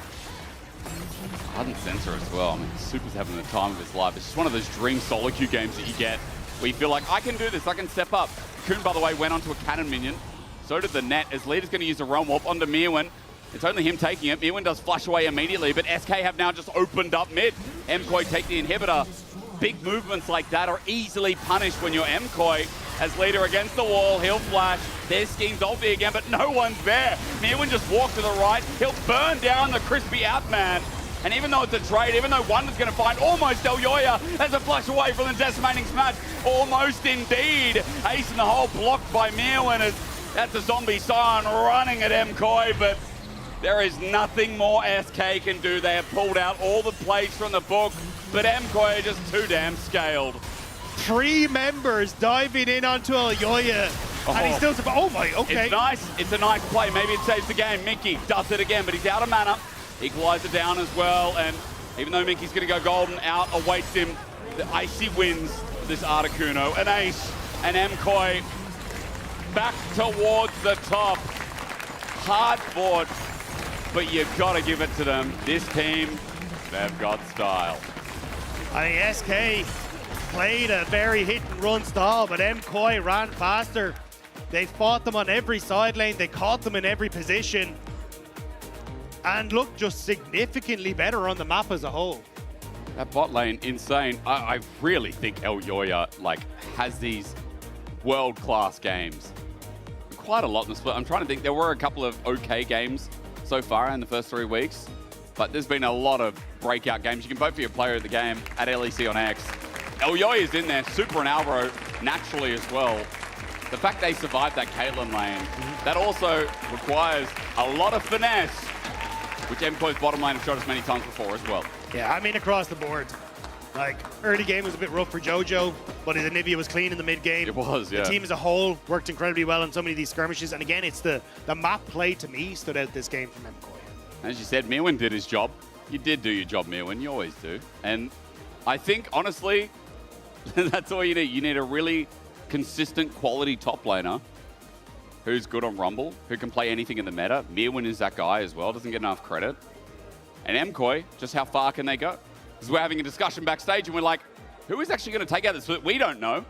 But more and more we get answers. I think, Dagda, as Ginny's standing by with the superstar on stage.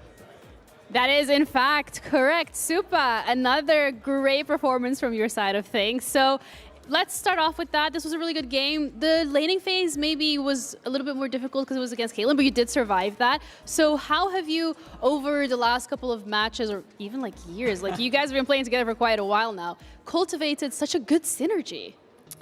I mean, the other day it went bad, this matchup. We wanted to try again. I think this time we won. We don't care about the if we die in laning phase. I think we could do better. We are still training, no? It's really early of the year, so I'm pretty happy. I think we are working in a correct pathing. I like that. There's still improvement, even though, you know, you guys have been together for a while. You're talking about things not going too well, or, you know, the KDA maybe being a little messed up. Let's talk about yesterday. There was a specific clip that I would like to play, if we can get that up. Give me your KDA reckless.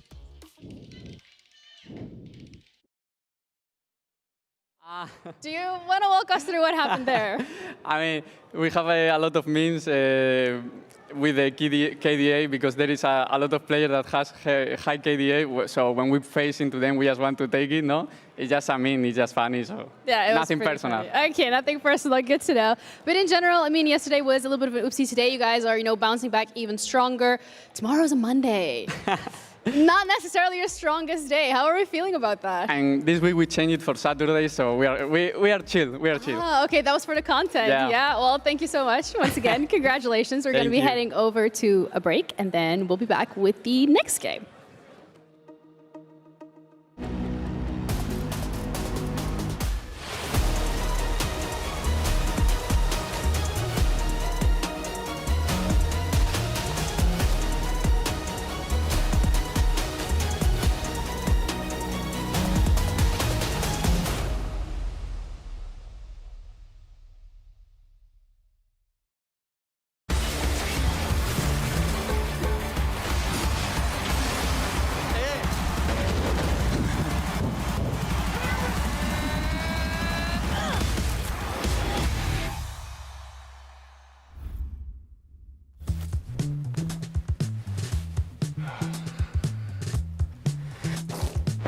Damn it. Hey, Dragos, you ready for the... Oh, that doesn't look good. Wait, I have a solution, but you have a break. I will be right back. Just wait.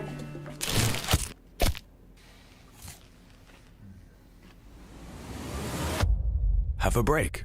Have a Kit Kat. See? I told you we'd figure it out. I don't think this counts. Come on, let's go.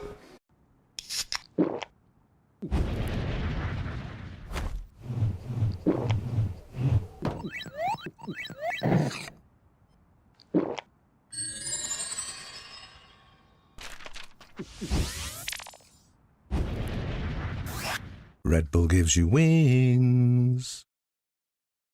Hey there. Every season starts the same way. Everyone wants to win.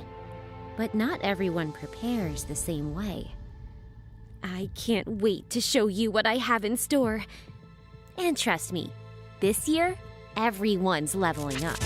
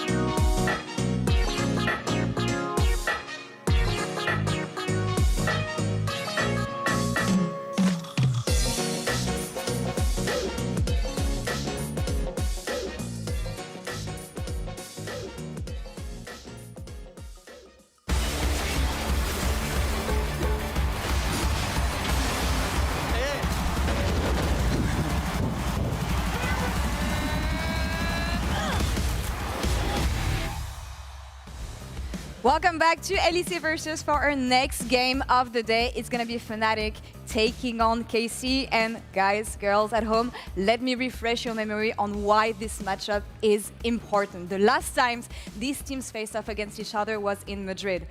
At the end of the line was a qualifying spot at Worlds. Fnatic won 3-1 against KC. KC, on the other side, after this game, completely boomed. Fnatic boomed as well, but a bit later. They still made it to Worlds. Decided to rebuild completely after as well. And today, here we stand on the LEC stage with Vladdy sitting on the other side this time around with the black and orange jersey in what I call the biggest grudge match we're going to have today. Definitely, yeah. And it's been a great journey as well because there's so many storylines that we can tackle. We can tackle Kalist and Upset. You know, Upset was on KC before. Now Vladdy moving from KC to Fnatic. So it is actually the biggest grudge match that we're going to have on this stage. For sure, and I think just both trajectories of both rosters that they both ended up exploding throughout the year. And just like KC, yeah, they won Winter, but it's like, if you win Winter but don't make it to Worlds, Does it really matter? It doesn't It's a feel free great, win. that's for sure. And both of these rosters are competing for that top slot. Yeah. And today is a day that they can prove that they deserve to be among the best. And the really interesting things and history they have in common here is the fact that they both rebuild around their AD carry. You want to keep Upset as the center of the attention, and Kalist, we know he had a lot of power in rebuilding the lineup, pairing him up with Buzio. That's the matchup that I'm going to be looking for today. And it is looking very exciting. On the side of Fnatic with Upset as well, it just feels like they revamped, but in the same style. They brought more firepower with Vladdy, but they're still playing towards their bot lane so much. And on the other side, as you said, with Kalist, with Buzio coming in, we have seen mixed success from KC, but at the same time, they are ramping up. And if there's someone that is going to bring out the best in Buzio as well, it is Kalist. I mean, it's interesting the contrast as well, that Fnatic decided to go for this rookie support that we don't really know much of, while KC, they got the biggest name they could find, you know, the best Western support in Buzio. And to be honest, I've definitely been very happy with KC's bot lane, but in a way disappointed. Maybe it's just expectation that I thought they would be for sure the best, they would stomp every game, but they've been good, but they haven't had that absolute lane domination that I thought I would see with Kalist Buzio. So I definitely see that Upset and Lospa can contest today. I mean, listen, it's still been better. It's still been better for Kalist in lane and for Buzio overall. But remember, when I think of Kalist and I think of Buzio, there are people or like players that would rather, you know, move on and provide a lot of utility to the other side of the map. You know, roaming to mid, getting a lot of kills, and it also has unlocked Yikes. So even though it has not been the most engaging and the biggest firepower that they have in the bot lane, I still feel like they're coming together extremely well. Something that I'm going to be looking forward to here also is, of course, the man in the mid lane. KC went for a rebuild, but Vladdy had to find a new home. Today he stands with Fnatic, and Genie is standing by him ahead of this match. Let's see what he has to say. Vladdy, the man in the mid lane that we're going to be looking forward to, especially because you're going up against your former team, KC. How are you feeling about that? Yeah, I mean, I feel pretty confident. I played with 3 out of the 5 people there. I know how they play, and I think I'm going to stomp them. Wow, so that's your word to them. All right, thank you so much. I'm going to let you continue with that. From here, we're going to be heading over to our casters. So, guys, take it away. Well, Vladdy versus his old team, what a way to start. Welcome back to the casting desk as we get into Fnatic versus KC. This should be another big one, and we say that about a lot of games, but this one definitely holds weight considering that both these teams should be near the top, especially with the rosters that you see on paper. And also just the fact that, you know, you heard it talked about on the desk, this was our playoff match in summer. Yep. And it was absolutely insane. Fnatic came out of the gate swinging with Oscar and playing fantastic into kind of that top side. And it was Fnatic who actually were able to take them down. Now, it did prompt from KC a ton of these swapping out people like Yahoo coming in, like Buzio coming in. But even on the opposite side, Vladdy kind of being ousted and out to the opposite side. But I'm really curious, you know, are KC going to be coming back with an absolute vengeance to try and take this one? You have to question what form of Fnatic in as well. Because, you know, there's been some skepticism about that top lane, about how this team's working together. I think for Fnatic, they'd be happy that they're starting their split there, like with wins against Vitality, for example, which are a massive unknown. GX, who we thought was the top team. They started week 1 decently enough, but the next problem is yesterday, the shift was lost. has once again thrown the league into disarray. Let's see if KC versus Fnatic goes the way a lot of people are expecting. Rumble's going to be banned straight away against Emperos, and I think just a general all-round ban as Pantheon's starting to rise in priority for our jungle list. Barra's still up and available, which may be a focus, but we'll have to see as we start to continue on through this. Yunara's still there, Aphilio's still there as well, so there's still a lot of power picks that are left. Even Sion as well, as we've seen, very, very strong. What is the game plan here on both sides? I'm glad Rumble's gone, though. I will say I do not like Kana's Rumble, or at least I didn't like yesterday Kana's Rumble. I was going to say, in general, Kana's Rumble's pretty no, damn it's actually good. not bad. Yeah. Yeah, I thought about that and I was like, no, it's just, what do you call it? Not hindsight, Harry. Oh, yeah. It's game one, Andy? No, you know what I'm saying. It was so recent. Recency bias. I gotcha. Yeah. There we go. Walk to it myself. No, you're right. His Rumble's actually really good. I thought about it from last year. Ours is open. It is open. Okay. Yeah. I heard you cry. That very fan excited about really that. likes Varus. Oh my god. Please lock it in just for him.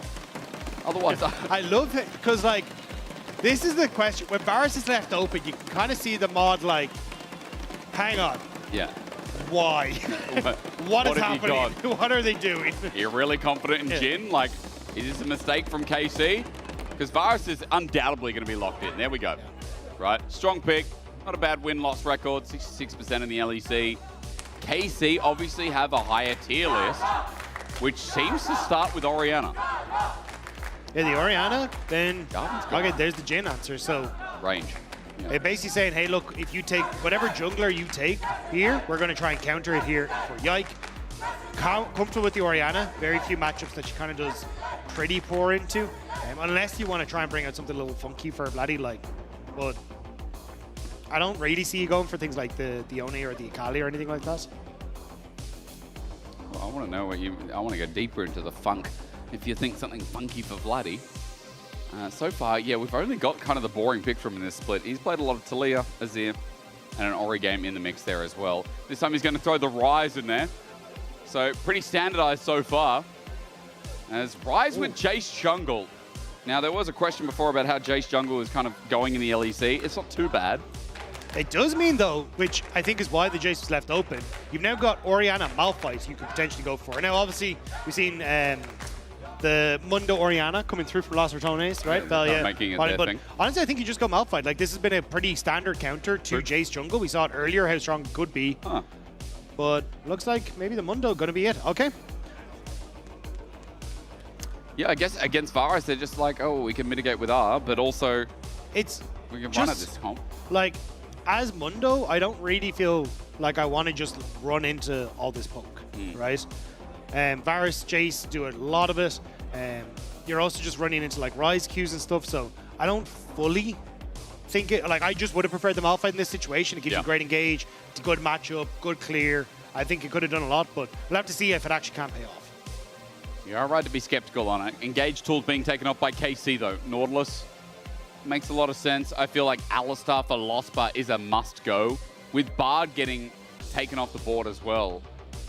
But I don't even know if you need really to go for engage here for Fnatic. Like, honestly, I think taking something like a Braum could actually be fine. That's a good point. For Lospa. You can just fish with the Chains of Corruption as your engage tool, and you don't. Then it just nullifies a real engage, which is what Busio kind of needs in this situation for KC. Like, even if Busio goes back for something like the Leona and these kind of things, I think the Braum still does pretty well there for you. Maybe KC are thinking, well, we could take the Braum ourselves versus Jace, Ryze, Varus. And there goes Nico as well, so it's a bit of a follow-up. It does mean, though, kind of has to play an engage tool on that top side. Yeah. Because if you're just using Jhin as your only engage, you're in a bit of a difficult spot. So the Alistar are going to be taken.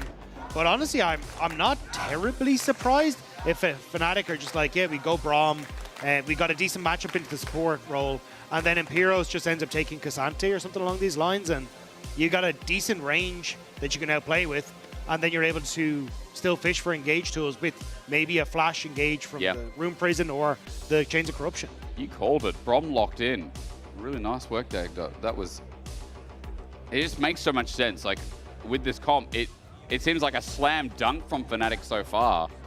You talked about what Emperos can pull out here. There's Sion, there's Cassante, there's bodies in the way with the Braum. with all that poke and setup. And nobody to kill this Scion. Yeah. Like, Orianna and Jin are not going to get through this Scion. Slowly. 6-7 item Jin into a K'Sante. I mean, same thing, right? Same problem. Who is going to kill this guy? Yeah, I'm not really sure what the game plan is here. Yeah, I mean, maybe Kana, honestly, we just said it, you need something to kill them. Do it. But it's so short range. Like, again, Vayne trying to run into this comp is going to just have a bad time. I wish, yeah. Compositionally, I guess it doesn't make sense. Nah, a range matchup that I guess is sort of an 80 carry. Has some conditional setup as well with the Orianna that you talked about with the Mundo combo. So there are tools to get the fight started for KC that has a bit of range dagger, but the stopping power of Fnatic is obviously concern number one. Yeah, and like, obviously Mundo has the passive. He can get rid of one thing, Yeah, right? yeah. But when you've got to walk through Braum slows and chains of corruptions and even knockbacks from the Jace, this Mundo just struggles. You're going to be heavily reliant on flash engages from Kana and specifically Busio. The only way I really see this going well for KC is them getting heavy control in the early stages. Absolutely running away with it. I mean, they have to set up on objectives where they can actually fish for picks or come in from creative angles. But if Fnatic can just play it slow, play for poke and be patient, it just feels like a very easy way to close out this game. Yeah, they need to be super five-head with this. I couldn't agree more. It feels like for Fnatic, this is a very high-level composition, but if they pull this off, then they're going to look like absolute geniuses. Maybe with what KC drafted, it becomes a little bit easier to play, but regardless, very interesting drafts to run us into KC versus Fnatic. A matchup that is going to decide a 5th win for Fnatic or a 6th for KC. KC to propel themselves up to the top of the standings. We're saying right now this could be our best team. Prove it. Fnatic are a beast not to be undermined, underestimated, questioned. Definitely not forgotten with their new roster. Welcome back to the LEC Versus. Fnatic fans are surprisingly today louder than the KC fans. The KC fans didn't get tickets today, I guess. Yeah, outnumbered. A small portion of them. But the Fnatic fans, they got the tickets. So I don't know what happened. But guys, if you want to get your tickets for LEC, you got to buy it a bit earlier. Still, I'm just very surprised that KC didn't end up taking the Malphite. I kind of to come back to the point again. If I'm now teams, I'm kind of like, oh, well, KC don't feel comfortable in this. And it's something that has been a discussion for Yike as well, is how comfortable is he? Because we see the Vi an awful lot of times. And when he is the engage tool, it hasn't been the best of times for KC or even for G2 back when Yike was on that squad either. So if it's the Malphite and that kind of being that main engage is an issue for Yike, suddenly Jace becomes a significantly stronger pick against these teams. Online going okay for now. Losper just got a small trade-off. Kalis gets 4-shot naturally, and Busio does what an Alistar does at level 1. So they're going to back off for now. But things are going to be pretty stable the first couple of levels. Mid is the most volatile. As quick side note that KC got level 2 first, so Fnatic pay respect. Jungle path is important though. 3 camp clear here for Razork on the bot side, while Yike is full clearing from top to bottom for now. So opposite sides of the rift. Maybe give an option to Yike with the wave resetting, see if they can get Upset and Losper down early, which I think is important, Dagda, when, you know, we did talk about the role that Upset will have in this comp with Losper being such a good facilitator. Yeah, and also for this matchup as well, because Fnatic have gone through a little bit of a change. Fnatic aren't playing as heavily around this bottom side of the map. When you look at the jungle proximity, it's not all about that bottom side anymore. It's much more about, hey, we want to try and play around mid, we want to try and play around Baladi, and Upset has kind of been left with Lospa to their own devices a significant amount more. And even in that case, I mean, Lospa has the highest bot side percentage in the league. Like, he is always in this lane next to Upset. And I think when you're playing up against Jin and Alistair and your Braum, that's a good old place to be. I agree. I think especially with the new bot lane as well, like putting your eggs in the Upset basket. I was going to say, oh, I feel like Mickey did it, but I also feel like Mickey is like one of the biggest roamers in the league, so definitely not last year. But Upset and Mickey were the best bot lane of winter. We all agreed on that, and on broadcast we said that quite handedly. Yeah, it was between them and Supernova. It was, yeah, but it did feel like Upset and Mickey were willing to send it, and the KDA rumors around Upset were widely overemphasized. As big time, yeah. Now, look, this early game's been a little bit slow, so in the meantime, we'll give you some cool stats as to what the head-to-head is between Fnatic and KC since they've been in the league. Ambros is fine here, don't worry about it. Kana's just getting a good trade. But and also, like, these stats are going to be a little skewed. Like, if you remember the first time the KC entered, wasn't exactly the best. It wasn't the performances strongest for team KC. Yeah, in 2024. it was more last year, you know, where they really ticked up a pace. And you know, this time last year when we were in winter, it was KC winning that winter split, right? So I think that's where it was kind of such a shock when we got towards summer that it was Fnatic who were able to take the win in their summer playoffs. And honestly, I think KC just shocked is the words, that the fact that they weren't able to take down Fnatic, the performance that came out from Fnatic. We'll have to see now as we move in with both these new rosters what can be done. Crazy time. Deadly Flourish not going to connect here. Fnatic using the range of Razork that doesn't connect. Bliss once again spamming the same emote. Isn't it crazy to you when you think about time that KC joined the league 3 years ago now, 2024? But we're at the start of 26, you know, it's like... Yeah, I know it's at the start, but... A little bit. But 2024 was 2 years ago. Yeah. Like, that's crazy. Look, we're not going through this, man. Oh, no. Sorry, I'm just having one of those aware moments where you realize you're 30 and you're just like, oh my God, where did the time go? You know what I mean? You think about that a lot? No, because I'm not 30. I think about, the problem is my league performance goes down because I get in the game and, you know, I just think about it in the middle of the game. And I think, why am I still platinum? It's been 13 years. We're in the LPL, you were gold, right? So it is an improvement. I improved, last year getting to Emerald. There's Upset, trample on him, but Lostful once again in the way. Really good concussive blows, and the damage that follows up on Busio is Upset. Ghosted to get in range. Now Yike spotted an award, so Fnatic's bot lane is going to pay respect, but Yike can't really get much more done. Kalista's just trying to shepherd the wave in, so it crashes. Yeah, I think the game plan here was to try and play for that bottom scuttle. And Yahoo using that, Busio investing a lot to try and make the play happen, but you managed to get the clear on the bottom half of the map, it feel like here, and should be able to contest with Vladdy a little low, but the fight for the crab is happening. Razork, how does he find the trade? But now Yike is squishy enough as a Mundo because doesn't have anything outside of a Giant's belt. Razork, though, backing away with the Fnatic bottom lane as KC hold the control over the scuttle and top side of the river. And especially with Yahoo walking in, they just didn't want to take the fight. Dragon maybe started here for Yike as he pulls it out. It will be spotted. You can see the pings going down from Fnatic. So they know that that's happening, but there's little you can do, right? Razork still has to finish off this camp and then try and make the play. You've got push on bot side. So unless Razork can push Yike away and use the fact Upset went for his reset and has that advantage, that could maybe work.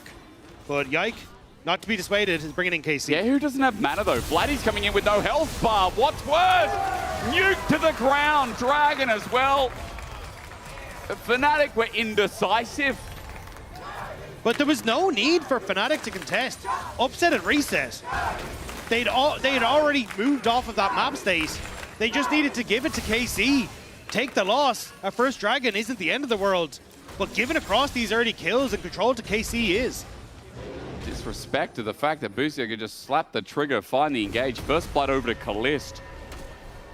And it's a nice kill to have when we were talking about like how are KC going to approach this poke comp.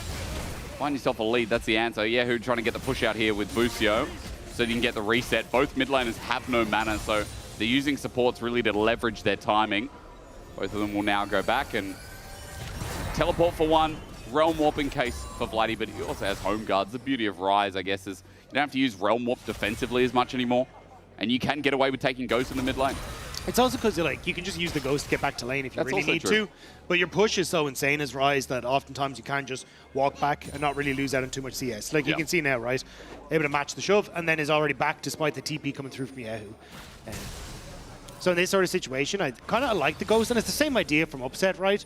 We talked about how effective the just keeping your distance from KC could be here for Fnatic. So having Ghost on both these carries just makes it that much more difficult for Yike to be as effective in the fights and chase down some of these members. And same when you look towards like Kana and Busio closing that gap. Guess who's back? There he is. Busio spotted an award this time though. Lost for there to defend. Jungle Vision still gained, but a lens means Losper will clear it out as soon as it's been put down. Razork moving into Fog of War. He did start the grubs, but I think he's pulling off now. Yehu takes a shock blast to the face, but as Losper moves up, it's all gung-ho for this top side objective. 3 versus 3 through mid first.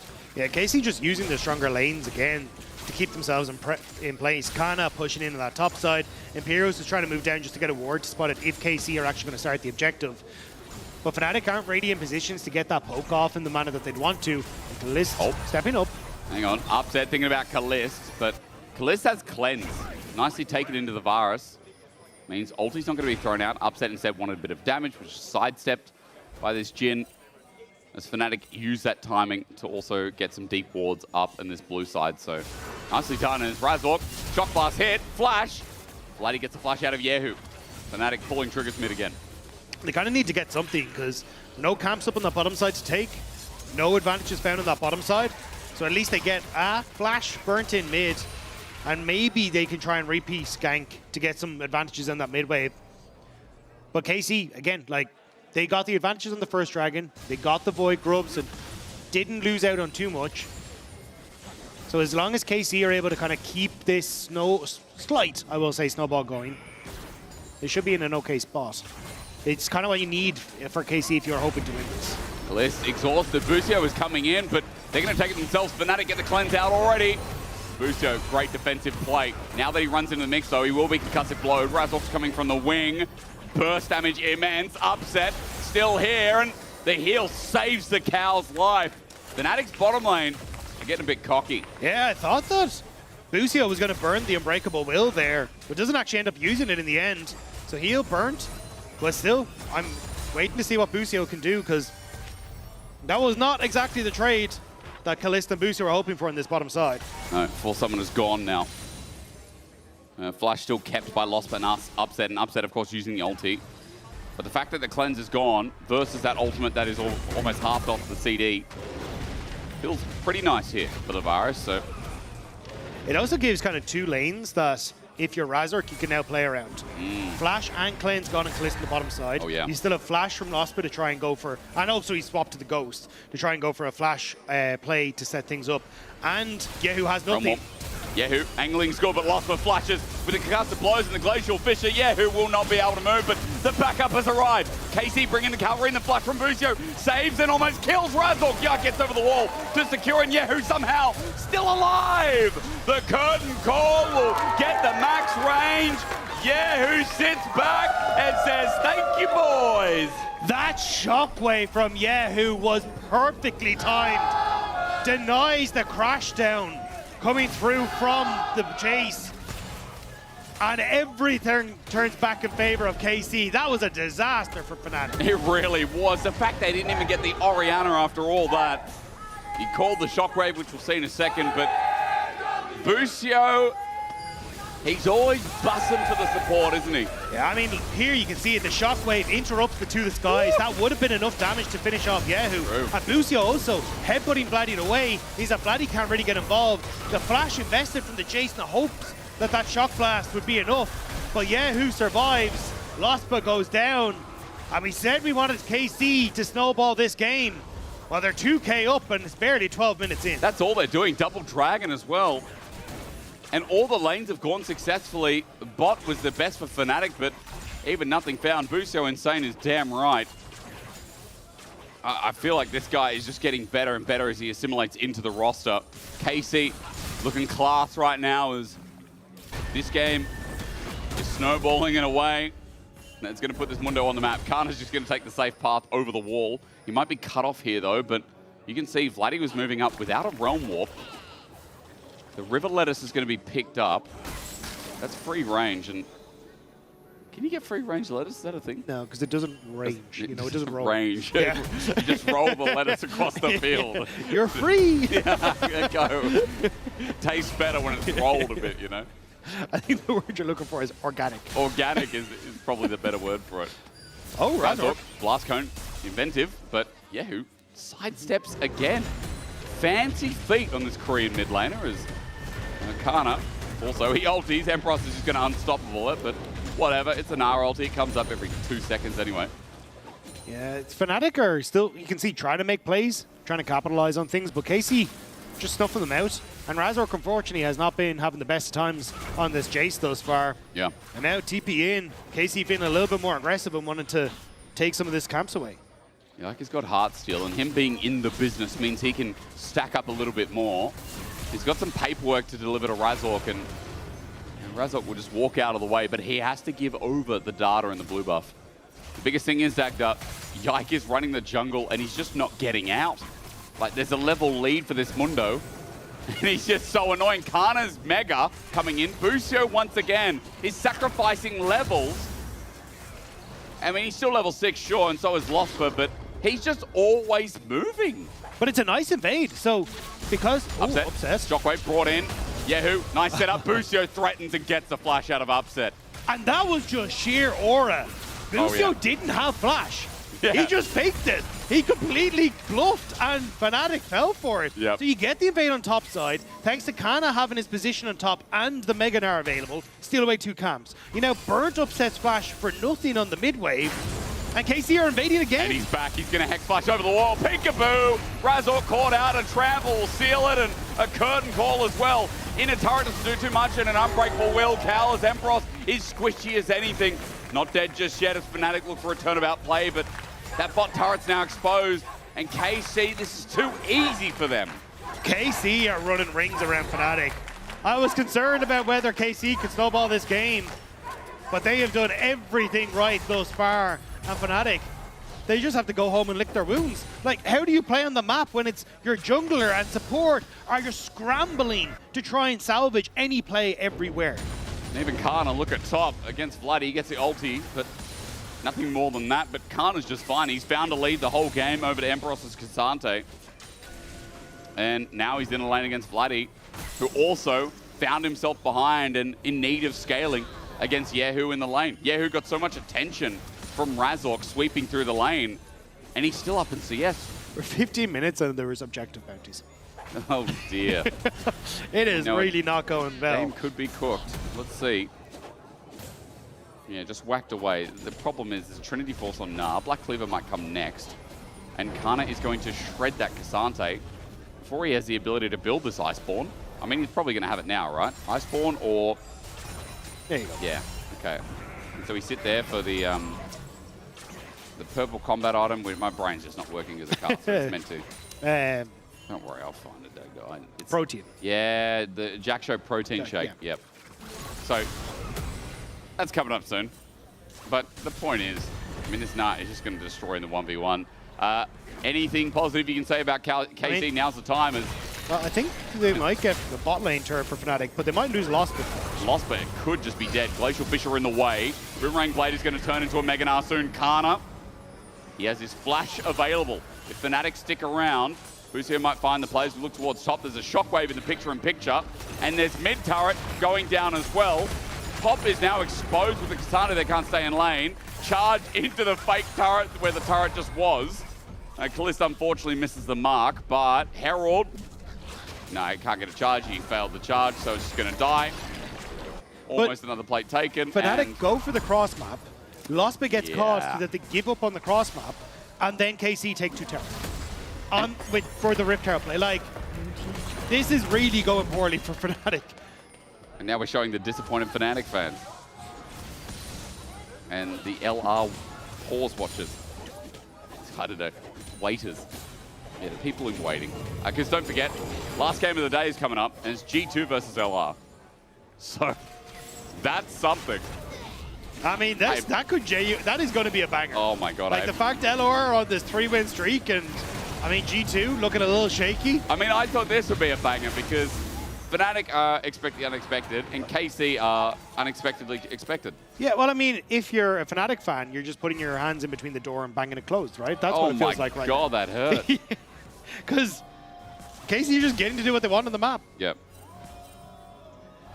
And, I mean, Oda put it very well earlier on, where from this position, KC just kind of have to like, they can just AFK. Like, you just clear waves, wait for objectives to come up. You've got massive advantages across the board. Like, 1.5k gold lead on both your jungler and your mid laner. Just play for the fight. And at this stage, Fnatic, like, their poke is pretty negligible. Yeah. And they need a bit more time, and even then, I mean, it's going to be Elder by the time you're ready to go. Oh, sorry, maybe second Elder if we get there. 4 minutes till Chemtech Soul, minute 45 to a Baron. I'm looking at Yahoo about to finish his Hextech Alternator into his Shadow Flame. But Dagda, all I see is success here. And KC would be the first team to get to 6 wins. 6 wins. Yeah. We don't have any lock-ins for playoffs today just because of how the first couple of matches went. But 6 wins is pretty much like, as Rizork gets his blue buff, is pretty much like you're in playoffs. Yeah. It's just about where you're going to be. I would say 6 is the comfort zone, you know? I mean, this is a Hysterics comfort zone rather than the official comfort zone. Yeah, no, this is not official. This is not official. But it's like, you've got Shifters, Giant X, and Heretics left to play. Yep. Like, even if this doesn't officially lock you in, the Shifters and Heretics have not looked particularly worrisome. So in that place, I think you're in a decent spot. But it could actually end up being, with the Giant X game, maybe a bit of a cool battle for the towards that top of the table. Yeah, I mean, Giant X losing to Vitality, you know, you were talking before, you're like, we have no idea what's going on. I don't. I mean, now that Giant X are 5-3, it's like, well, they're sitting there with Movistar Koi and I don't know. We're always kind of a bit confused in the best of ones, like who the best team is, but this feels extraordinarily more so. Yeah, it's even just a battle for the top, because Giant X, they have KC obviously still to play, but they've got SK and then KCB as well. So that match against KC could be incredibly important, just because if you beat KC, but then they also have those 3 losses, and now you own the head-to-head. So anything's possible. Which means, but then MKOI own the head-to-head against Giant X. So, look, what we're saying is we love surprise in the LEC. That's why everyone in the audience tonight. We're big on ties. If you look under your seat, everyone in the audience, you look under your seat, you'll find absolutely nothing because we're not going to give you anything. It's not the Oprah Winfrey show. Hey, this was 10, 20 years ago, mate. I mean, it could still happen, you know? There are 2 people look, no one, gullible people. No, those 2 look. You know what? I'll put something under your seat one day. You come back in a year, I'll make an extraordinary amount of money, and maybe I'll put someone's car keys under the seat. Can we get you to sign on that? No. I did say someone's. I'll put someone else's. We're lolling about. It's a 6K gold lead. What more do you want? KC are just chilling. As you said, they're in full scale zone. A minute and a half until they don't have to do anything. Yeah, just play for Soul. You've already got waves in good spots. Just continue to keep up the pressure. So, yeah, the only way this could have gone worse is if it was an Ocean Soul. So I think for Fnatic, you're kind of at least counting your blessings a little bit. But Rizork, actually, I might have overextended a little. No, he'll be fine. He's Mundo. Yeah. He's chilling. He doesn't get heart steal stacks because they're not really fighting, but okay. That's what it is. Realm Warp. Yahoo caught out. Fnatic getting splash. Shockwave brings him back though. Max range ulti. Losper gives a shutdown to Vladdy. That's something, and that's the first move from Fnatic in this game. Okay, a little something for Fnatic. And the kill going across to, to Vladdy. Nice as well, because I think the only way that this game can be won by Fnatic is if all these bounties are picked up by Vladdy and he can just snowball completely out of control. So it's a big if. Yeah. I get it. It's like if that's like bolded and then italicized, and then you kind of put the fancy, I'm not gonna say Comic Sans, but like a fancy font on it. Comic Sans is fancy, no? No. It's the Our producer, Arna, has changed all of his fonts to Comic Sans in Slack just to trigger people. It's really good. I saw it and I'm like, I don't care, it's just a font. How can a font trigger you? Unless it's Wingdings. You remember Wingdings from Word? That would trigger me. Also, side note, we're waiting for this dragon. Where'd that paperclip go? That thing was goated and we didn't even know it. Engaged from Busio. Hang on a minute. Prisoned up. Busio gets tagged a little bit. Now, the question is, that poke, is it enough? A little bit comes in and Kalista and Yahoo as Fnatic is trying to position in. Kana now with Meganar as well. All it takes is one massive ulti as he starts to zone off. And the last fight, maybe this game, maybe the first fight of this game at the same time. Emperor's Kana fighting while a Shockwave finds 3. Kana sends him into the wall. And it's expected, but so easily done from KC. There's an angry Yordle to your left. There's an angrier cow to your right, which means you're not looking at the shockwave that's right in your face. KC absolutely destroy Fnatic thanks to a huge shockwave from Yahoo. And now Upset's probably dead as well. His ulti's down and Kana can just auto him to death. It's adding insult to injury, isn't it? Baron's gonna go down. Mid, turret, and bot in the same vein. This will quickly turn into 10,000 gold from KC from one big moment. The snow may be outside, but KC does not forget summer. They want to punish Fnatic. They want to embarrass Fnatic. And honestly, this has been so clean, so well executed. Yeah. This is our cleanest game of the split, I think. Like, we have had a bit of topsy-turvy whoopsies. There you go, the Mundo Shockwave. Yeah, same combo. Perfectly executed. Yike with the flash in. And there's just, it's over. Like, Kana was already in position. Booster was already in position. It's unplayable, yes. It's unplayable.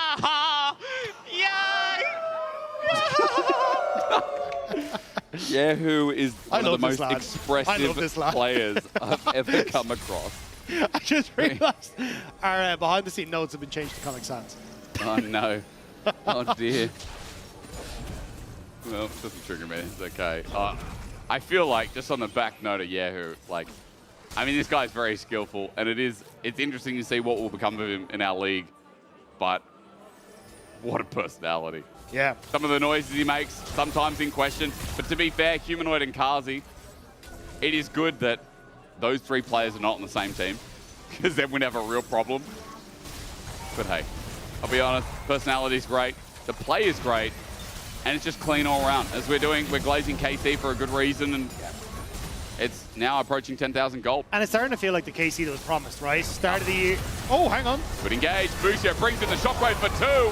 The engage under turret is unbreakable willed, so he's taken no damage to the Mundo there as well. Yike cares not. Kana ultis to get the flash out of Razork. Running for the hills is Fnatic. The curtain call is going to layer on top of them all, and Lospa hit from afar.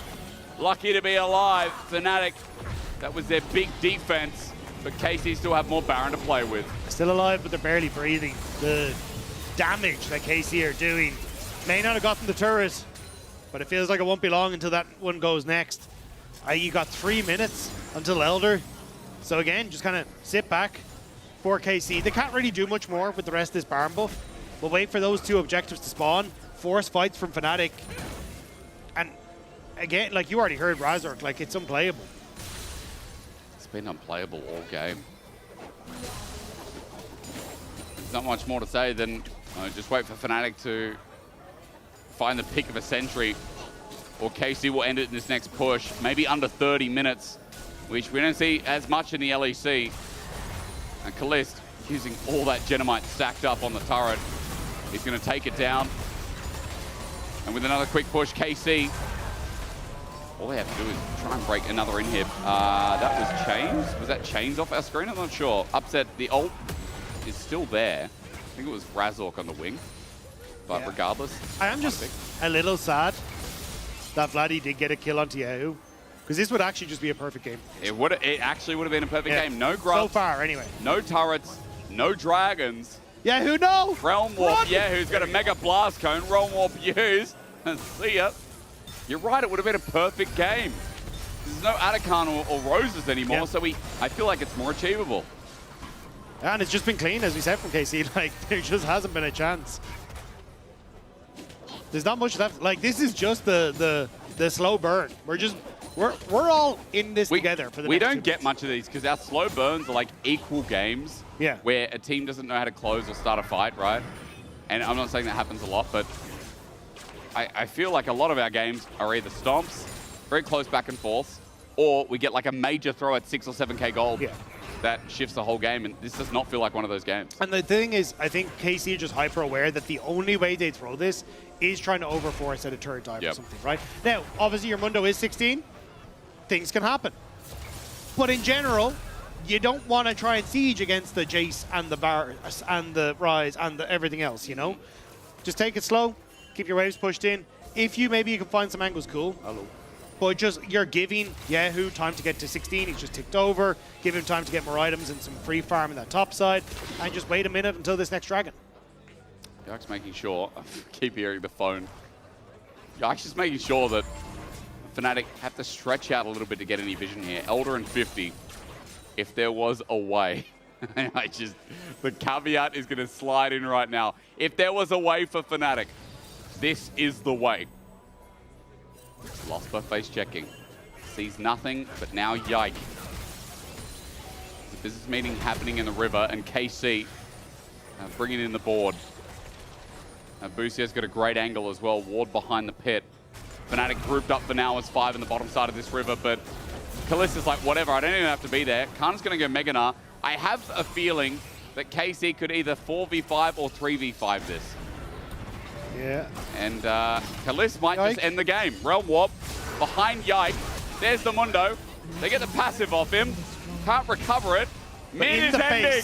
Kalist is ending Fnatic. There's 5 members not committing to the back. Kalist is just going to end the game. Double TP. One interrupted. Shockwave from Yahoo and the end. He flashes over the wall. He killed Razork with that shockwave. Out and he got the kill. You're right. Empross gets his TP down. Here comes another one. I think KC are kind of just playing with their food. It's like they're at the butcher. They don't know what cut of meat to get. Gladiator? No, he's not going to one-shot. The shield comes down from Vladdy, but yeah. Here comes Curtain Call.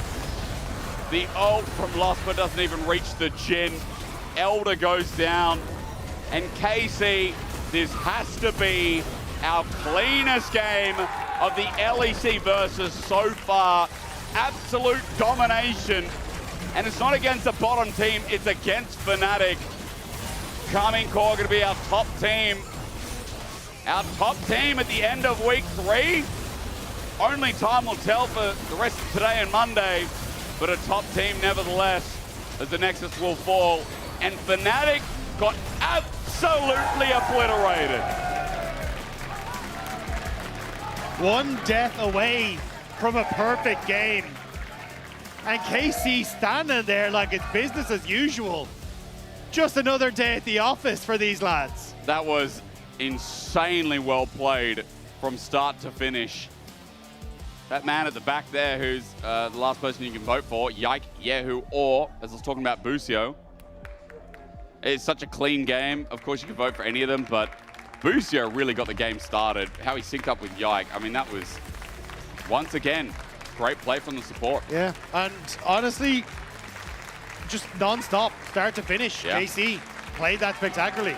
Everyone stepped up. Yike covering, going for invades, playing around Yahoo. Yahoo just deleted Razork at the end of the game. Yeah. That man just disappeared. Yeah. That's not how that's supposed to work. No. And he was the one caught of 2 people. Yahoo's having a good time. The vibe seems to be good in this team. Busio is a fantastic addition. I said it last year, and we, international community agreed. Busio was the best Western support. And now in the LEC, is he the best support of our region? I would start pointing towards yes. There's a lot of good things on this team, and Ginny's going to break down why they're so successful with Yike. I am absolutely not going to break it down at all. But Yike, however, is hopefully going to do his very best. Congratulations on this win. This was such a dominant performance from the team today. What was different? Yeah, I mean, I think today we had a very, I would say like a very simple draft, and I think a very easy game to play. The way we just played the game was very, yeah, we kind of knew how to play the game, and we just did the same strat as we do in like scrims and everything, and I had a very good Mundo game, so I'm happy I could put it out. Yeah, actually very exciting to see that one as well. When it comes to before the game started, I actually had a quick conversation with Vladdy, and he said that because he knows how 3 of the people on the team play, he's going to stomp you guys. Do you agree with that? Is it a thing? Well, this game didn't go so well for them, right? But, I mean, it was a fun game anyways. One team has to lose, right? Yes, and you guys, unfortunately, were the team that lost yesterday. So do you want to talk about that? Yesterday? Yeah. Yeah, I don't know. It was a hard game. They picked Jace. At least today we won against Jace, but yeah, yesterday was, yeah, the Jace was a bit annoying. So what was different about the one today? Was it just like something you guys adapted to? Well, I could play Mundo into Jace this time, which is a pretty good matchup, so yeah. Okay, well, in regards to how you guys have been performing, you're currently still very much at the top of the leaderboard, sitting in that first, but GX is creeping up. You guys are playing them next week. Are there any teams in particular that you are really surprised by their performance so far? I mean, I think it's very messy with like everyone's kind of beating everyone, and it's very weird to see all the teams right now. But I would say GX is doing pretty good right now. So yeah, it's going to be fun to play against them soon. Yeah, okay, well, thank you so much for your time. And once again, congratulations on the win. We're going to be heading over to a quick break, and then we'll be back with our final game of today, G2 against Los Ratones. 6 minutes of warm-up time. Why not 7? Because it's 6. 6, 7. I swear to God, this is the third time I hear this joke today on this stage. By who? Vitality did the same. Yeah, they are completely brain-rotted and who? Can I poke now? Yes. I'm gonna ult, okay? Now? Yeah. Look, this. That's winning. That's winning. 이거입니다. Come on for I catch it. Yes. I expect it. Go. Yes.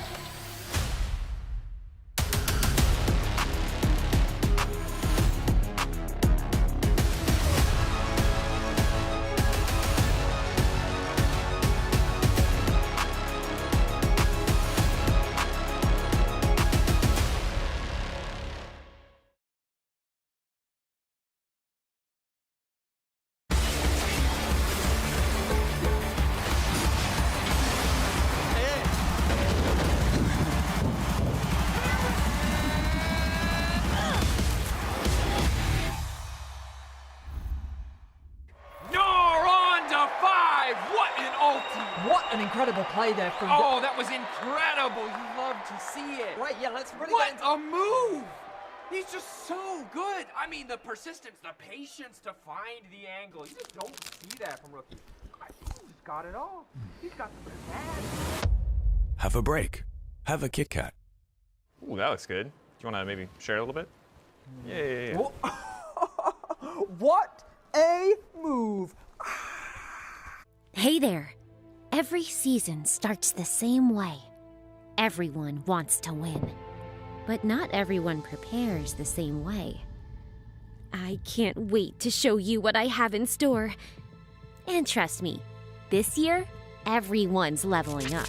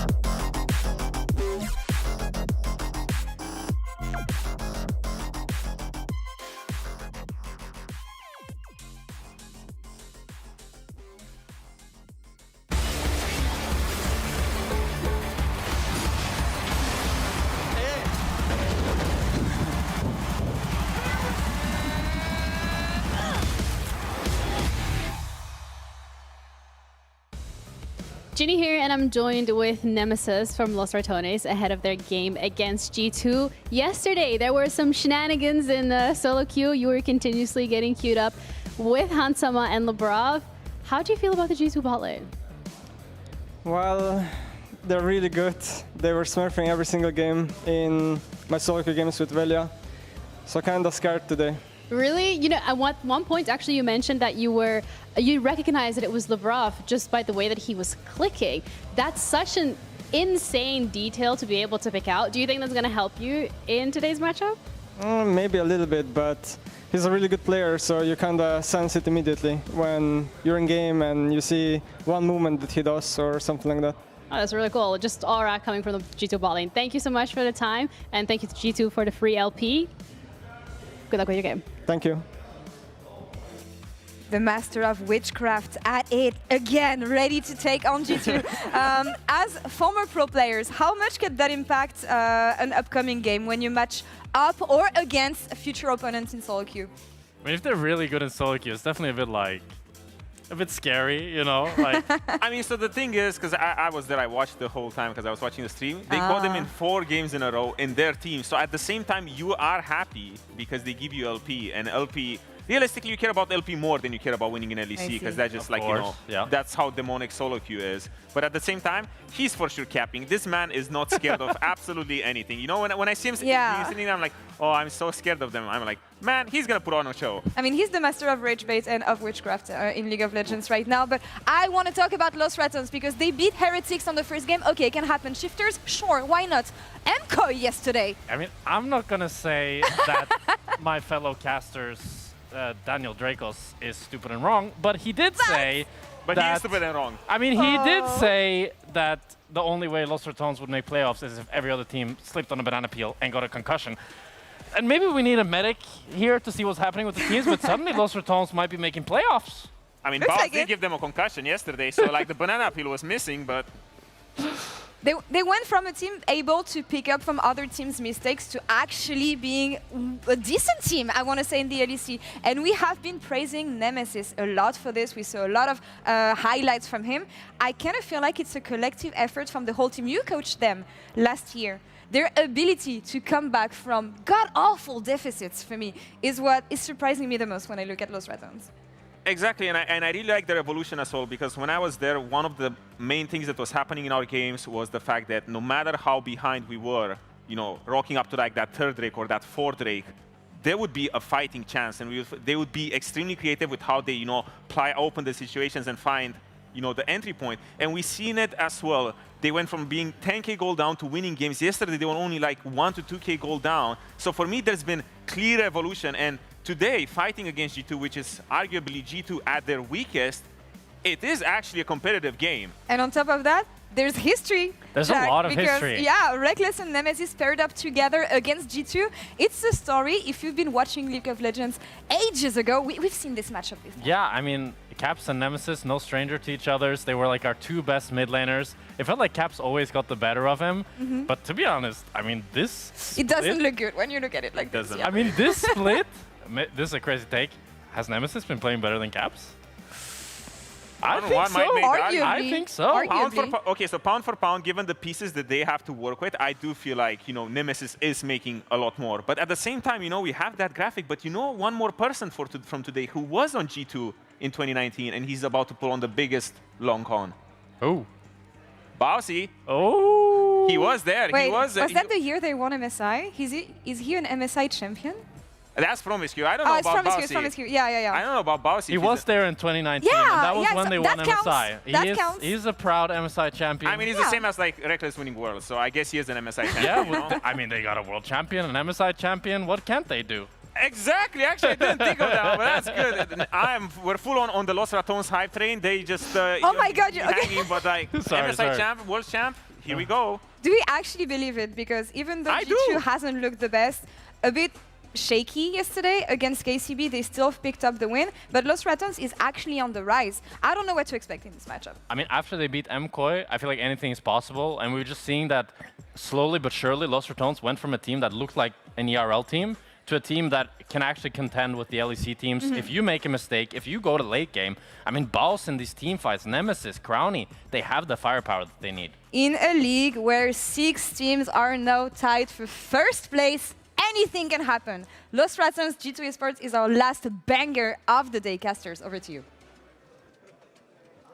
Last banger, but hell, is it going to be topping the league? I think it might. My name is Asterix, I'm joined by Dagda, and... I mean, look at the boss's face. How are you supposed to go against that? I don't know. That's the face of a man who's ready to take a fight. And he waved at people yesterday. Like, he was waving yesterday before the game. No wave today. Maybe that's a symbol for something. Maybe he's more locked into... Who knows? The Poppy game yesterday was out of this world. Like, the development of Baus, in a very serious note, has been on top of my mind running into this. Now, I don't know who is going to win this game, because yesterday you could have told me that MKOI would lose to LR and I would have said you're crazy. I would have told you those games that LR won that they shouldn't have, against Heretics being one of them, and against where's the other one? Shifters, of course, shouldn't have happened. Now here we stand at an almost equal scoreline, 3 and 4, 4 and 3 apiece. Let's get into pick ban.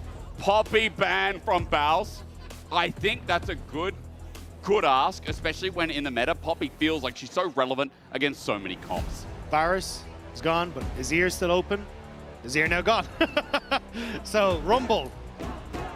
We got to see Broken Blade actually bring out the Rumble for the first time the other day. Yeah. Didn't look too shabby on us. Because I don't. But the Rise is interesting. It has been Nemesis' best champion that he's picked up so far, so it looks like trying to take that away from him. Because I look at Baus and I don't say, hey, he's just going to pick the Rumble, so we get the strongest champion away from Nemesis. And also Crowny's best champion as well, and the Caitlyn already banned. That's kind of been the focus for them in early rotations in a lot of situations, is to try and get Crowny onto that pick. So Lost Ratones will at least still get that counter pick for Boss that they've been liking, but definitely kind of removing 2 core pieces from the chessboard. I'm just looking at his history in pro play. It's obviously not the greatest one, but there is no Rumble game in there. Just a side note that. So, unnecessary ban, but Lost Ratones are going back to what has worked. They've got themselves the scaling jungle. They've got the Yunara for Crowny. So for LR, what is their secret to success? Well, it's not really a secret anymore, but they scale well, and they know how to close out the game. They might not have the greatest early to mid game, but they know where they thrive. I am curious what the plan is here, because for LR, the fact that you have Yunara again kind of opens up the possibility of going for some of these enchanters, which I think Reckless has definitely looked stronger on than some of the engaged champions. Like, you can go for the Lulu. The Jan has also kind of been his pocket pick, so maybe that's where they want to try and go for. But also, like, I'm casting my mind back to 2019 EMEA Masters, where Nemesis was very well known for his Galio and an incredibly strong player on that pick. Yeah. So I'm wondering if that's something that he wants to try and bring out here as an answer into the Rise. Rise will get good push and can kind of move towards side lanes fast, but you can always respond afterwards. I would also give an engage tool, which then alleviates a lot of that pressure from Reckless, but we'll have to see what the game plan is. I wonder, though, speaking of game plan, Dagda, if top's going to be matched now. Because running into the Aatrox, I mean, the Aatrox is a flex technically.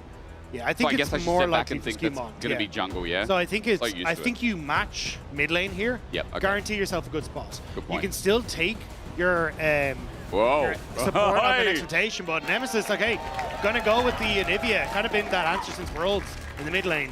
But still, I think here, G2 will more than likely try and ban away some of those support champions that, like the Lulu and these things that can enable the Yunara. And then also, you kind of just wait and see exactly what's going to happen.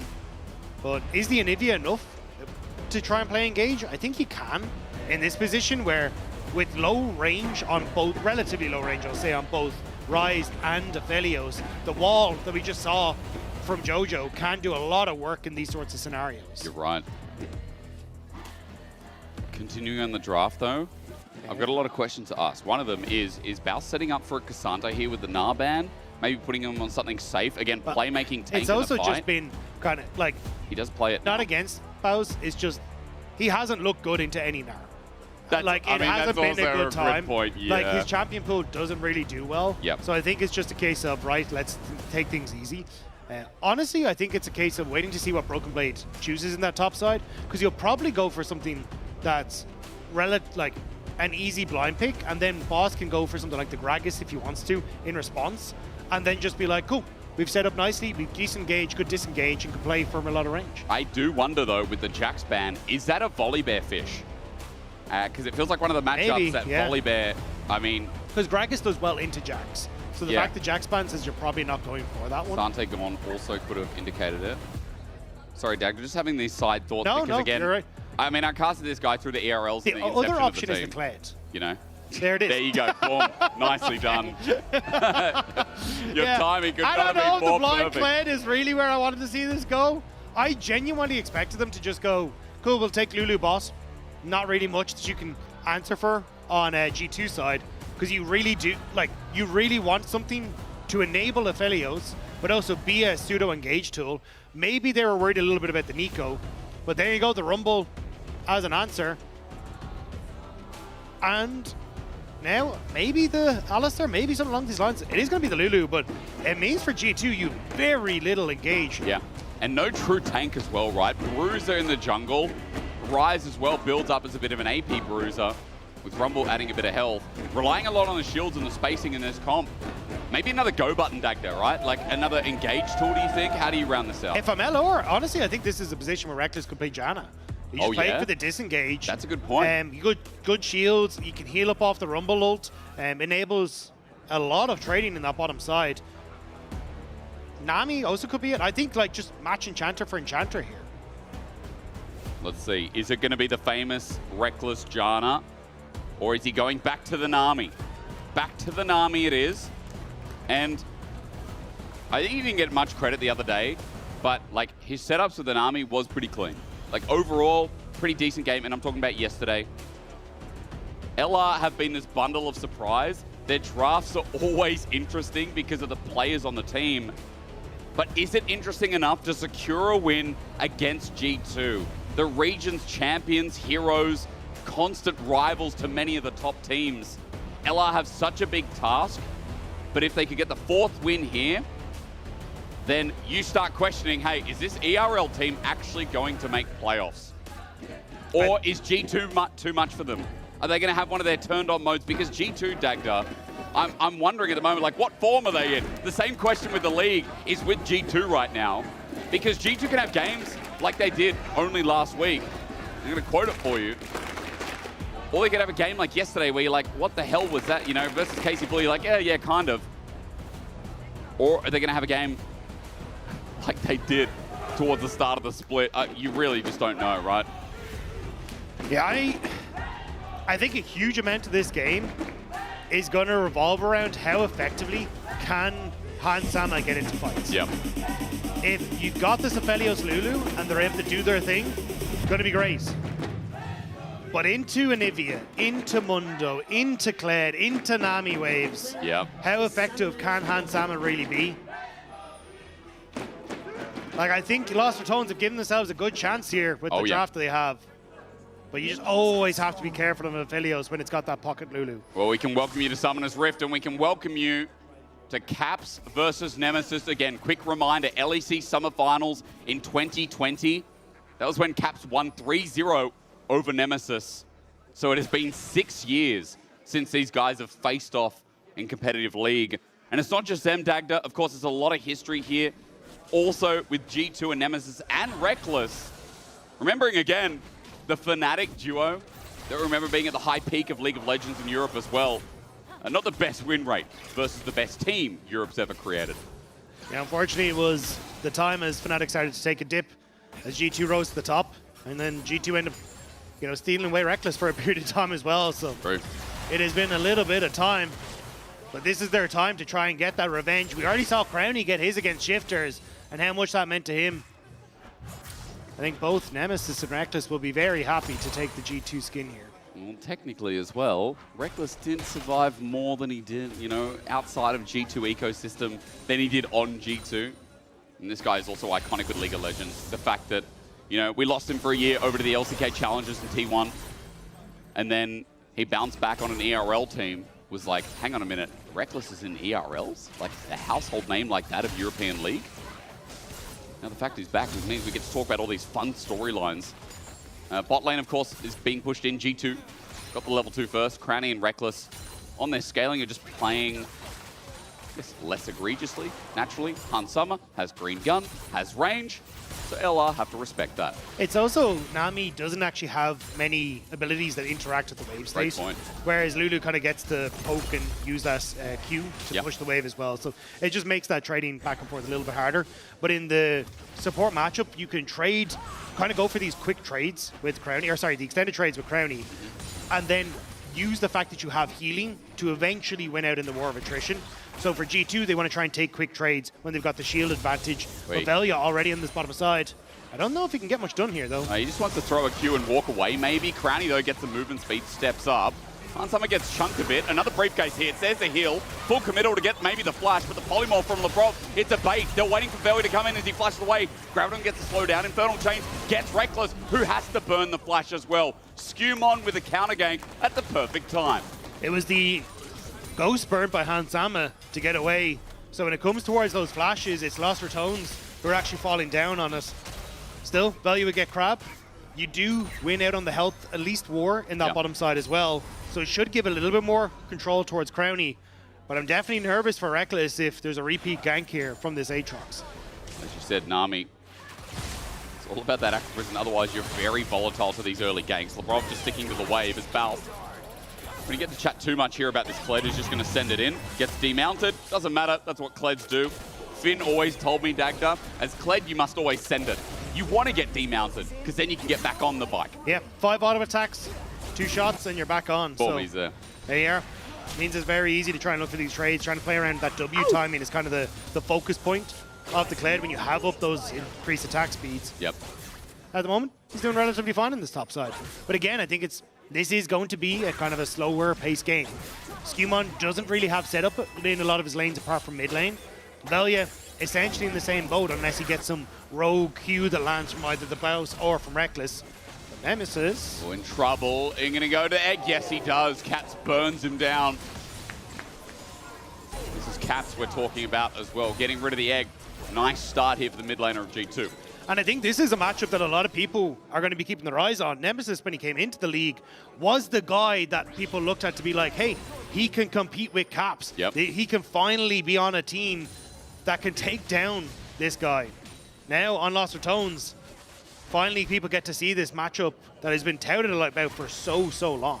It's so crazy if you go back to the EU Challenger Series in 2016. In summer, that's when Nemesis made his debut. A small trade in top, ignore it for now. He was actually debuting with Crown Shot at the time. And the funniest thing is that team was called Vape. And in League of Legends, L is next to it. So we have L Vape. That's where he started. Mad Lions, challenger, until he gets a Fnatic in 2019, Dagda. And the rest is history, right? Made a big name for himself. We know that Fnatic roster at 2019 was very visible. But so was that Amiya Masters roster. Like, the Mad Lions roster was the favorite coming into that. A lot of that was because of guys like Crowny and Nemesis. They were the big shots coming in. Now they're trying to see if they can make it big. Yapping about the story. When the story's right in front of us, Velia gets dragon, but he dies for it. First blood over to G2. They get the flash out of Nemesis as well. He's eggless. Caps knows. He pops a ghost in response, but the objective goes to LR. The collapse from G2 is clean. Wave advantages, and Caps been able to use that Realm Warp to close the gap. And just a little mistakes here from Lost Ratones. This is kind of what we've seen from LR. These little mistakes in the early stages and a reliance on being able to bring it back in the later portion. And it can be Velia being overambitious, right? Sometimes it's to his credit, but I think yesterday as well, that invade, he gets the Grom. Oh, that's a really nice invade timer, especially when you got invaded in It was press. a dangerous one, Buzz. But then he turns around to blue and it's maybe a step too far. It's a fantastic point when we're talking about how this team's going to progress, as Crowny has to barrier, but it is to save a bit of health there with the lower cooldown ability. And now with that control over mid and control on top, it's going to be Skewmon who managed to get the second Scuttle Crab and keep him kind of topped up over Velia.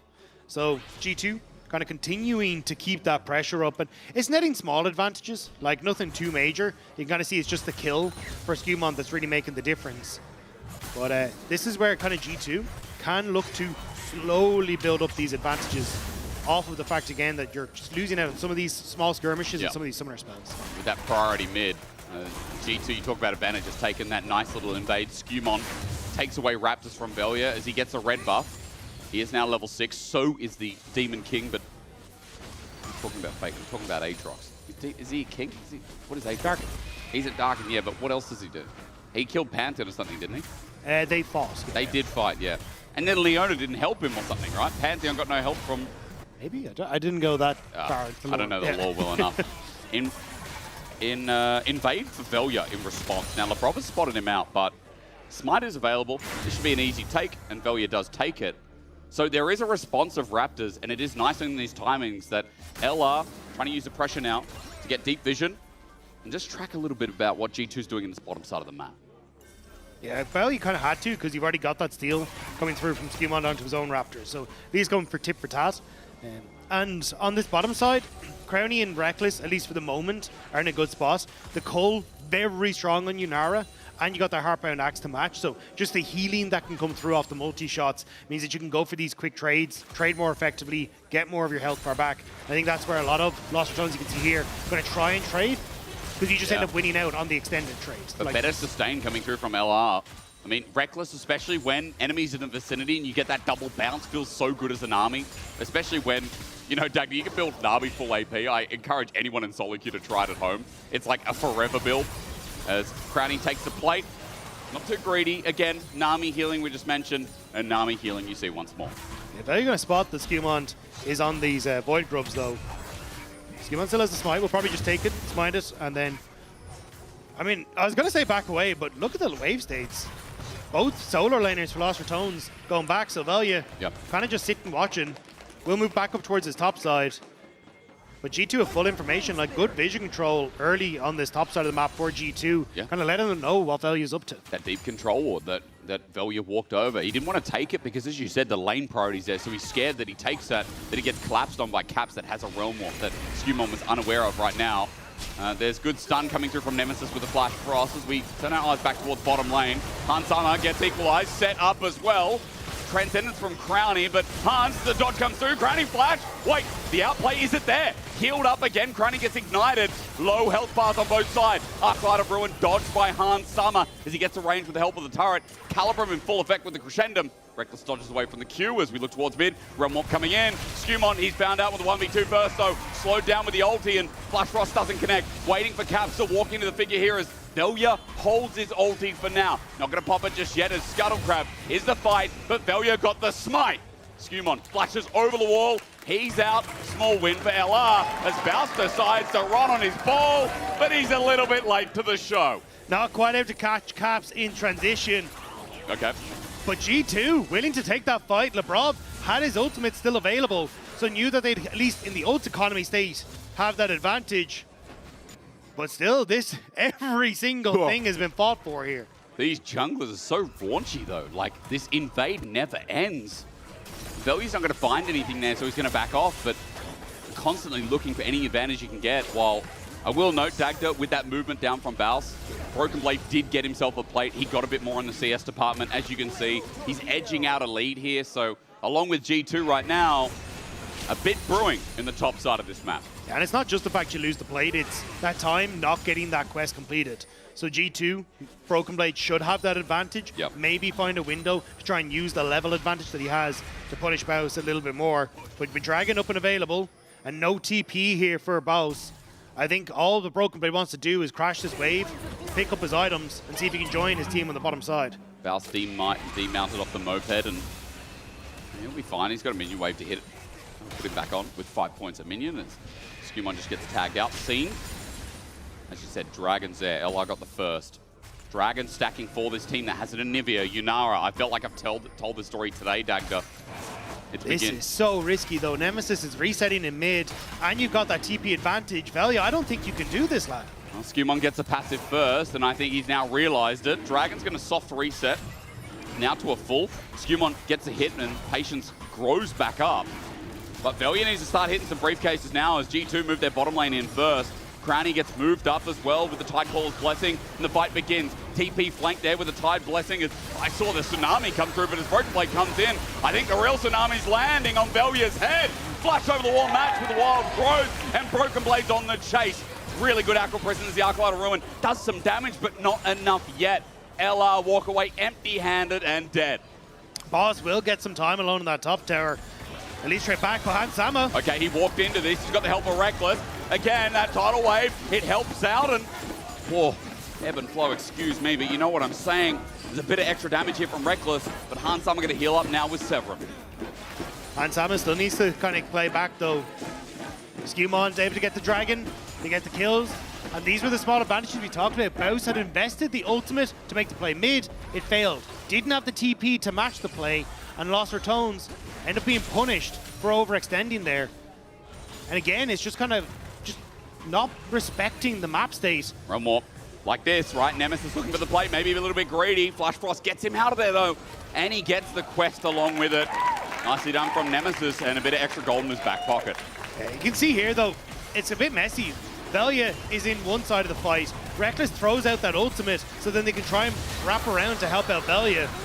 But there's just nowhere really to go. Broken Blade throwing down that ultimate, I think to just hope he can get as much damage as possible down onto Crowny, but it doesn't really matter. They get the kill. And Lost Her Tones just needs to take it that little bit slower. No need to try and rush the plays. I mean, again, they're getting a little bit antsy. That first dragon was a breath of fresh air.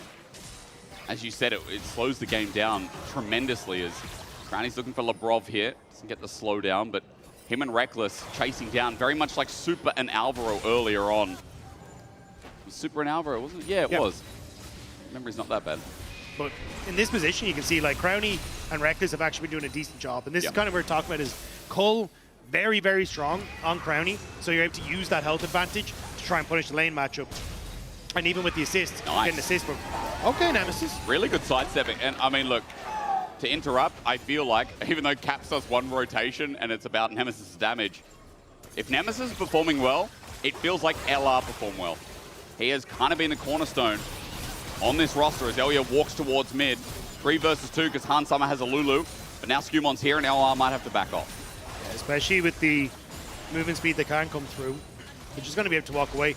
I think, though, it's, again, buying a little advantages. Nemesis has pushed in bot. Neg gets the reset. Won't lose out on too much of the wave. Picked up a plate off the back of it as well. And it's at least pushing LR back into a bit more of an even state. But I still think from this boss, G2 kind of okay. Like, as long as Hans Sam and Labrov are able to get into fights, they're going to be all right.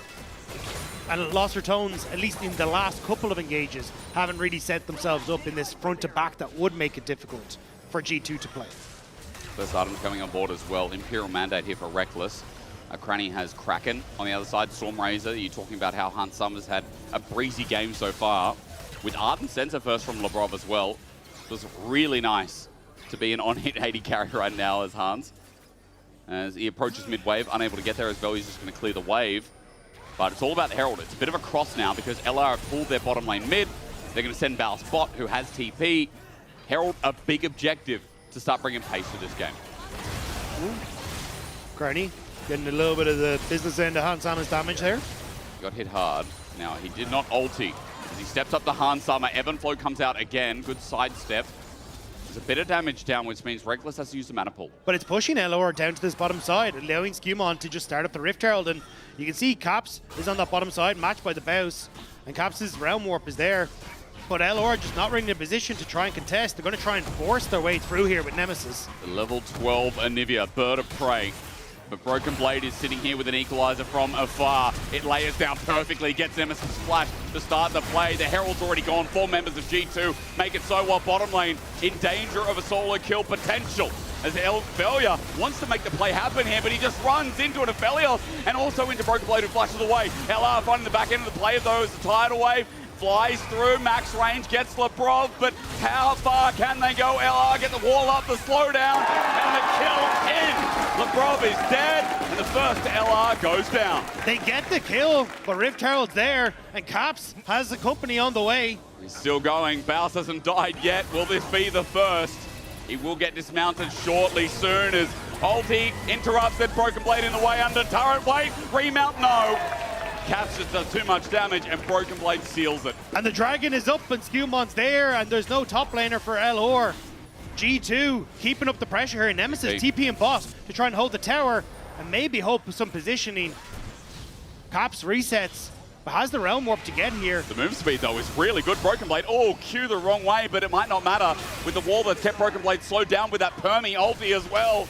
Lost Returner's mid laner is just playing with fire, and he's making it ice cold. There's Skewer now in trouble. LeBron as well, they're turning into a team fight. Velya's just walked on in, but Nemesis the target. Eknivi's going to come out now, but Hans Summer and half HP. Velya gets LeBron. Hans Summer gets a kill on the burn. Meanwhile, though, is Velya running for his life with no ulti. He needs the blast cone to survive. Reckless disengages from the fight as well as, remember, G2 already came down, got the dragon. They get a little bit forward as well, while the top turret will eventually die to Baus. The Baus will get top turret. You get mid tower by Crowny as well. Gold lead for LR. So G2 overinvest a little bit in the bottom side. It's a 1-for-1 trade for the actual play, but it's LR who win out on the map stage. They are just a bag full of surprises. G2 initiated that with the kill onto Baus. But then I'm sure we're going to get a replay as this turret goes down. This was such a long play that LR somehow recovered after this. Yeah, I mean, Baus goes down initially with the kill from G2. And then you get the TP over from Nemesis to try and hold on to the play, which actually ends up netting Broken Blade. And this is where we're saying, hey, look, Dragon did go the way of G2. The kills actually are technically one up for G2 because it got the Baus at the start. So it's so back and forth, like, if you're looking at objectives, great, but at least LOR getting some kills is not the end of the world as well. And you can see, like, this is what I was talking about. Nemesis is able to do so much damage to Hans Sama there. Yeah. And this is where, as Hans Sama, if you can actually get into fights, maybe you're okay. But trying to bypass what LOR have can be tough in these later fights. What is it with Lebrov always just getting out? I mean, this Mundo pick is annoying, but he just always walks out of fights. Nemesis definitely still has it. I mean, as you said, he kept so much time there, but Crowny opens up mid turret. Baus gets top turret. 1k gold lead for Lost Returners.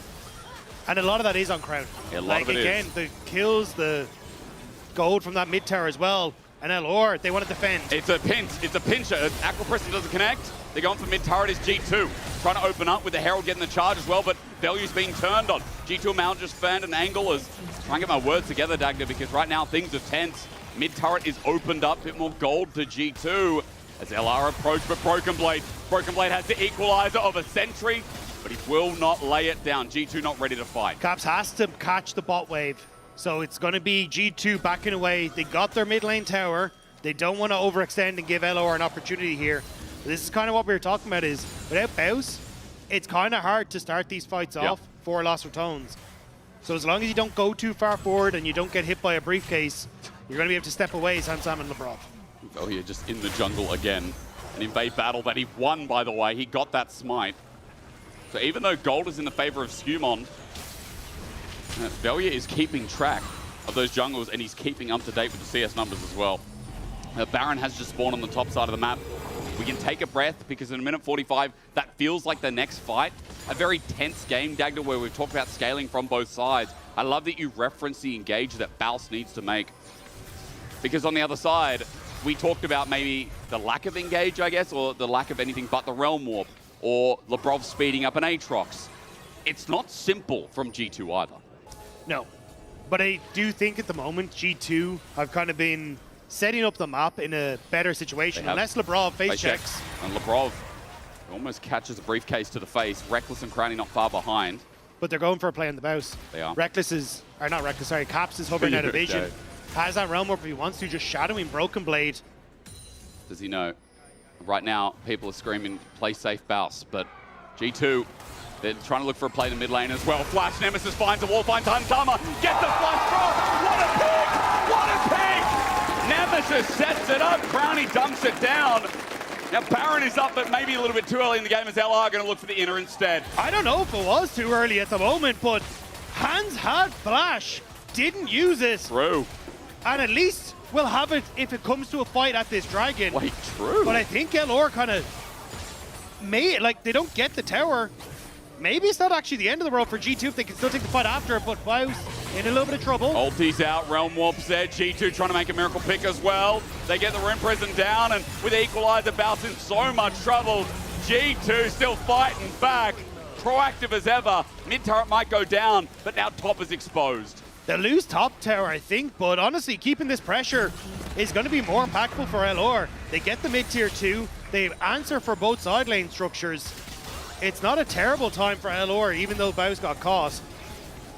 Can they catch Can they do it again? Yeah, I'm questioning that. Wow, that damage on Lebrov with the Tidecaller's blessing from Crowny.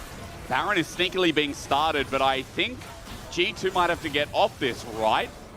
I mean, TP is going to be channeled. G2 a little bit low. If they get engaged on here with what kind of engage, maybe an army, then there's an angle for LR. Yeah, I think G2 a little uncertain as to whether they could keep mid-pressure and also with Dragon there. But now they have to reset. Looks like LR are going to do the same. So a little bit back and forth. This is still anyone's game right now. It really is. And backtracking to Han Summer not flashing, I thought it was a timer from LR punished. What a great pick I thought it was. But what a mistake from Han Summer not to flash away. Like, well, I don't know if it was. Because if you take a fight here as G2 and you have the flash, right, then it actually is good, right? I think keeping that flash for an objective fight is much more important rather than the one kill. But Dragon goes down regardless. Yeah, it's now more of a case of can G2 use this timer? And I don't know if they are. LR grouped on mid. Maybe his bot side. Baus doesn't have charge. He can't follow this up. Skumon's going to get out with Blast Cone and no camps for Velia to start and take. Top wave in a good space and mid is quite neutral for now. G2 are just trying to get into their own jungle. That blue buff finally spawns. Velia looking for the smite. Secures. Another camp stolen away. Skumon slowed down as well as LR trying to position for the fight. Crowny's walking in first with Nemesis. The zone control is immense, but G2 now have the inside track on midway. Well, you've already got Baus on that top wave as well, and that tower is relatively low, so G2 turning. Equalizer not great this time. Rune Prison starts it off with the wall. The wall's fantastic. Tidal wave as well. Velia runs at cap, separated from the team. Baus's ulti not too good. He thought G2 would be further up than they currently are as they run through mid. G2 on the escape path with the Glitter Lance to slow down. LR want the chase to enable them Baron, but G2 won't give it to them. You're dealing with the very best here. And now, again, mid lane track, G2 have the inside. Yeah, so G2 end up pulling LR out of that top side. Kobe now to try and fight. Is it a bait? But again, this is kind of what we're talking about. You don't have engage tools really on either side. So it's hoping for an overextension to make the play. Baus? The spot, Skumon. They know he's here. No ulti, but a blast cone. Smite comes down. Skumon's looking for blue as well. Nemesis hovers over the wall here, but there's not much he can do. Blue buff goes down as well. Velia looking for the chase, but Skumon gets over the wall. It's going to be a long con here. Han Summer's on the way as well. Realm Warp used by Caps. Skumon's still not out. The wall flashed over. A mistake from G2, maybe staying too long, but is the flash going to change the game is the question. But it's the over chase by LR on the bottom side with no match on top that gives G2 another tower. That's going to let them push in, reset, get back out into the map first as well. So all said and done, yes, it's another flash burnt, and it won't be up for this next objective in 3 minutes. But LR, they don't really capitalize on it. This game had no business being this tense. Absolutely none. But I guess the draft lent itself to it. But this is what it's all about, isn't it? As you said, gold could swing either way. LR still maintaining 2,000, but as Baron is the obvious objective right now, it's just nail-biting fence-off, this dance-off, where G2 are trying to approach clear vision and make sure that LR aren't trying to sneak this Baron. Crowny is incredibly strong at the moment with 3 items completed. Finished. And looking at the build from Nemesis, very tanky. Bloodletter's Curse, Malignance, and also the Roa, giving a lot of health. That means that he can be a little bit more of a bruiser, like try and play up, fish for these walls, and still survive afterwards. But LR, they're just going to try and rush this. And TP's there as well. That's Baus coming in. Skumon's going to have to approach as well. And as that teleport finished channeling, Baus is here, ready to turn the engage. 7k, 6k. If they flip this, Skumon will take it with the light. Has no flash to get in. G2 looking for it. As you said, no flash. He walks up, but it's secured. LR got Baron versus G2. Tidal Wave gets 3. Velia's in the firing line as Equalizer's done a lot of work, but Broken Blade went in prematurely. A briefcase only just short of the wall. The wall! No flash on Skumon, and he's got a wall in the way. Nemesis is dealing with Caps. He's got the egg to play dangerously as G2 are left with 4. Smite down. Caps running for his life. Polymorph made him save the fight as Agnivia is shut down. Realm Warp cutting off Velia. G2 on the chase to take away not 1, but 2 Barons. They secure the Baron in LR. but G2 will take one life away as well. G2 are playing with their food here, though, hoping that, well, actually, it looks like Velia might get out of here. I think he's the passive backup. I don't think Caps can root him. He's out. He's got Deadman's plate as well. He's got the movement speed. He's going to try and take a camp with him, but 4 Barons for LR. And what a play to punish the no-flash Skumon. And G2 just slow to react. The wall was great. Skumon doesn't get into the position. That was so Broken risky. Blade, though, does a huge bounce on the backside towards Crownie, which kind of shuts down the pressure from Crownie in the rest of this fight. Skumon still able to dash over, does end up falling, but keep your eyes on Caps on the bottom of this. A ton of damage onto Nemesis. Nemesis hoping that he can play for that health bar advantage, knowing he still has the egg. But because Crownie was already taken low by Broken Blade, the rest of LR can't play into the fight. So it ends up being a 1-for-1, but Baron for LR, and crucially, a Baron that keeps the waves pushed against G2 for this Dragon in a couple of seconds. They did it against MKOI. Can they keep it going against G2? The league would be in disarray. Fans of other teams would be in disarray. And the doubters would be in shambles. And suddenly Odo would start looking like an absolute genius. Dragon going to be started here. LR are quick to the play. No contest. Skumon is in top. But LR expected this. Nemesis already in this top side to help with the bounce. Craps has help on the way, but how quickly can it get there? Oh, what a pick set up from the Solar Landers, as you said. Skumon coming to help out, but the burst now is massive. Cap slowed down. Charge again. Fausto runs out of room. Skumon already pops into the ulti, but the World Ender needs to chase onto Nemesis. It needs a kill for the reset. Tidal Wave to disengage Hansama, who's trying to snap engage. Maybe a small mistake, but Khan is caught. Drowny saves the day. I'm shaken as Velia watches the roll up take place. It's G2 with the escape, running for their lives. Velia on the chase has a dead man. Dagda, I don't know if this is over yet. I think it is over at this stage, but it's LR who are sending G2, licking their wounds. This gold lead is starting to creep up for LR. The Dragon count is starting to creep up, and it's about to get worse because this tower immediately gone. It's these mid-game plays for LR working wonders for them over and over. I don't know what happened, week 2. It was the momentum, right? It was the GX loss, then suddenly Team Heretic shifters into MKOI. It's given them momentum. This was so risky from LR though. Baus and Nemesis don't get to kill Caps off immediately, but it's the fact that Reckless is already reset, that can get the heals, that can get that help that they need, because Skumon is about to tear through them and the rest of G2 are here faster. But Reckless keeping Hansama out, that's a lot of the damage taken away, and also the flash and the wall growth onto Nemesis to keep him going. And it's just the fact that Crownie, we said already, he is huge on this Yunara. Yeah. He can tear through these health bars. Soul point for LR. 3.7k gold lead. Game's not over yet. It's G2 we're talking about. They deserve the highest respect in the league, no matter what state they're in, no matter where you think they are on the caliber of our LEC teams. LR know this job is not finished until that Nexus falls like any other team in the league. 155 till the next Baron, and by the way, the last Baron only got about a 1,500 gold power play, if that. G2 just looking for the pick. They want to use Cap's Realm Warp to get in Nemesis. Found, flash, Skumon used it well, equalizer down, Infernal Chains runs out though. A stun, a counterplay, Crownie has popped the Transcendence with a TP from Baus.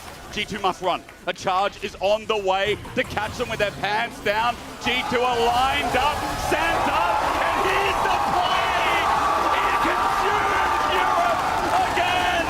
Caps is trying to escape in a Realm Warp, but a triple over to Crownie, and the Rats are doing it again! The haters are silent! The doubters denied! Los Ratones are taking the scalp of every team in Europe! Where were you when the ERLs rose up? Everyone thought this team was out of their depth, Dagda, but look at them now. They can go look for the end. 25 seconds left. Caps has to clear the wave, but he's gonna die! He is indeed as he flushes away now. Nexus turrets laid bare. It started with Heretics, it started with Shifted. Now MKOI and G2. Do EU believe? What is happening? This team looks so doubted. They looked like they wouldn't be able to get a win, let alone make it to playoffs. Yet here they stand, atop MCOY, atop G2. And now it's just how long does that staircase go for them? Now give us a best of 3, best of 5. Because even though G2 lost, that game was nail-bitingly good. Great team fights, and LR come out on top. The battle is so well-deserved. And there is once again a plague in Europe. We are infested with rats as you vote for your player of the game, Nemesis, Crowny, or Reckless. Hot damn. I believe in witchcraft. I do. I think there is witchcraft. It was insane. And even at the end, that 4-man slow from Crowny after the charge in the bows. Crowny played exceptionally this game. So much of this win was off the back of the damage he could do, the positioning that he found. And I mean, look at that crowd. I can't believe Balsi came in to saying pro play was shit in week 1 to that kind of development. Ginny asked Baus what the hell is happening with this glow up of a team. Oh, don't you worry. That is going to be the first question, Baus. Congratulations. 4 in a row. What is going on? What is this glow up about? Yeah, we're following the script, you know. Lose the first few games, come in as underdogs, the miracle run, you know. It was all planned. Yeah. How'd you make it so perfect? Because this is G2 we're talking about that you guys just took down. Yeah, I mean, they're G2, but we're Lost Tone, so... Oh! They're loving it. You just went up against Topfather himself. How was that? No, it was great. You know, I have big respect for Broken Blade. I think he's probably the best top laner we have. So big respect to him. We were gambling. He didn't play a good rumble. He played a good rumble. So it was rough, but I did my best, and I'm happy my team carried me. I mean, individually, you have also been doing very well. You haven't been getting solo kills. You didn't get solo killed yesterday either by Mirwin. Another win too. What has it been for you? Like, what have you been working on behind the scenes for this success? I've just been working on getting better, you know. I feel like coming into the split, I was very behind, you know. Last year, like, you could say I'm like a year into the pro play, but realistically, last year, I didn't even listen to the coaches. I didn't care. Like, Look at how he's not, Odo is not like that. I just did whatever I wanted, you know, so... Speak your truth, King! What do you mean you didn't listen to me? Like, you were actually cosplaying so much that you were listening to me. You were actually not listening the whole time. The 5 hours lections we had, I didn't listen. I had YouTube shorts running on the side. I'm sorry. That feels bad, man. But you know what? I guess it worked out, right? Yeah, I mean, what I was saying is I came into this, I was very behind of everybody. Everybody was smurfing. I mean, everybody's still... I got solo killed a lot of times this split. But yeah, I've just been working really, really hard to catch up to everybody. And I think I'm almost there now. Yeah, no, I absolutely agree. I mean, at this point, you know, playoffs is not unrealistic. So, do you think we're going to see Los Ratones in playoffs? Definitely. Okay. Thank you so much. Thank you. We're going to be heading over to PGL with Floor. Congratulations to Los Ratones once again. Floor, take it away. Thank you so much, Jeannie. Balsi, the crowd is in shambles here, but we have Crowny, aka Sexmaster. Thank you so much for joining us. Any first impressions, any first reactions on beating G2? Because it was really funny.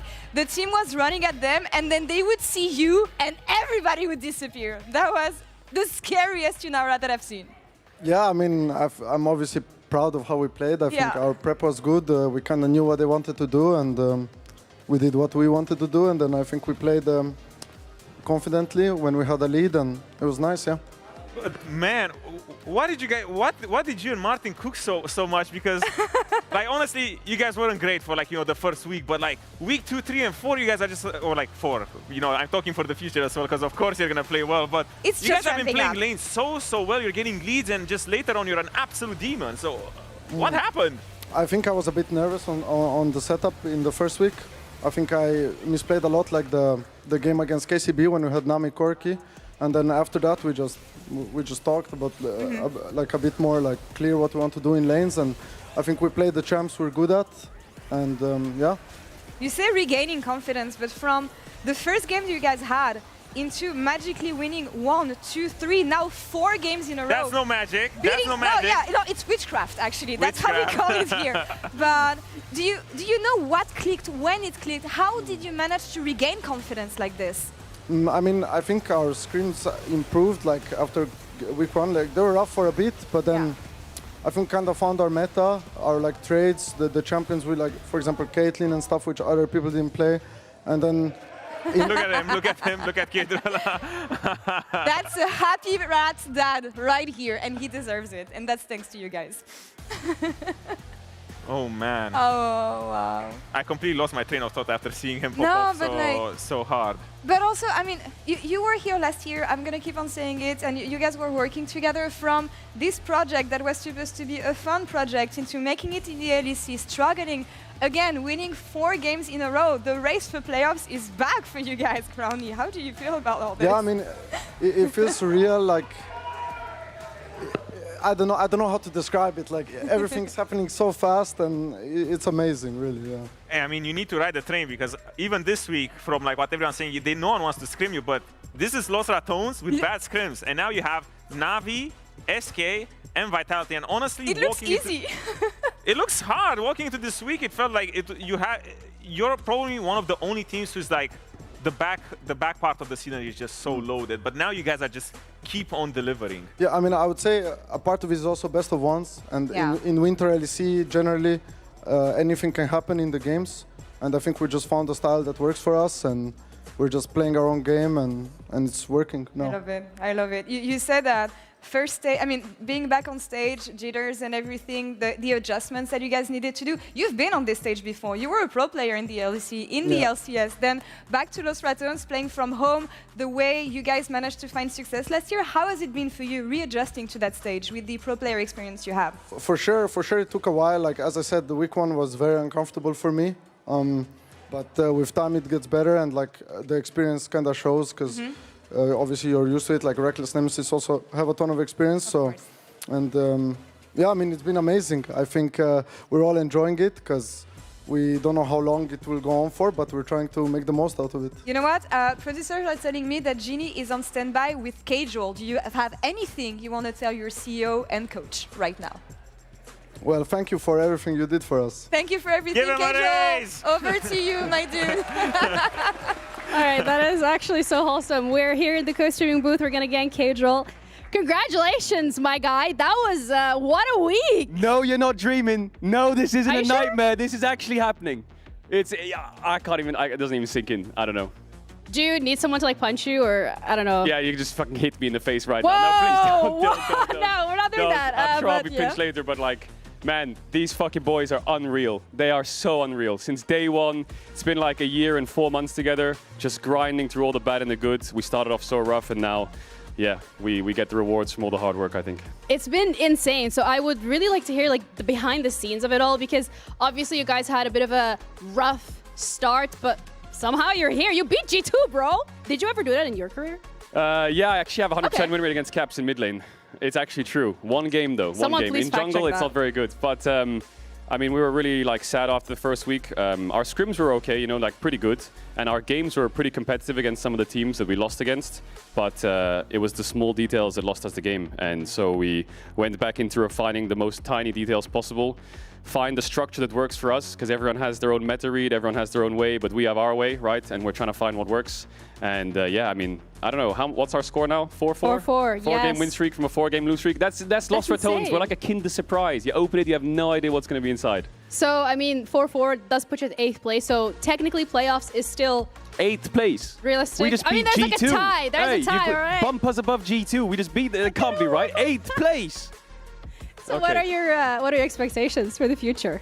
Well, we got another game tomorrow. Mm-hmm. And then we got 2 more games next week. I don't know, everyone keeps telling me 4 wins for playoffs, 5 wins for playoffs, 6 wins for playoffs. I broke the record for 6 wins not making playoffs in spring 2020. Then I broke it again with 7. So I hope this doesn't happen again. I'm a bit of a curse, but so far so good. Hopefully you're not the curse. Fingers crossed for that. Thank you so much for your time as well. Laura, we're going to be heading back over to you to let us know what we're thinking down there. Crowny! It's fine. It's fine. There's no curse. There's no curse because he's not playing this time around. And oh my God, you gotta love the Kia reaction from Casual.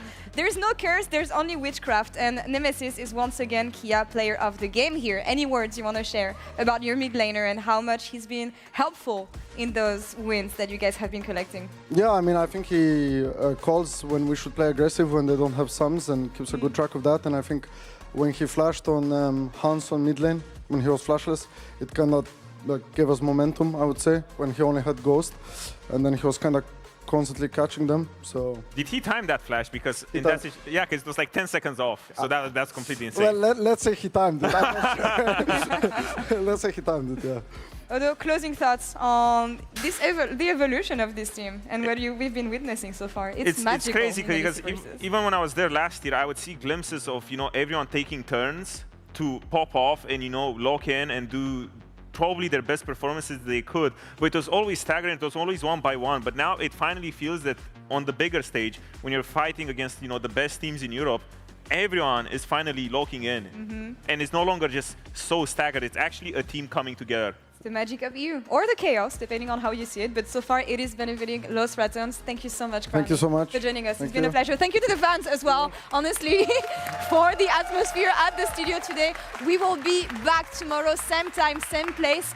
4:45 for the beginning of the games, I believe, if I'm not... Yeah, yes, thank you, John, for confirming all this. And if you want to watch more League of Legends, it's over across the Atlantic. The LCS is live right now with FlyQuest versus these guys. Stay tuned. We'll see you tomorrow. Bye-bye. Oh my God. Someday, you heard? They're gonna interview me? Yes. Yeah, Someday? Yeah, It's time. It will be banger. Someday I have bad news. They cancelled the interview. Oh my God. Bro, what? I'm so sad. I cannot even sorry, tell guys. you. I have to peep. Can you fight? No, it's too deep, too deep, too deep. Kill my fight. Slowly. Yeah, I think it's Malphite. Kill my fight first. Can step in a flash. Can step in a flash. Can step in Malphite, no flash. Not to say flash. Let's go. Let's go. What is this game, bro? Let's go. Oh my God. Yeah, is that it? I still have the middle. Mid. Okay. Has flash. So sweaty. Ah, good. Give me. Penta? I can play. Come on. Oh, I would have guessed. Yeah, I can. Give me. Let's go. Nice. Another one. And another one. I'm the best AD LEC. Like this. I'm the best AD in LEC. Starting champ select. Oh my God, we have champ select. Okay, oh my God, thank you. Nobody speak. Good luck, guys. Let them speak. Thank you. Okay, flash, no flash. I can't find this. No flash. Take portal out if possible, nice. No flash. I hit one auto and I'm fine. You kill. Careful. Oh shit. I'm flying. Yeah, go. Can play for it's gonna be a 50-50. Get to finish as well, I guess. It's gonna be 50-50. Yeah, go for it. Yeah, Pantheon Q at least. Yeah. Okay. We win the fight. I can block them, okay? Okay, with you. 6 minutes of warm-up time. Why not 7? Because it's 6. 6, 7. I swear to God, this is the third time I hear this joke today on the stage. By who? Vitality did the same. Yeah, they are completely brain-rotted and who? I'm gonna ult, okay? Yeah. Look, this. That's winning. That's winning. 이거입니다. Come on for I catch it. You know, it's not too bad to sit here Sunday evening. I'm pretty good with being here together with all of you. at this point of my life. I'm not going deep, guys. Don't get baited. I saw no, I finished. Hey, truck's no flash. I finished. Go. Wait. We can end mid, maybe. Midwave. We can end mid, I think. Yeah, we can. Go mid. Let's go! Come on.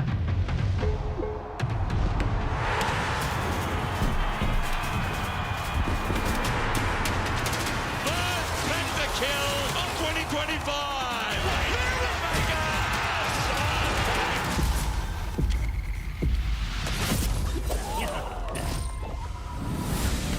A new wave is coming to the LEC! That's gonna be one of the best LEC intros I've seen in years! Oh, Jackies! For a bit, another. Crowd's all ready for that trash slide. Their rapid, crazy minds riding the arcane again. Everything blue in this arena. Everything blue.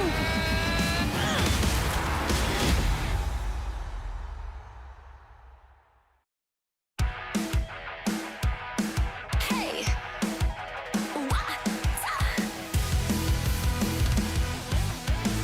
Hey, look up at the sky. It's just a starting line. Waltzing through the storm, feel the vibe align. Radiant rebels in the silent fray. In the pulse of dawn, we